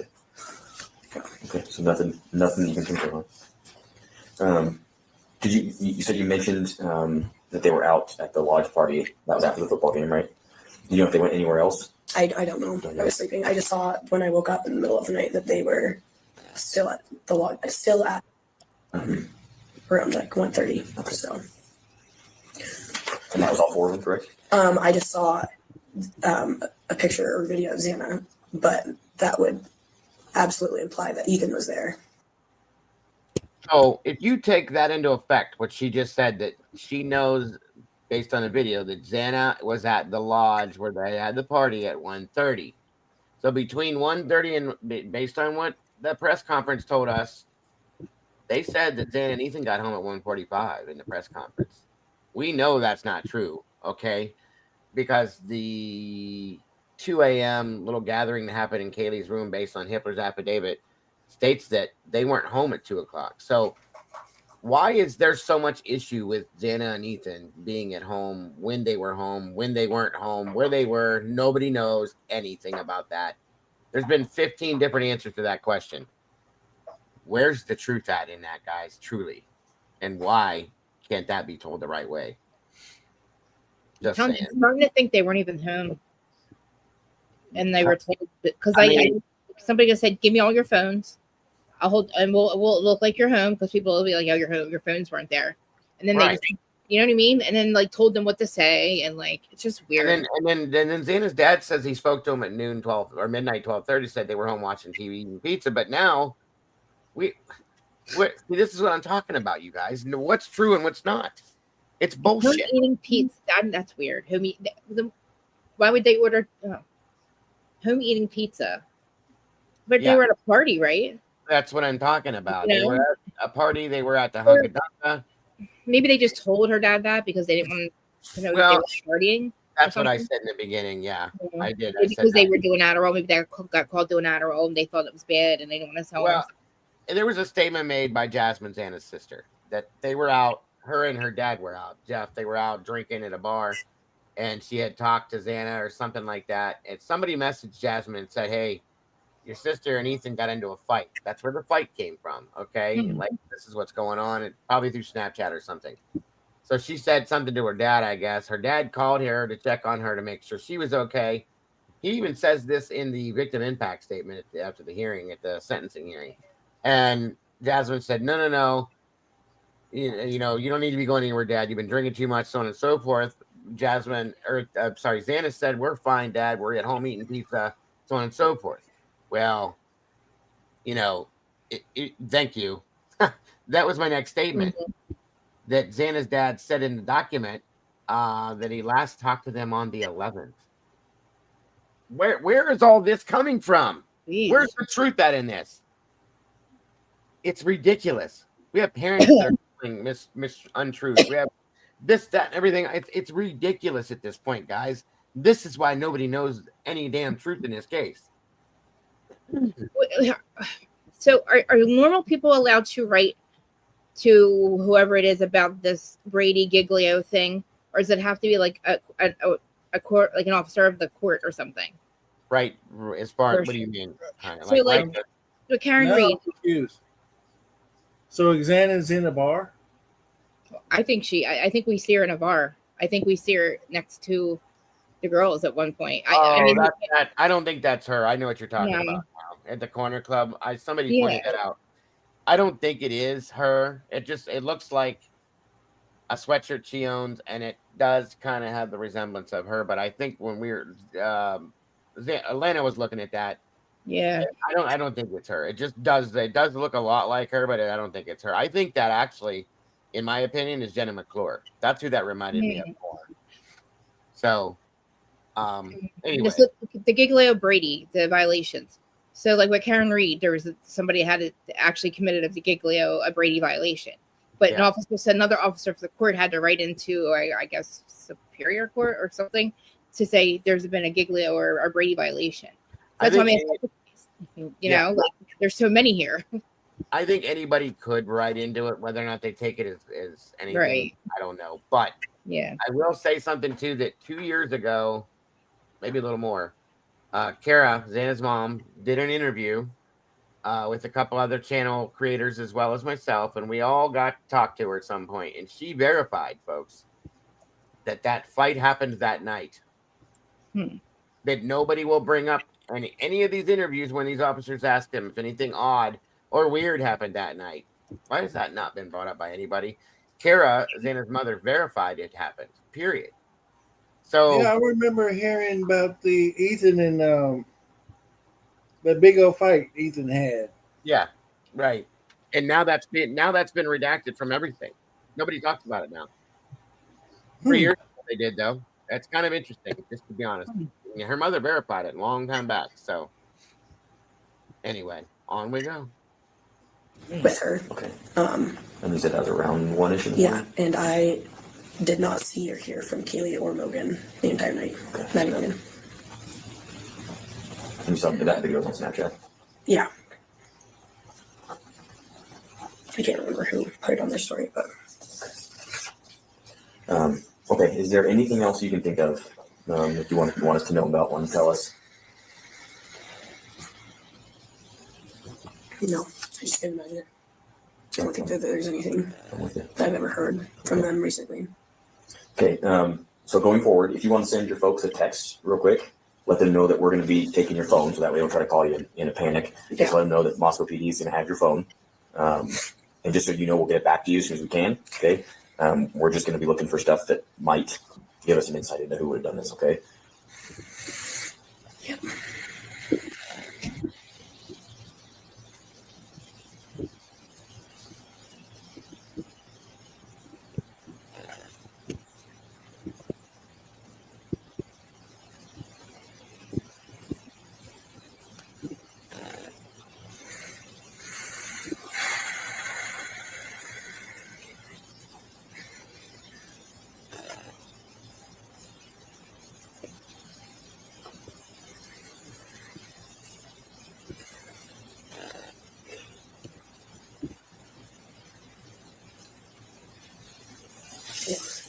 Okay. So I'm going to put this on airplane.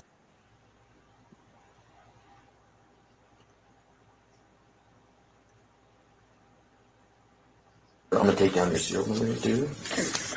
Sure, find one on here. So I'll make sure I detail this as good as I can, right? So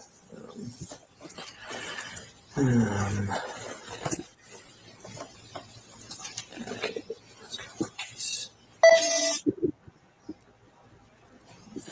So in the meantime, obviously you can still log on to your social media on the computer or something. Just do us a favor and obviously hold off from posting anything about this. I mean, not that you would, but we want to try to keep the notifications that we have to make through the Do you know who sent out the whole message to the entire university?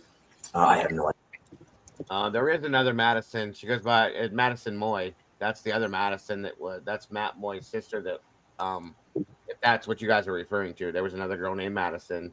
Or Madison Moy. Or saying like Mogan instead of saying Maddie, they call her Mogan. Yeah, I think that's why they called her Mogan, because there was a couple of them. So would make sense. Yeah. Yeah, that's something that campus. That's their deal. Okay.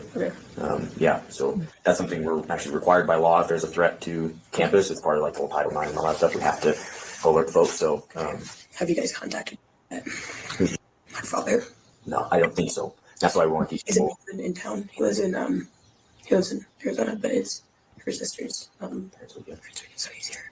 Okay. And they were supposed to have breakfast, so I don't know.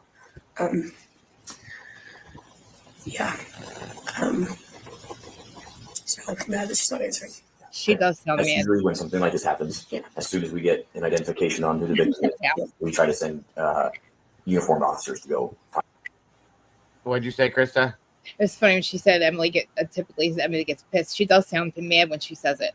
Oh, of course she does. Of course she does. Do you know who said it? Out of all these interviews, this girl seems to be the one that seems to be the most affected, believable, and affected. Yes, I'll say that much. Truly, out of all of these, that's my opinion. True. He was like, it out. It's like these two. That part is funny with them too, because he's probably like, "What the fuck are you asking me that for?" Like, right. She would know before him. They both should know where it comes from. But it's just funny when she says it because she knows. Of course, yes. Good point. God. Good point. Get on the phone unless it's absolutely necessary. That's one of the reasons I ask folks to just hold off posting anything, because the last thing we want is for people to find out on social media, right? Not that they should ever find out about something like this, but we want to make sure that it's done as proper as possible. Thank you. Okay, well, guess what, little guy? This went out 8 hours ago, my friend. Yeah, way before you ever thought it did go out. So nice try. Too late. Okay, so you're welcome to stay here with your friends while we interview the rest of them. Might not be a bad idea. The campus is going to have a lot of resources for you guys. Okay, use them. Okay, and you can be the one that helps convince your friends. Guys generally don't take the help as much. Okay, you guys all need to talk through this. And taking off the detective hat for a minute, this is something that's going to take you guys some time. Okay, it's okay to go through the emotions. If you need anything, call us. Okay. We can either get you in touch with resources. We can talk to you ourselves. Yeah. This is something that's going to take some time for people to work through. Okay. So just understand that the emotions you guys are feeling it's just what human beings go through, unfortunately. And you guys should never have been put in this position. So take the resources, use it. We have a chaplain here. If you guys want a chaplain, we can get you in touch with him. He's a really, really good gentleman. He'd be more than happy to talk to you guys. Okay. All right. So I'll walk you out and somewhere.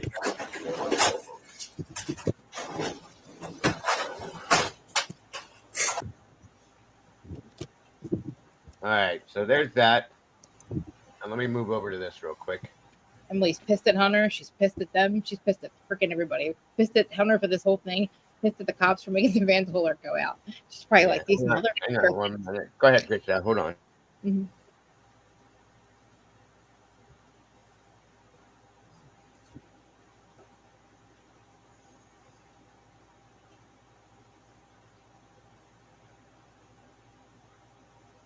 It is weird. And Dylan she's on a healing journey, but 3 days later, she thinks she's laughing. She's just like, it's so fucked up. And then she gets 120 grand. She seems pretty healed 3 days later. And again, nobody talks about a hazmat suit.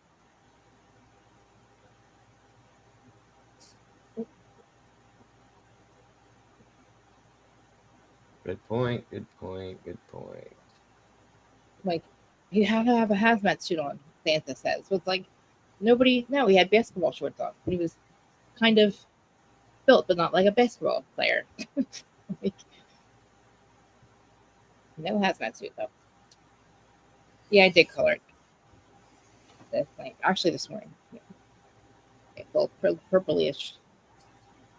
Dylan is a Connor. She is a sociopath because we know she saw some stuff. You can tell. And to just admit to the things that she says, even if they're not true, who would even admit to that unless they know that they're not going to get in trouble? Like, she just says the most ridiculous shit. And everybody's like, oh, okay. Who are you talking about? Dylan. How her statements are so ridiculous, but like, even if she's making it up, it's like, who would make that up and admit to something like that? No, I agree. I agree. Almost like she she really wasn't there and she doesn't know how serious that really sounds. Because if you really saw that then you were a suspect of him. Yeah. It's like she's not in trouble, you know? Right. Yeah. Agreed completely. Kim, I agree with that. Even if they aren't treated as suspects, they should hound them about where Ethan and Xana were, especially considering that this is your supposed best friend. Emily and Xana were very close. Ethan and Hunter were very close. How do you not, like, I don't know, but when I was that age, my best friend and we pretty much knew everything about each other. If we weren't together, we knew where each other were. Maybe that's changed nowadays. I don't know, but I don't know. It's just, my wife said the same thing about her and her best friend. You know what I mean?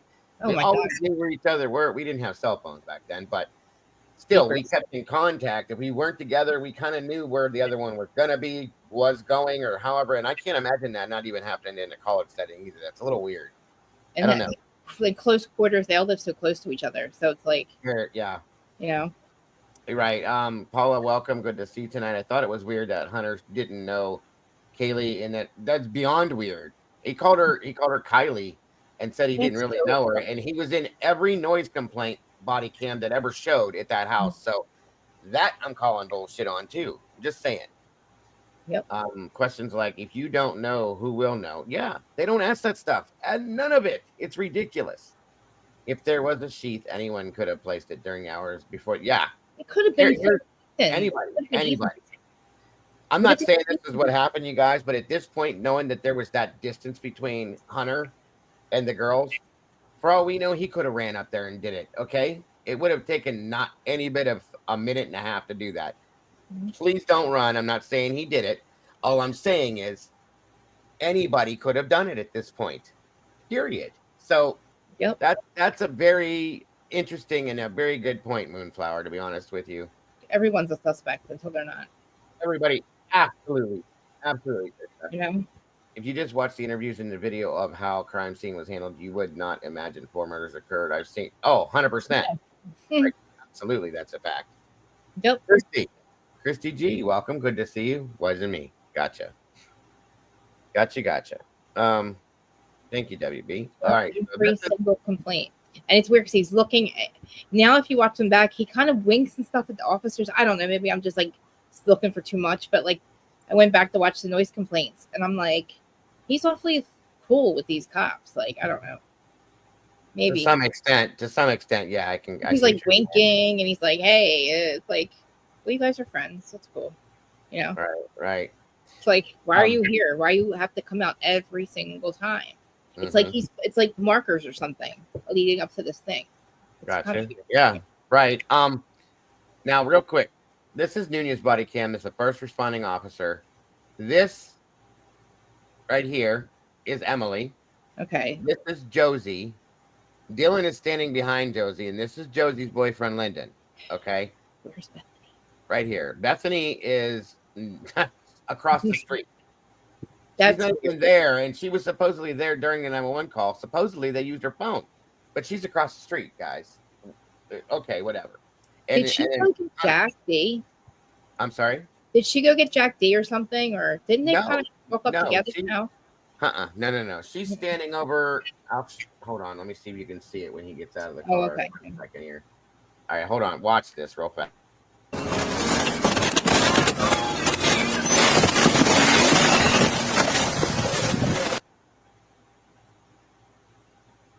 Right there. See my cursor? That's Bethany. Why is she all the way over there? My understanding is that she's waiting for Jenna McClure to show up. I don't know for a fact that that's true, but she's standing right here. Okay. She should have been over there, but it is what it is. It is what it is. That's weird to me that she distanced herself from Dylan and that group of people.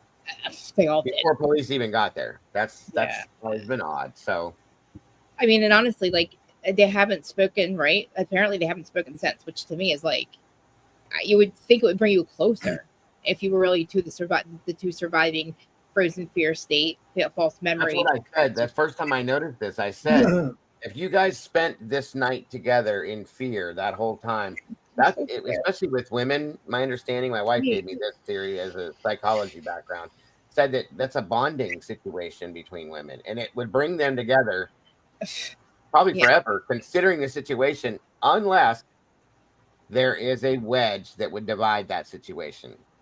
Yep, like Bethany not wanting anything to do with this, but being forced into it because Dylan needs a witness. There again, we don't know, but interesting enough, I'm just saying. All right, so on we go. This is done now. Pay attention to Hunter. and the knife and the whole reaction to how this goes down.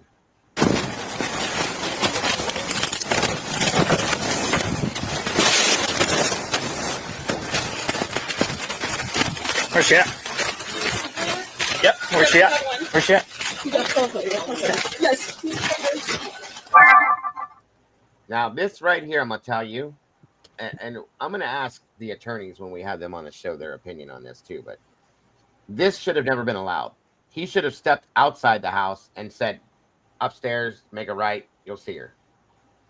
There's no reason that this kid should have been in this house at this point at all. He should have been standing in the doorway. When they came out to call 911, why did you stay inside while the girls are outside? What are you doing here? You know what I mean? This is very weird to me. And for all we know, he could have been upstairs the whole time, saw the cruiser pull up from that window and ran downstairs and stood there. Because that window right there faces the road. I'm just saying. Yeah. I'm not saying that happened, but this is so strange to me, folks. I've been on scenes myself personally that PD responded to that there's nobody within that scene. They all usually step outside or step away from the situation to call 911, and the police automatically move them completely out of and away from the crime scene. This is weird. And at some point he finally does, but not the way you should, as you'll see. Yeah. Where at? Up here? Up here. I wonder what he was saying right there. Maybe he was telling them what was going on. They had a conversation at some point about this, but there's a knife. Okay. Yeah. There's the knife right there. This is so strange to me, you guys. So strange, but on we go.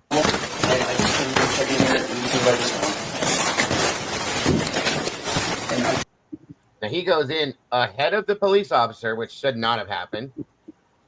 He should have been behind the police officer, if anything, but he went ahead of him. You're contaminating crime scene. I'm sorry. I'm 13. And what he says here is, I checked her pulse and she's gone. I didn't check him yet, but I'm pretty sure he's gone too. No emotion. That's your best friend? No emotion. None. None. Okay, do that. I don't know if this will do that. I grabbed the knife. 1370. This is where he went and got that knife. Stay back there, please. Now he's telling him to stay back. Too late, bro. Too late. His DNA should probably is all over that whole area now at this point. That's just, sorry, too late. Fuck.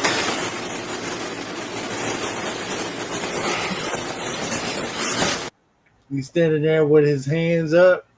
Yeah, that's where he said it, Jen. He was telling him that he had grabbed a knife, so on and so forth. But at that point, when they come up, the knife was on the floor. This is what I'll never understand. Like, what were you doing in your mind, Hunter, that this was okay? Okay, so hang on. I heard him say. That's the first time I've heard him say the F word. I didn't hear them react before, but oh yeah. That's, imagine walking into that shit. I know. Oh, I've walked into things that I'm just like, I know. I want to go home. I don't even want to be here. You know what I mean? It's not cool. It will mess you up.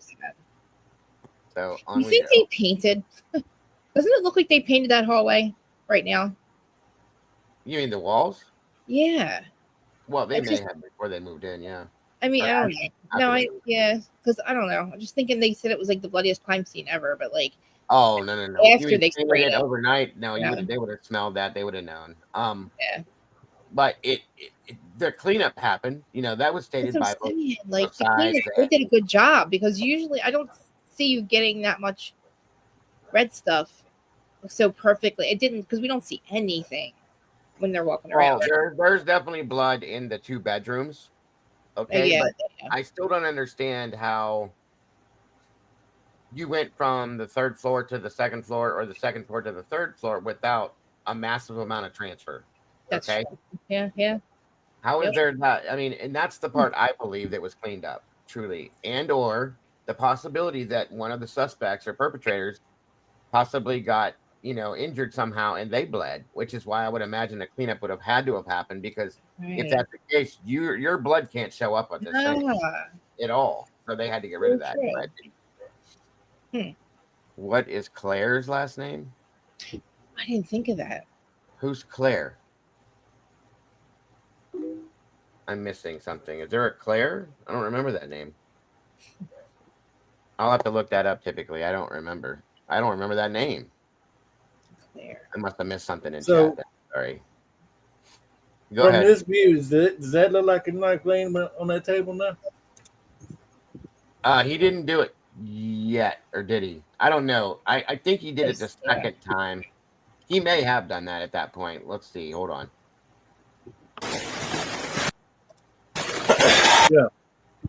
Yeah, knife's on the table now. Yeah, he did it once the officer walked back in there, and that's when he picked it up and set it on the table. Which that is so stupid suspicious to me. I'm sorry. You told him about it. Why didn't you just leave it where it laid? Or why didn't you set it there in the first place? Why'd you throw it on the ground? There's something odd about that whole thing, okay? If you used it, you had it in your hand. Well, he didn't have it in his hand when they first got there at the bottom of the stairs. It was in a pocket or something. Why are you being weird about this, dude? That's all I'm saying. And see, the thing about it is, Dago, did they not pull DNA off that knife? That I don't know if they did or if they didn't. I'm sure they tested it. They would have had to have, but Because if I'm not mistaken, Dago, that has Kaylee's blood on that knife. I know they said they found Kaylee's blood, diluted blood on one of these tables. I think this table here. I haven't seen in any documents anything about that knife, though. That's where I would have to see it to believe it.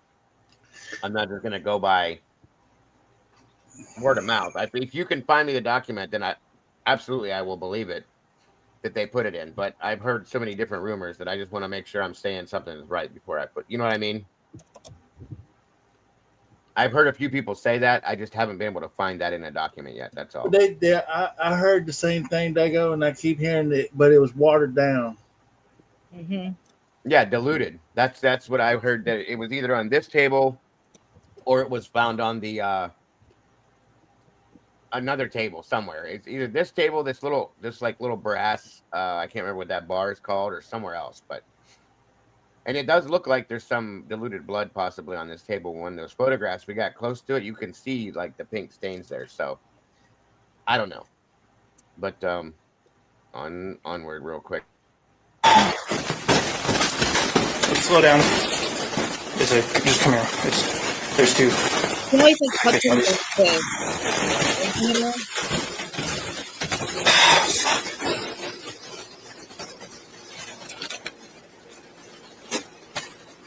dude. Oh wow. Nothing about the steak knife, huh? Mm-mm. Not that I've been able to find, and if it's out there, I definitely want to find it. Keep looking though. I haven't found it yet. Welcome, William. Good to see you tonight, brother. I may have seen it on one of those Pavarotti videos. I'm not sure. This house is so confusing. I keep forgetting that the kitchen and the living room are on the same floor as the bedrooms, and there's only there's one thing for sure we can't deny. There was a lot going on in that kitchen. Yeah. Yeah. Yeah. Yeah. I agree. I think a whole lot more went on in that kitchen than they've ever let on to any of us. That's a fact. I think something bad happened in that kitchen. I'll be honest with you. Truly. That's where the slider door is, right? Like, I think that somebody was running for their life trying to get to that door. You know what I mean? And didn't make it. Yeah, absolutely. Makes sense. The house is not, once you've been through it a few times, as many times as I've been through now. Yeah, in the very beginning, though, I was a little off put because I kept thinking that the ground floor was the floor that the living room was on. It just had me until I got. It's literally like a shore house. That's what a shore house looks like, kind of. Just like an extra floor here, an extra door over here. It's like, it's cool. I would like to live in a house like that. Like I actually like the way that that's set up. I would make for like my studio, you know. Yeah, well, that's what they the reason why it's so weird. I remember hearing that, Happy. That's an interesting point that Krista asked that too. But the house itself, the ground level, okay, they added on additions instead of most people add additions on like building outward. They built upward, okay, which is very weird. But so it just looks cool the way. I don't know. I would have liked. It's definitely different. Yeah, like I like the way it's all set up. I like stuff like that. My house is we like Andrew here too. We support his channel. I like him too. Very, very good attorney in my opinion. I'm so glad that he decided to like pay attention to this case too. I mean, I think a lot of people have brought that up to the and Krista. He was right that it because of the lighting and stuff like that, and because of how things went down. A lot of people think it was painted over. I mean, because like how I mean, and I even think that the red stuff will come through the first layer of paint. You know. Sure. The issue with painting though is it would be very fresh smelling when anybody walks in that house. You would smell it right away. You know what I mean? Think about all the other stuff they probably had to smell too, though. You know what I mean? There's all kinds of crap going. You know what I mean? Well, and that's a good point. That's a good point.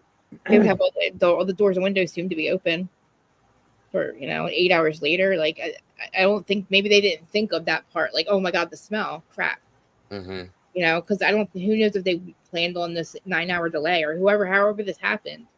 Yeah, I'll tell you right now. I know this from experience, from different things that I've seen as a first responder and stuff like that. Blood will bleed right through paint unless you hit it with kills or something like that first. It will bleed right through. It's very strong, folks. Yep. Cleary, what is Cleary? Yep. What is Cleary? I don't know what you mean. Yeah. What are we talking about there? Happy.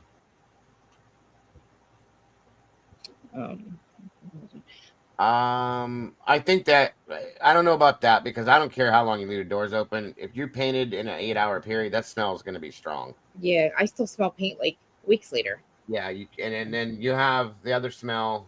I thought if the doors were left open, they were left open to get rid of the all of it. Didn't Emily say you could tell, or Josie, you could tell something was wrong the second they walked in? They probably. Right. Here's the thing that if I know it was 8 hours, but if they painted, like you'd have to explain a lot of things if there was paint that had happened. Okay. I mean, I'm just saying that one's hard to believe. I know it looks, I mean, you could clean pretty good.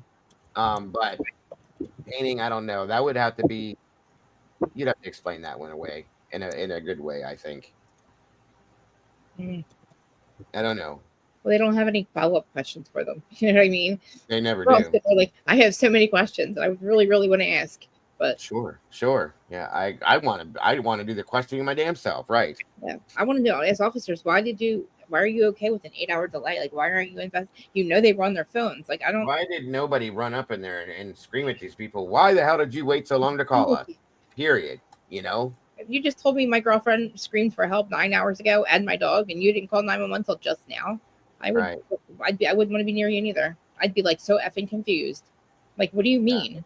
A masked man was in the house. She's screaming for help, and where's my dog? Like, and I say girlfriend because I mean they were only broken up for a couple months. Like they were together for a long time.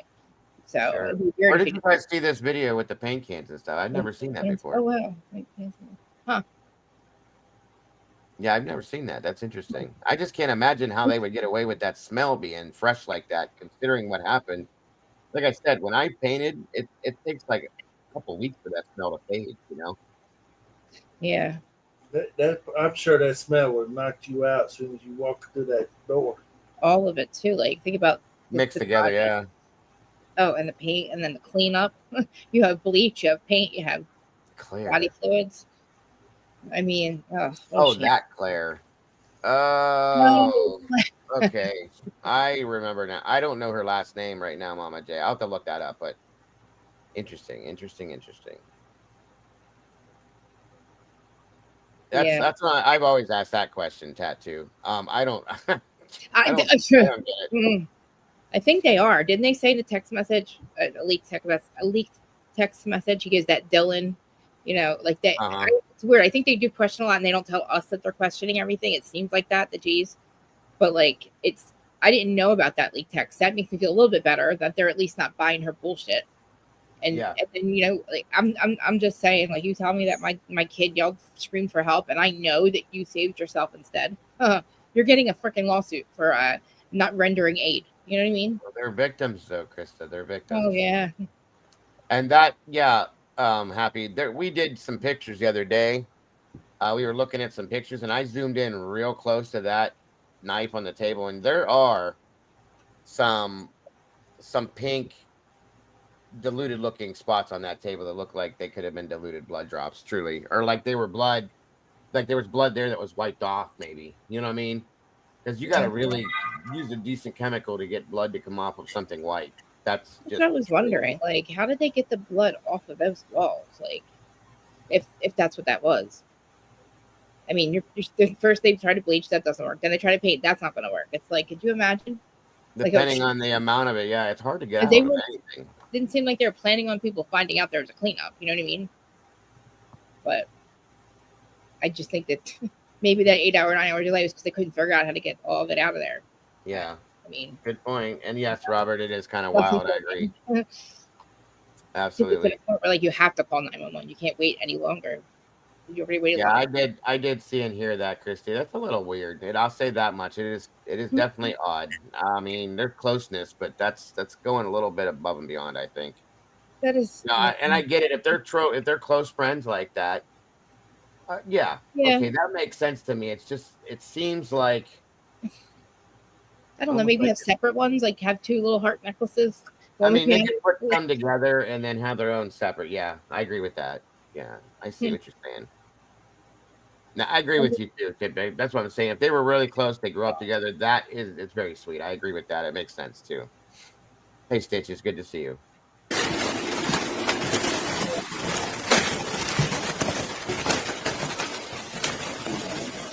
All right.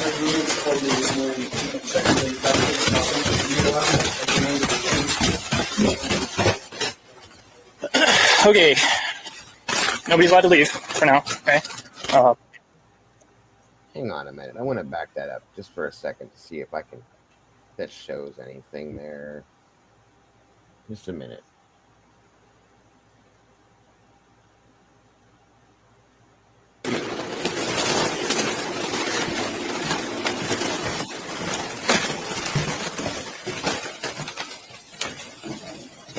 All right.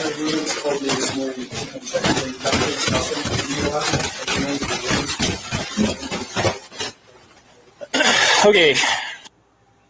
Nope, it doesn't give what they're saying up there. I thought maybe it would show up in the closed caption, but I guess not. Hot mess success, welcome, and thank you. Ever think maybe the G family adopt her, Maddie, because of everything going on in her family and how much time she was with them? I mean, that was talked about like 3 years ago. We did discuss that. It seemed like that, and it could be. Did she have her own family though? Like she had her own parents, right? Or well, she did. Now, Karen and her husband, they were okay. Ben and her dad and her stepmom were where the issues came into play. Mm-hmm. From my understanding, there was no issues with Karen, her mom and her stepdad, but we don't know. It could be. That's a good point, Hot Mess. I'm sure. Absolutely. Typically, I would have been. Right. Right. That's not what the call was, Could you imagine? Oh, man. It's like, oh, fuck. Yeah. Oh, fuck is right, buddy. You got a situation. Yeah, that's a whole other story, Jay. That's a whole other story. That's a shame. I've seen her fucking. Yeah. So at that point, like I said, Bethany's still standing across the street. And I think it's when Jenna McClure shows up, then she walks over. It's still strange how that all went down, but I don't think. Did you need me to keep going through this video, Hemisphere? Did you get enough out of this of what you saw? No, that was the whole point. I just wanted to see if we can visually see Hunter pick that knife up, but we didn't. No, he did it sneakily, and like I said, so here's the deal. Dylan calls Emily here.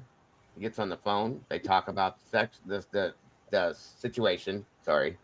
And they come from these apartments over here. Hunter sprints to get over here, goes in the house, grabs the knife out of the kitchen, goes in and does Inspector Gadget in the bedroom or whatever he's doing, checks the closet. He sees his best friend and his best friend's girlfriend on the floor. He knows they're dead. By looking at him, you have to know this, okay? And then he comes back downstairs, and they all go upstairs together to some extent. They do this whole thing, and then he says, get out, get out. They go downstairs. They call 911, and then they go do it again. They do it all over again. Meanwhile, he has a knife in his hand that once police gets there, he drops on the ground. And when the cops go in and check on the bodies, he picks it up real quick and throws it on the table. What the hell is going on? I know. Somebody give me something to make this make any kind of sense to me. That is a great debate because how and why did that knife end up on the floor? That's right, typically. When she told Payne that she saw a knife laying on the floor, I'm thinking they was there at the same time. Mm-mm. I didn't know that Hunter already was there. Well, that's because before she even got there. That's because law enforcement made that, like they were drawing that narrative to make it seem that way.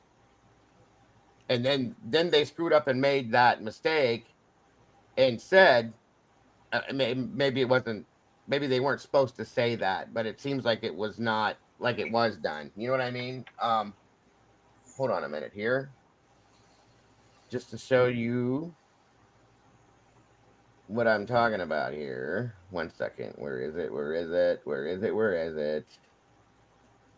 Come on, Dago. You got this stuff organized to some extreme now. I was watching the video with Lana breaking it down step by step. Mm-hmm. She got there and it was like it looked very sus to me. I don't know. It is. It's still very questionable. So let's look at this one real quick now. This is Hunter's interview, okay? And we've heard Emily's, we've heard Dylan Bethany's. This is Hunter's, which we've seen this too, but with the body cam, with the night, just check this out real quick.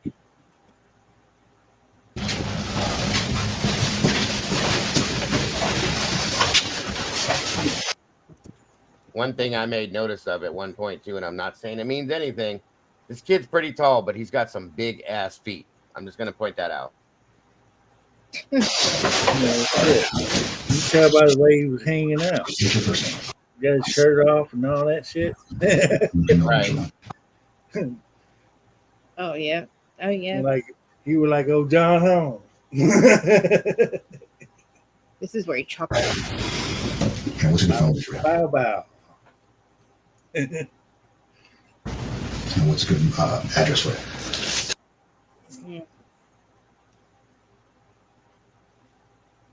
it? Kills will cover blood, but you got to use a couple coats of it, depending on the type and where what it's applied to.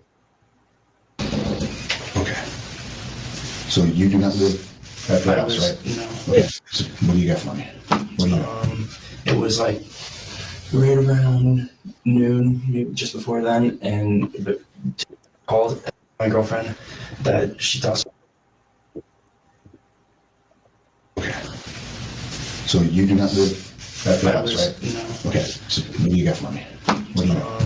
It was like right around noon, maybe just before then, and called my girlfriend that she thought something was not right in her house, and she heard and saw a man in their house last night, and she wanted us to come over to like make sure everything was okay because they just locked themselves in their in. That's what they said, and so I was the first one to get over there. Okay, so that's where he says I was the first one to get over there.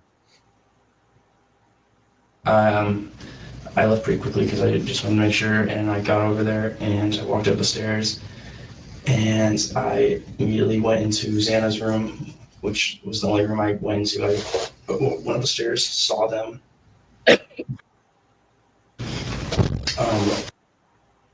Now, I've always felt a little suspicious about how he made that statement.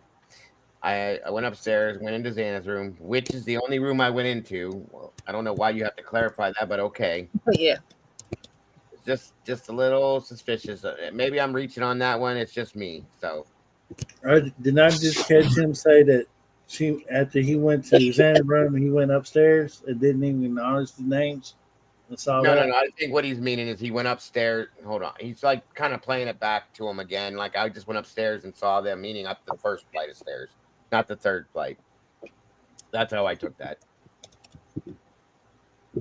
Pretty uncontrollably crying and didn't know what was going on. And I told them to immediately went into Xana's room, which was the only room I went into. I went up the stairs, saw them. I went upstairs and saw that. Yeah, meaning everybody takes that the same way. That's not how I took that at all. He's like repeating himself. He went up to Xana's room. It's the only one I went, and then he goes back to the beginning. I went up and I saw them, and he's going on with the story. Is how I take it. It is definitely Siggy and Mike. Pretty uncontrollably crying and didn't know what was going on. And I told them to get out of the house and call the cops. And I went to the kitchen and grabbed a knife from the drawer because I didn't know if someone was still in the house or not. And I grabbed the knife. It's probably still on the little table they have in the living room area. Upstairs.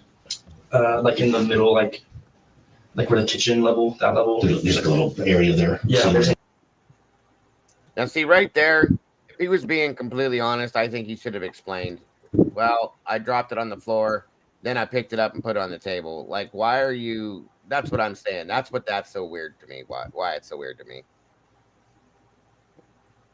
Area, and I put the knife there after, but I grabbed the knife and I went into the room and I checked like the closet and everything. A little area there. Yeah, there's an area, and I put the knife there after, but I grabbed the knife and I went into the room and I checked like the closet and everything to make sure there was no one in there. It didn't seem like anyone was in there. And then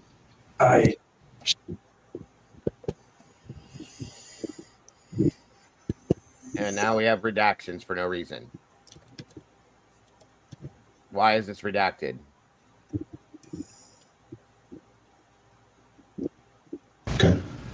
And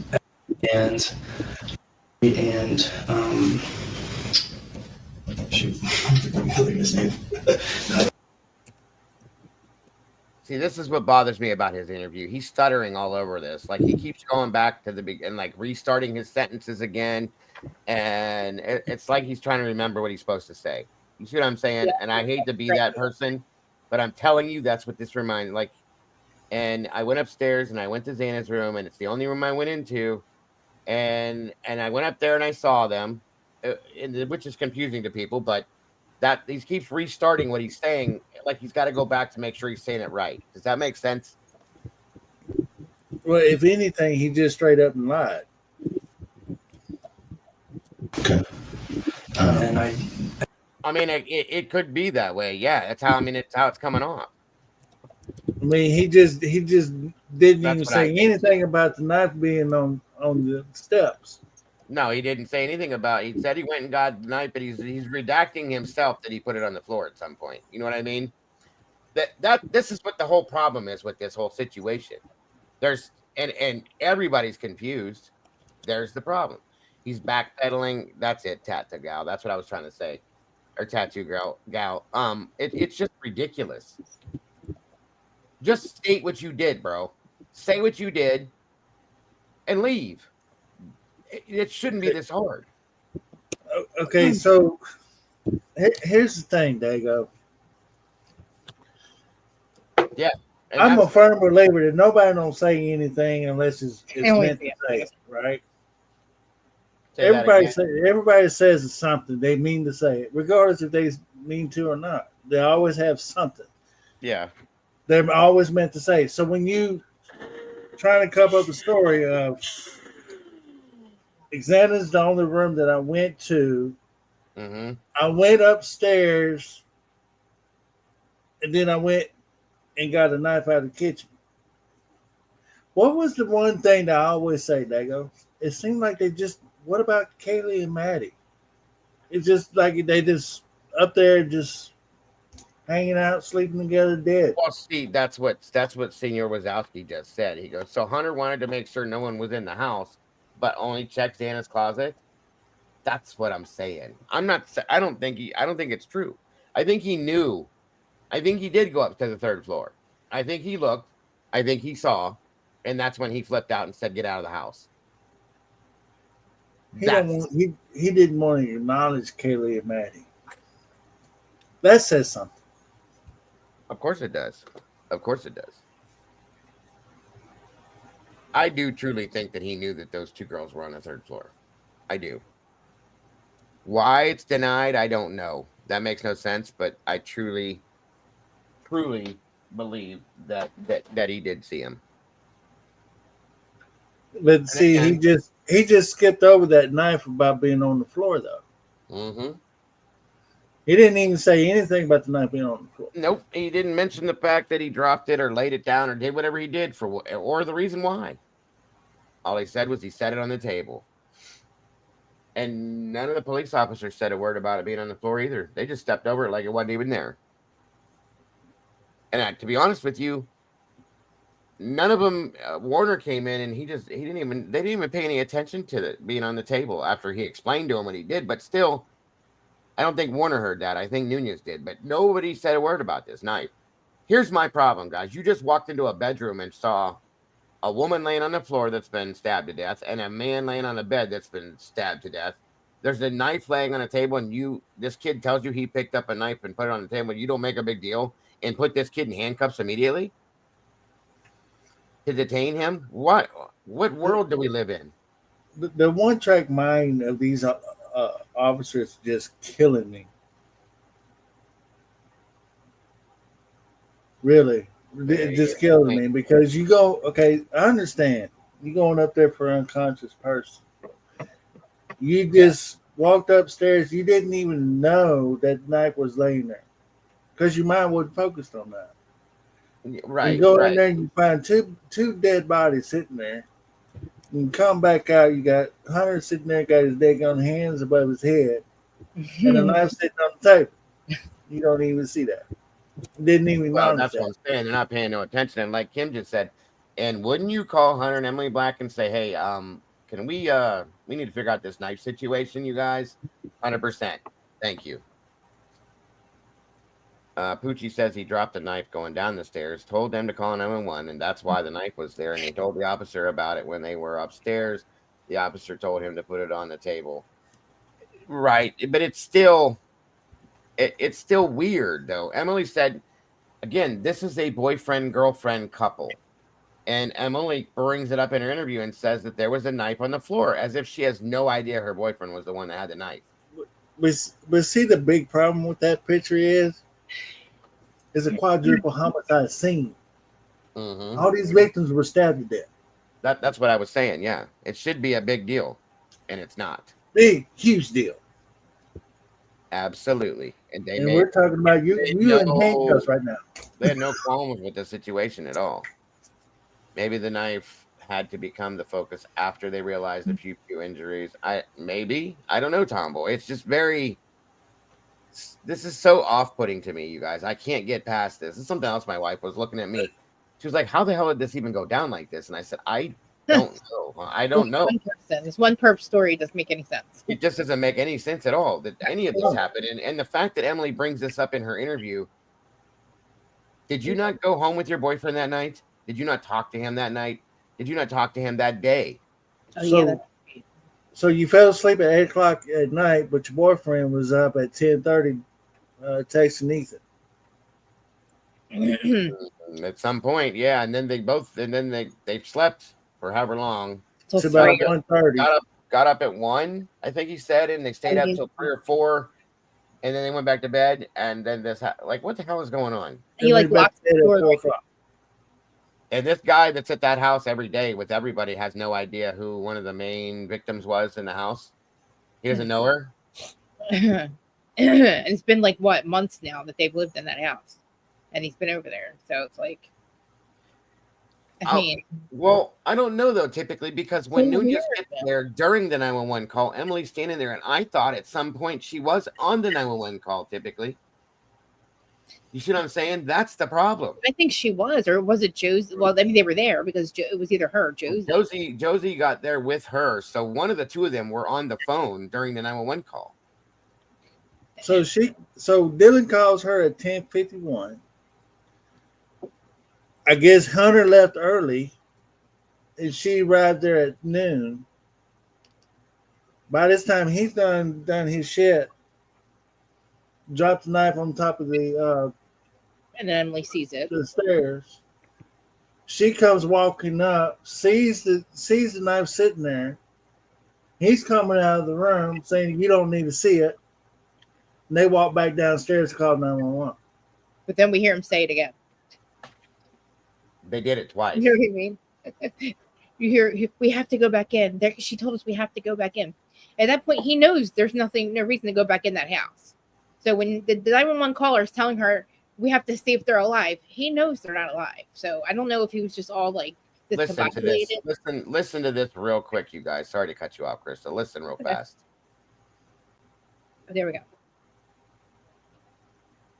Oh, I'm so glad you 5 a.m. 42 seconds, November 13. Listen to the time, by the way. 5 a.m. 42 seconds, November 13, 2022. 11:55 a.m. 42 seconds, November 13, 2022. 911 location of your emergency. Something is happening. Something happened in the house. We don't know what. What is the address of the emergency? Hang on. I forgot to throw this on here. I think we can all agree that was Bethany. That now you hear her fake crying. It is Bethany. That's the problem. This is what's so screwed up about this. That's Bethany? Pretty sure, yeah. Yeah. 55 a.m. 42 seconds, November 13, 2022. 911 location of your emergency. Something is happening. Something happened in our house. We don't know what. What is the address of the emergency? 1122.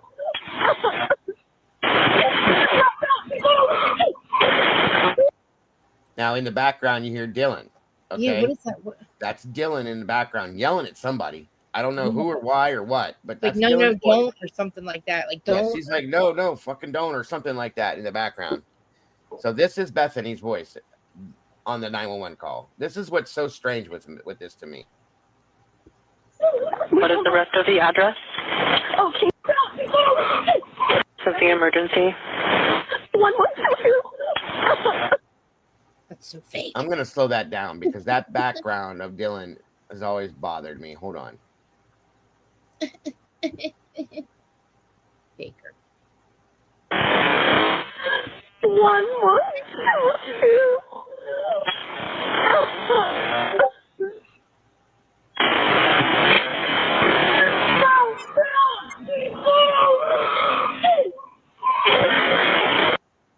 No, Wow. no, please no. Something Wow. like that. Yeah, right. And that at this Wow. point, Sorry. what'd you say? Stop. I She's keep saying blue. wow. Something like that. Like something ain't right, bro. Can you play Hold that on. just like this? Slow. I've never heard it like that. Wow. What, slow? Yeah, I know. Wow. Hold on. I think I slowed it down just a little too slow because it's too different. Okay, here we go. No, stop. She's blue. It kind of sounds like that. Yeah, I agree with Jen on that one. It does kind of sound like that. You know what? Hold on. I forgot. I keep forgetting about this, that this is not the real call. I always forget this. Hold on a minute because it's been changed. What I just quoted is what I heard. It sounded like somebody just realized that they're gone. Mm-hmm. Yeah, sir, I do agree. Hold Wait, on like, one there's minute. literally no I'm gonna reason use to this go one back. instead. But yeah, you call for an unconscious person. That don't make sense. I know that. Her fake cry. No, seriously, before I knew anything about this case, I would have never picked up on that. I would have thought it was real. Like, I really would have. And then when I reheard it again after talking on here, I'm like, oh my God, that cry. It doesn't sound. Ugh. It doesn't sound right. No. And it's like, oh wow. Even you, Bethany. You disappointed me too. Let me see if this is the right one. Man. Let me second. 1 second. Yeah, it sounds like that was Bethany on the phone at first. I mean, if he was really tramping through that room, how does he not have blood all over him, his feet and stuff? You know what I mean? If it was as bad as they said, like, you would think he'd have blood on him from touching the body. Hold on a minute here. This is Outcast. Outcast. This is after he cleaned up the background noise on this. Hold on. How do you check a pulse of somebody that's barely, somebody? All right, here we go. Needs to make it go. Ashley, yep. 1, 1, 2, 2.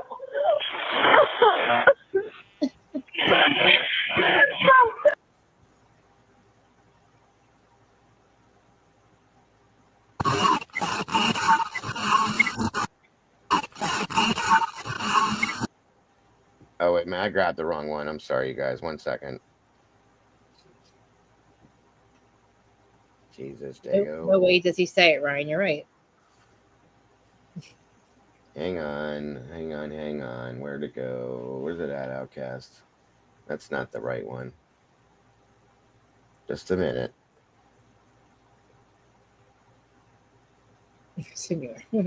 What is it?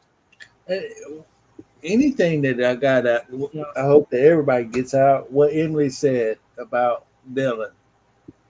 Told her that she physically saw Kaylee run up and hollering down the steps. And I kind of remember her saying, I do remember saying, Kaylee was going up to bed. So yeah, I'm going to sleep. She's going to sleep. Her and Murphy are going up to bed. I knew it was her because it was Murphy. And then she's like, I heard her scream, and I run for her life down the steps.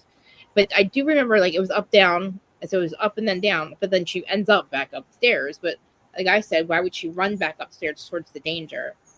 Unless she was going up there with Maddie. But I still don't think her instinct would be to run towards the person. You know what I mean? Or back to where the person is. I don't think, and if Maddie was up there already, that guy, what was he up there waiting with Maddie? Like, was he just hanging out in a corner somewhere, like waiting for Kaylee to scream or come upstairs? Or did he get to Maddie first? But then they would have heard it. How did he get in the house unless he got in through the slider? And he had to walk past people. It's weird. It doesn't make any sense. Like, when did this person get there unless he came through that slider? But then Maddie was upstairs. So it's like, where did he come from? All right, here we go. How did he get upstairs without Maddie seeing him? AM 42 seconds, November 13, 2022. 911 location of your emergency. Something is happening. Something's happening in our house. We don't know what. What is the address of the emergency? 1, 1, 2, 2.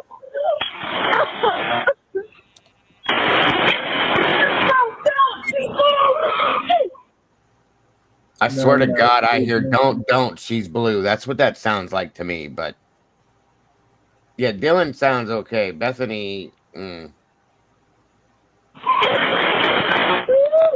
What is the rest of the address? Oh, Kings Road.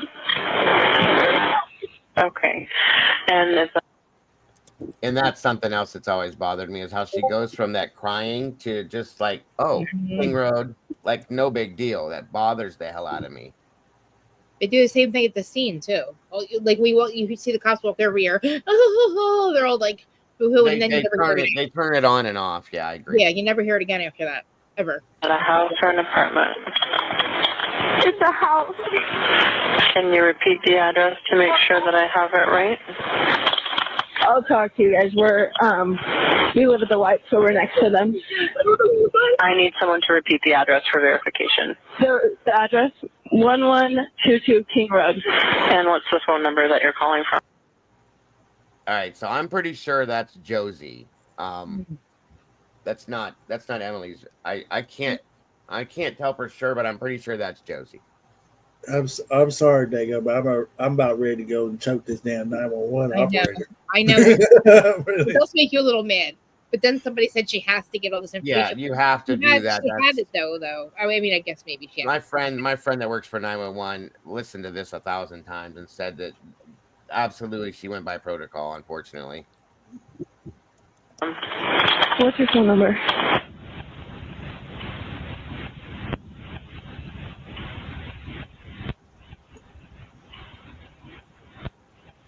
And tell me exactly what's going on. One of the roommates has passed out, and she was drunk last night and she not wake me up. Okay. Oh, and they saw some man in their house last night. Yeah. And see, that's always bugged me too, because it almost sounds like she's like snickering as she's saying that. I just don't like. I think she is, because I still don't think she believes her. I don't think she believes her. Yeah, I mean that's a good point. That's a very good point. Like oh, again, you're so like you always think somebody's in the house. You know what I mean? Or you always, right? No, I got you. Makes sense. You know, because I don't think Candy girl. Yeah. But again, I don't know by this point. Well, no, because they're still saying unconscious person. So my question is, what was they doing for her to be hollering out like that? Stop! She's blue. That's what I'm saying. Whatever she said, yeah, that's a good point. There's other things I heard in this call when it was all completely cleaned up. It's crazy. Hi, and are you with the patient? Okay, I need someone to keep the phone, stop passing it around. Can I just tell you what happened pretty much? What is going on currently? Is someone passed out right now? I don't really know, but pretty much at 4 a.m. Okay, I need to know what's going on right now if someone is passed out. Can you find that out? Yeah, I'll come. Come on, we gotta go check. This is weird. But we have to. We have to. We already know, though. You already know. So here's the problem right here. Come on, Bethany, we got to go check. Mind you, there's a police officer that is en route within seconds. Nunez is en route to this, okay? When Nunez pulls in here, Bethany's across the street. This was it within a matter of seconds, you guys. So how did this all go down? Because that's Dylan that just got on the phone and is telling Bethany, come on, we got to go check. They've already been in that house once. We know this. So on we go. Keep all these little things in mind.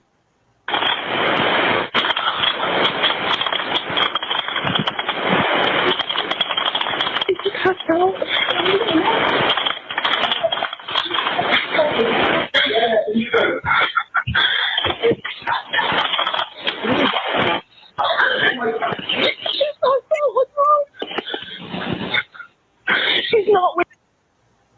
And here again, we already know Hunter was already in the house, was already in the room. He's in there acting like he didn't know anything. They're whispering to each other on the phone. Is she passed out? You already know what's going on. Mm-hmm. Anyway. My turkey, my gravy awaits. That's what she says. Picking up. Okay, one moment. I'm getting help.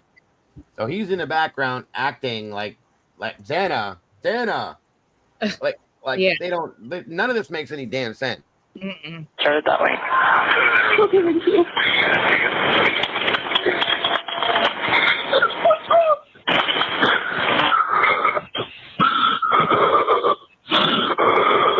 Who's that breathing? That's Dylan breathing. She's holding the phone real close to her face. Oh, I thought that was Hunter. No, that's Dylan hyperventilating per se. Oh, jeez.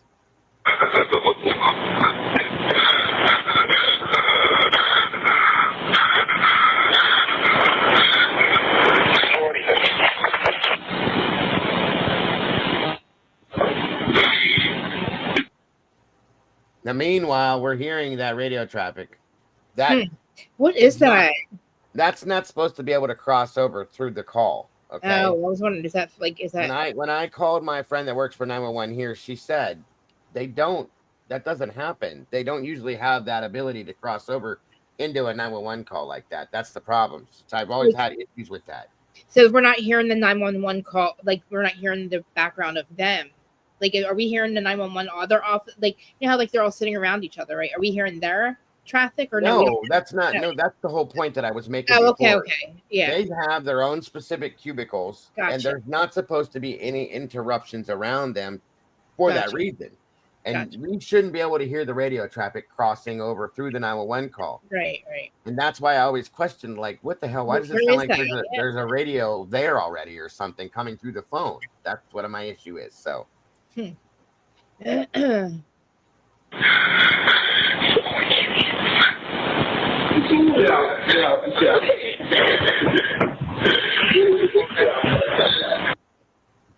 Now, here's my other point that I was going to make through this. We haven't done this call in a long time.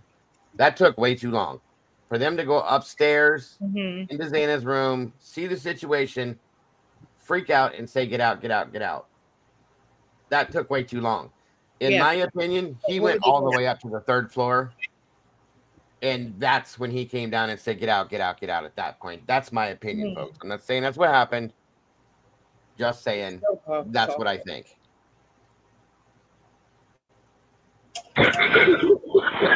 Okay, and how old is she? She's 20. 20, you said? There's the radio traffic again crossing over. I'm telling you guys, I don't understand that. And neither did my friend. True Crime Unleashed just says something. He heard Dylan say, poor Kaylee. Yeah, she did. And when she was interviewed with Nunez, she asked, is Maddie and Kaylee okay? Where I don't know. Are they here? But you already know this. That's what I'm saying. I think they already knew, in my opinion, because I think he went up and saw them and said, holy shit, get out, get out, get out. Maybe that's why her she was out of breath because she went up some steps. Like, you know what I mean? That's what I think he did, to be honest, because it took him way too long to respond in the background to that. If they just went up the stairs to Xana's room and back out, like, come on, that didn't make sense. But right, he didn't have no reason to go back in. Yes, 20 here. Okay. Hello? Hello? Okay, I need someone to stop passing the phone around because I've talked to 4 different people. Using his phone. Is she breathing? Hello? Is she breathing? No. Okay. Oh my God. Now, and right there, no, she's not breathing. She's been stabbed to death, and so has her boyfriend. Why didn't that get stated at all? I hear that radio traffic too. Wow. Yeah, I don't know. I still don't understand it. I saw that, who was it up there?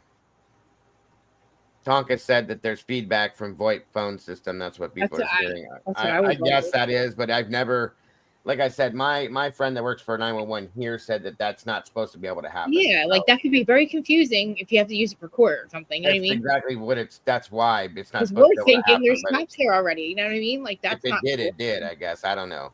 Yeah. You talk to them, say. I can't talk to them. They need you to talk to them. Hello. Okay. I've already sent the ambulance and law enforcement. Stay on the line. If there is a defibrillator available, send someone to get it now and tell me when you have it. Say that again. There's the police here right now. Okay. If there's a defibrillator available, send someone to get it now and tell me when you have it. We don't have it. I think yes.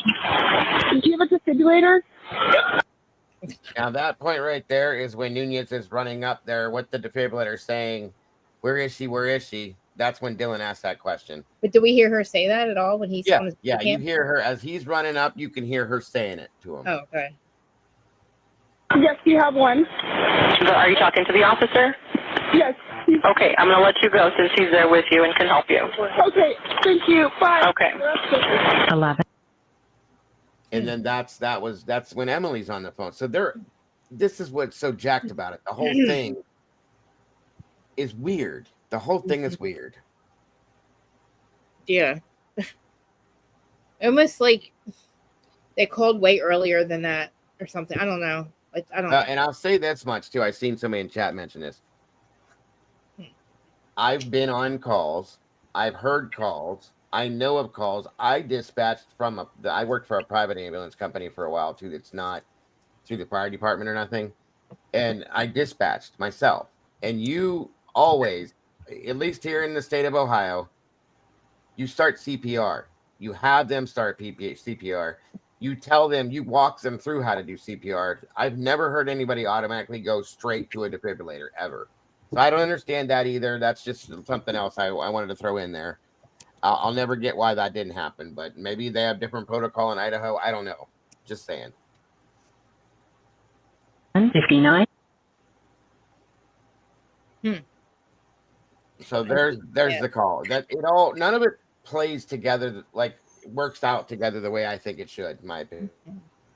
It's just, I mean, I just can't get over Maisie and Hunter Chapin. I mean, because Hunter's had to have said something to them. Like, he's in there, and that's their brother and his girlfriend. So it's like, that's a double whammy right there, and like, they're just, I don't know. It's just, I think they all knew about this way, or, well, they might have known about it way earlier, but I just feel like their reactions are just not normal to me. If your brother not. in there. And Contra, they never, ever, ever have I ever heard of this, even to this day, ever going directly to a defibrillator. It's always is weird. You know CPR? No, I don't. Okay, well, this is what you do. Roll them on their back, and they walk you through it, folks. I've done it myself. Okay, who has a defibrillator? Well, I mean, don't get me wrong. They do have defibrillators out in different places nowadays, but like, who the hell would think you would have one in your home? Is what I'm saying. But okay, yeah, because it wasn't a student home. It wasn't right. That's what I'm saying. It's not in a store. It's not at a college. Inside a college. It's not in a hospital. It's not in a restaurant. You're inside somebody's personal home, so they automatically always go right to CPR first. And you do CPR until EMS arrives and can either take over, or they will pull out the defibrillator. But you don't just automatically go straight to a defibrillator, because they can be dangerous if you're not 100% sure what's going on. Mm-hmm.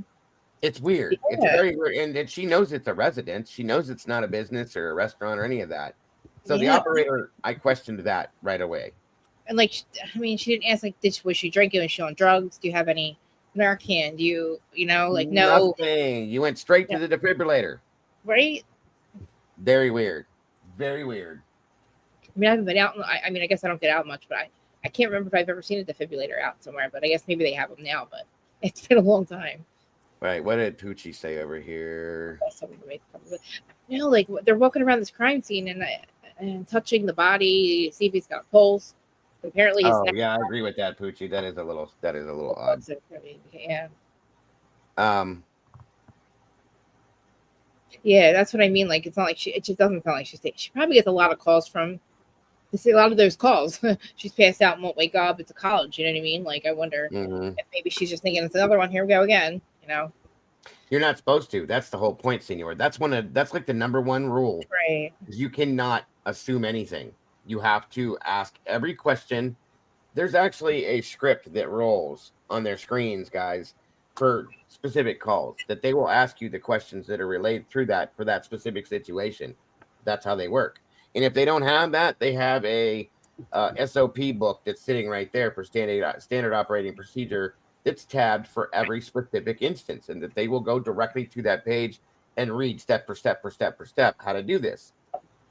It's very simple. That's in case the power goes out, things like that. They have every option there.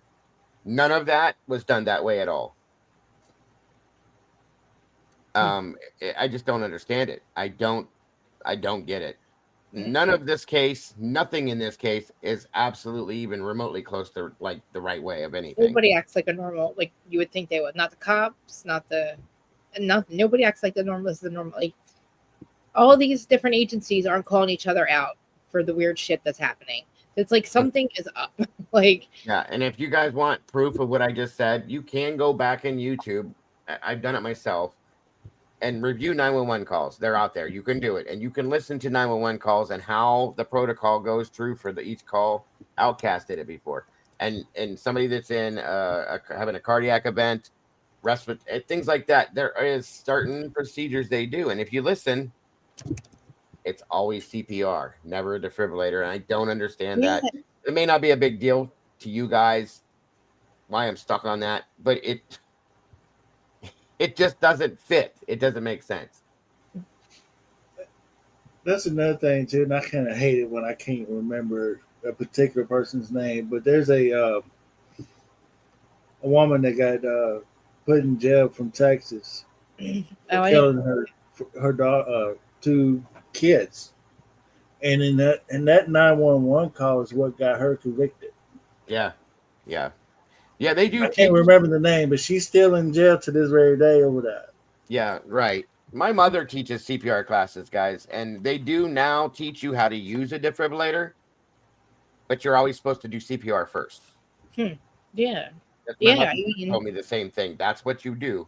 You do CPR first, and then you go, and you can learn how to use a defibrillator.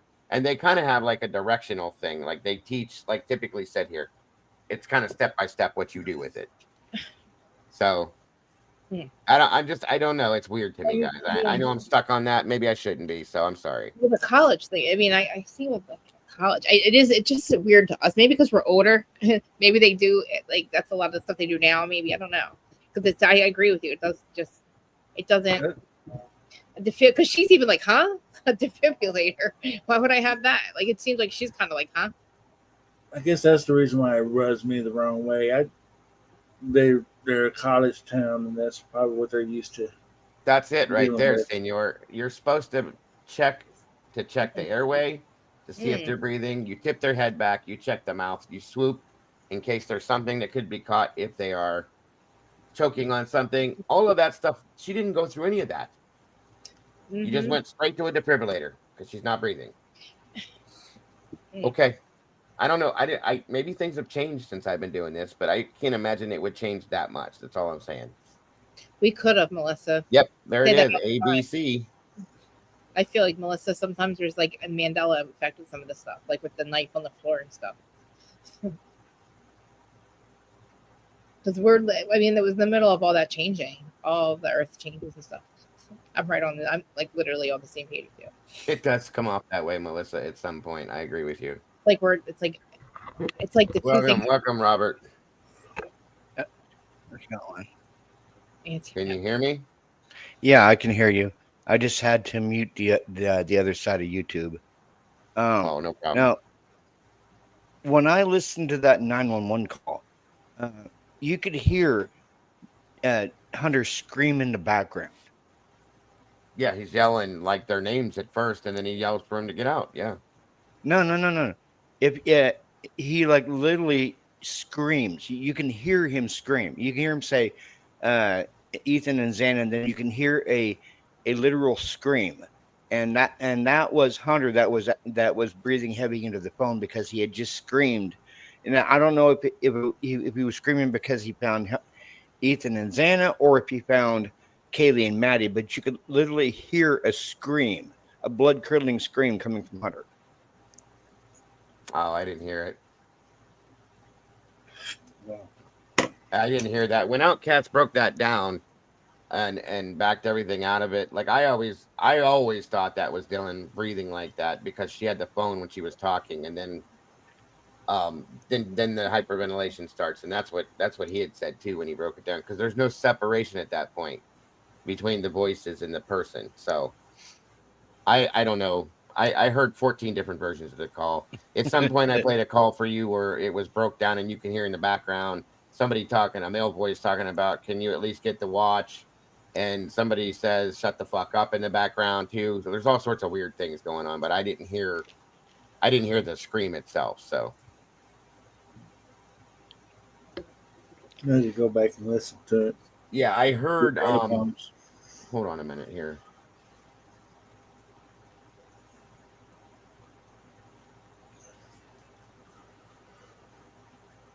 Here, to that point right there, I think.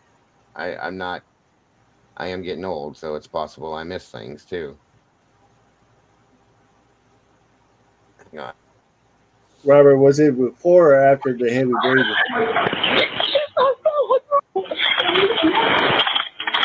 It's when Dylan was on the phone.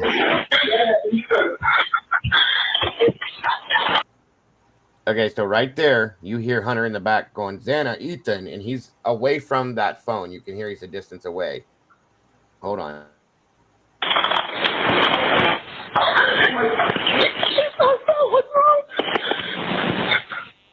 She's not waking up. Okay, one moment. I'm getting help started that way. You hear that scream right there. When she said, "Are you getting? I'm getting help this way." You heard I heard a scream. I think that was the operator keying into the police. Hold on a minute. I'll kick it back a little bit more. Okay, thank you.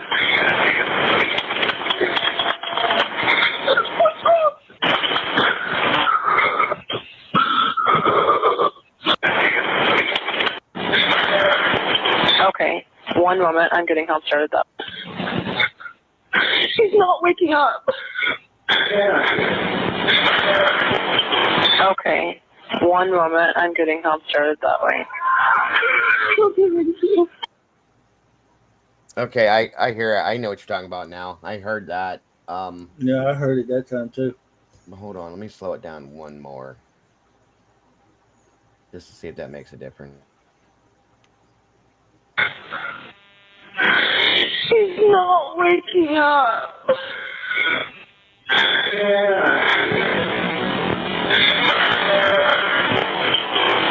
Okay, one moment. I'm getting help started that way. Yeah, I do hear something in the background. I heard him say Xana. Did he? I don't know if it's him screaming or if they're somebody else, or He it sounds knows like a that male. he knows she's not waking up. He's already seen her. He knows Yeah, he already knows this. I know this is all part of the act. I get it, you know. Xana, wake up. Yeah, it's right after it says we're going to get help started that way. So I don't know. See, I was also told before that they believe there was another male there, which could have been Lyndon. Lyndon could have been there too. Oh yeah, that's right, the boyfriend. So I don't know. Maybe it was him at the same time that happened. I don't know. I can't tell you because this is so jacked up, this whole thing. But I heard Hunter's voice. I know Hunter's voice say Xana. Okay, I'm gonna get help started that way. And then you hear in the background what Robert's talking about. Waking up. Okay, one moment. I'm getting help started that way. Okay, thank you. I just can't make out if that's because you hear radio traffic at the same time. I don't know if that's the keying noise that goes on. Sometimes it sounds like a tone, or if it's somebody yelling. I'm not 100% sure. Because right as she says that, you hear radio traffic come through again. Hold on. One moment. I'm getting help started that way. Okay, thank you.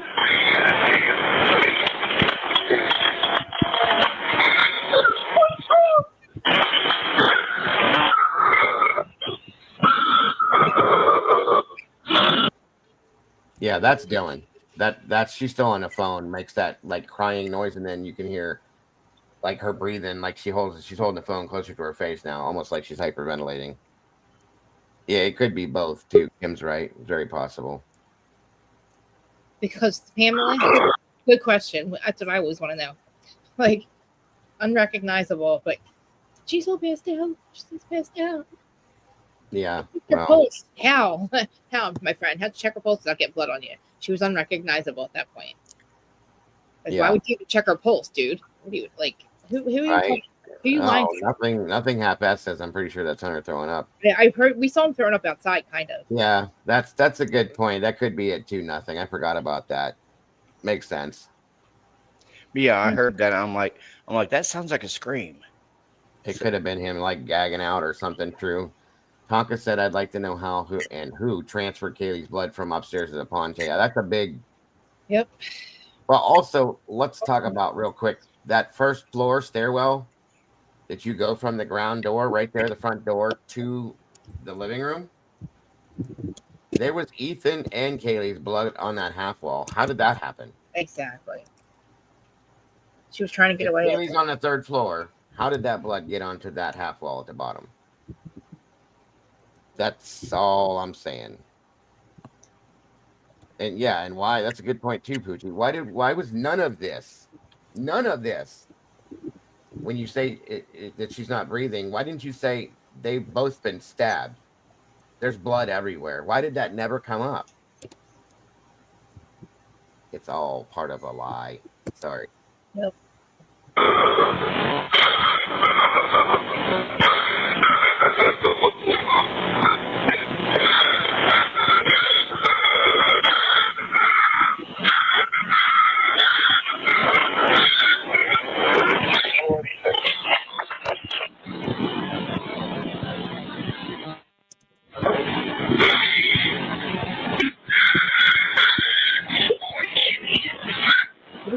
Poor Kaylee.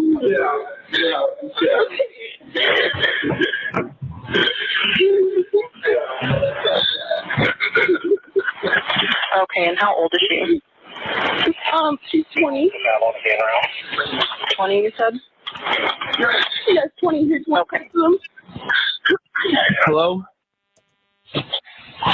Hello? Okay, I need someone to stop passing the phone around because I've talked to 4 different people. Okay, sorry, they just gave me the phone. Is she breathing? Hello? Is she breathing? No. Okay. Police. That's weird. You just talk to them, say. I can't talk to them, I need you to talk to them. Hello. Okay. I've already sent the ambulance and law enforcement. Stay on the line. If there is a defibrillator available, send someone to get it now and tell me when you have it. Say that again? There's a police here right now. Okay. If there's a defibrillator available, send someone to get it now and tell me when you have it. We don't have one.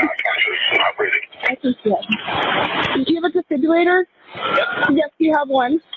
But are you talking to the officer? Yes. Okay, I'm going to let you go since he's there with you and can help you. Okay, thank you. Bye. Okay. 11:59. That was a very confident, yep. She's not breathing. That whole thing is just. I think I get back and forth between like he doesn't want to say it in front of them. Every time I listen to it, it gets crazier and crazier Hi, JC.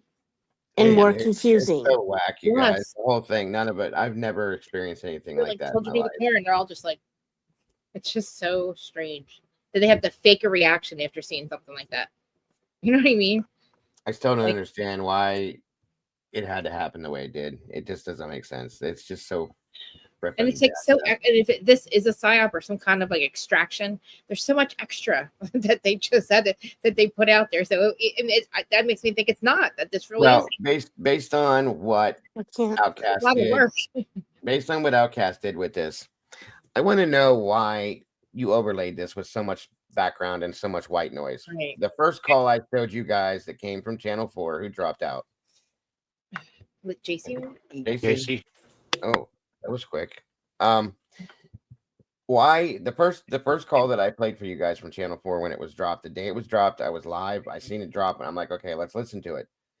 Within 3 days, Outcast took that and completely peeled it back and took all of that noise. And he told me there was so much background noise in this. Why? Same reason they did it What are you outside. covering right? up by putting this background noise in that you don't want us to hear? I think they did the same thing with the 1122 or the 1112 cameras. Like they put all that extra lighting and that all that like. Remember how bad it was when we first heard those?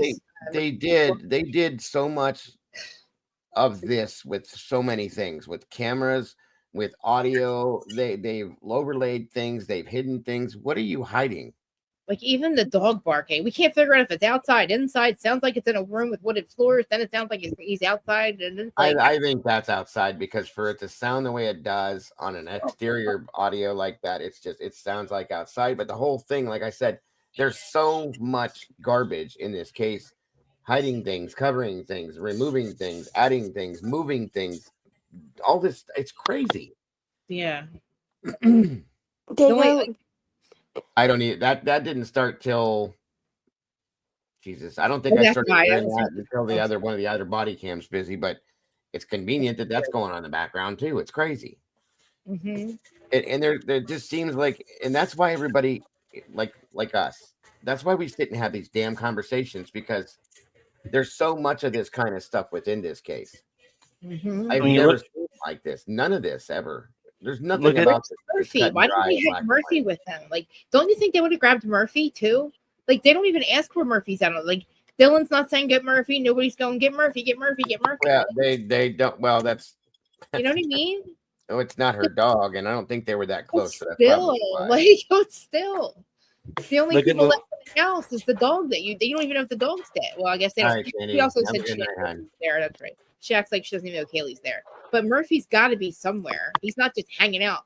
Well, I know that he was hiding, but I think he hid when I don't know. He seems very comfortable walking out that cop. He's just like, like nothing. That's interesting, Miss Fancy. It could be that they scrambled the order of the call, and that is why it sounds so emotionally messed up. Right. If they go from panic to calm to sad to calm, it's out of order. That could be true. That's a good point. And again, why did they do that if that's what happened? Interesting. Good point. I mean, So you think they took like pieces of the call and like scrambled it up and put it back together in a way? That's what she said, and that's things. I mean, I don't have any doubt that that's possible. Let me put it that way. And that's why we had to wait 2 years to get it? I mean, Because they had to unscramble it and put it in the correct yeah. Why did it puzzle take? Why piece did it order? take that long? Like, there's nothing in that call that needs to be redacted. So why did they hold it back from us for so long? I mean, because if you look at Linda Lane, look how it's been enhanced and chopped and screwed and everything else. Mm-hmm. Well, Linda Lane came out and was immediately messed with many times. It's very hard, if at all possible, to Because find. didn't Linda Lane come out pretty early on? Yeah, Steve put that out, leaked that out, quite a ways back. So yeah. Do you remember when we listened to the 911 call when it first came out and people were doing stuff with it and Yeah. someone said that they thought that Hunter said Xana's gone? Yes, I remember. I truly do remember. Do you think the G's have ever read the documents? Actually Honestly, read them. no, I don't think so. Nah. They didn't seem to know about quite a few things in the last interview they did. So no, I don't think they did. I don't think they needed to. They believe what they believe. Jesus Christ, you guys! I just realized we've been here 6 hours. I know. I just thought it was 11:45. I'm like, holy crap! I can't believe I'm still awake right now. It's 11. Yeah, I'm gonna have to bring this. Like to a everybody said that. I was like, why are they all so quiet? But Robert, I want to look into the. I didn't get into it tonight, but if tomorrow I want to look into this Jose Cruz body cam thing. I know. I reviewed it myself. It's kind of interesting. What was it again? If we had time, I was gonna get to it, but we jumped in. And I totally understand. I even left you a message in Discord stating I totally understand if you don't have time. Yeah, no, it's just a lot of other stuff happened, but it just that's okay. It just gives us something else to look into tomorrow. It's been a great conversation though tonight, as always. I appreciate Krista and JC and Robert Hemisphere. Miss Diane was up here earlier. I wish you'd have been able to be here longer, JC. I know. I hope you had a good birthday, by the way. I did. That's Happy belated birthday. But thank Today, you. But Dago, I'm just saying, like all this conjumbleness of stuff, it's made people like you and I and people here. It's made us literally go crazy. Of course.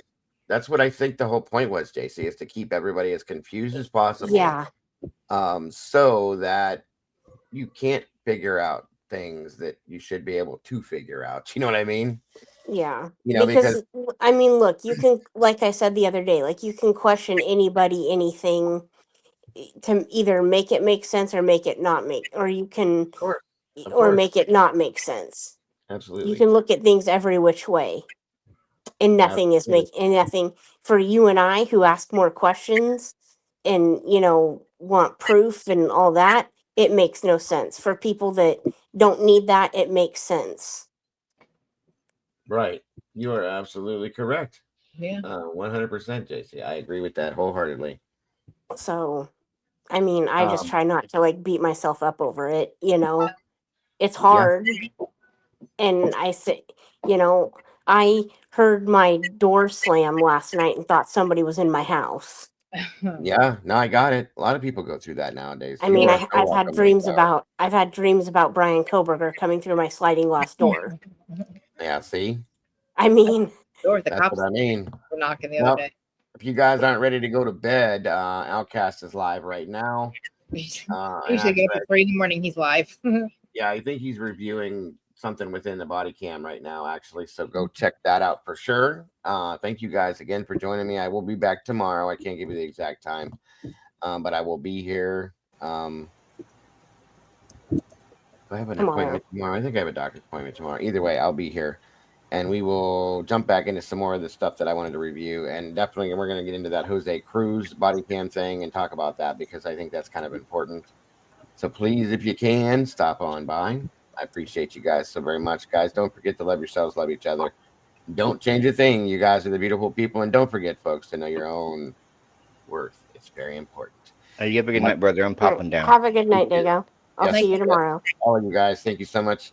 Much love night, to all guys. of you guys. I appreciate each and every one of you guys so very much. And nothing but love goes out to you.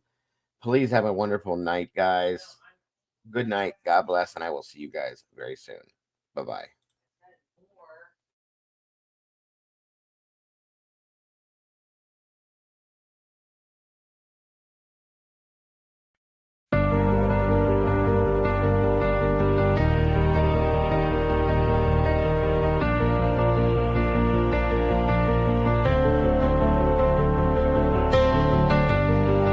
The coffee's cold, the final stain.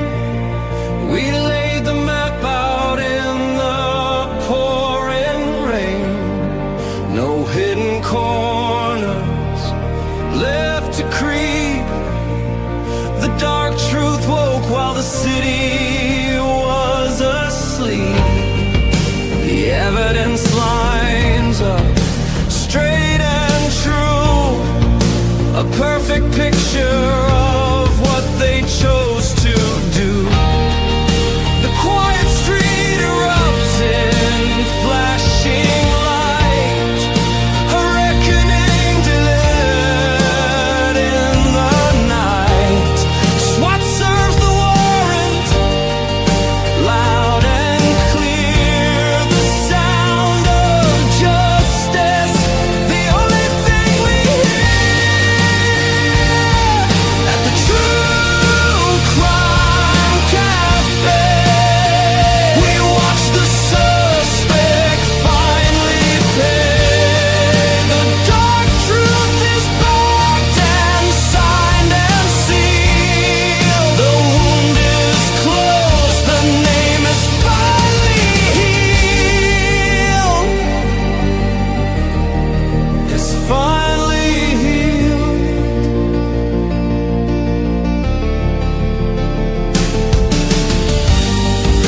The cafe's empty, closed for the night. We put the darkness back into the light. We'll wipe the counter, set the empty chair, and wait right here for the next secret laid bare. until the next one.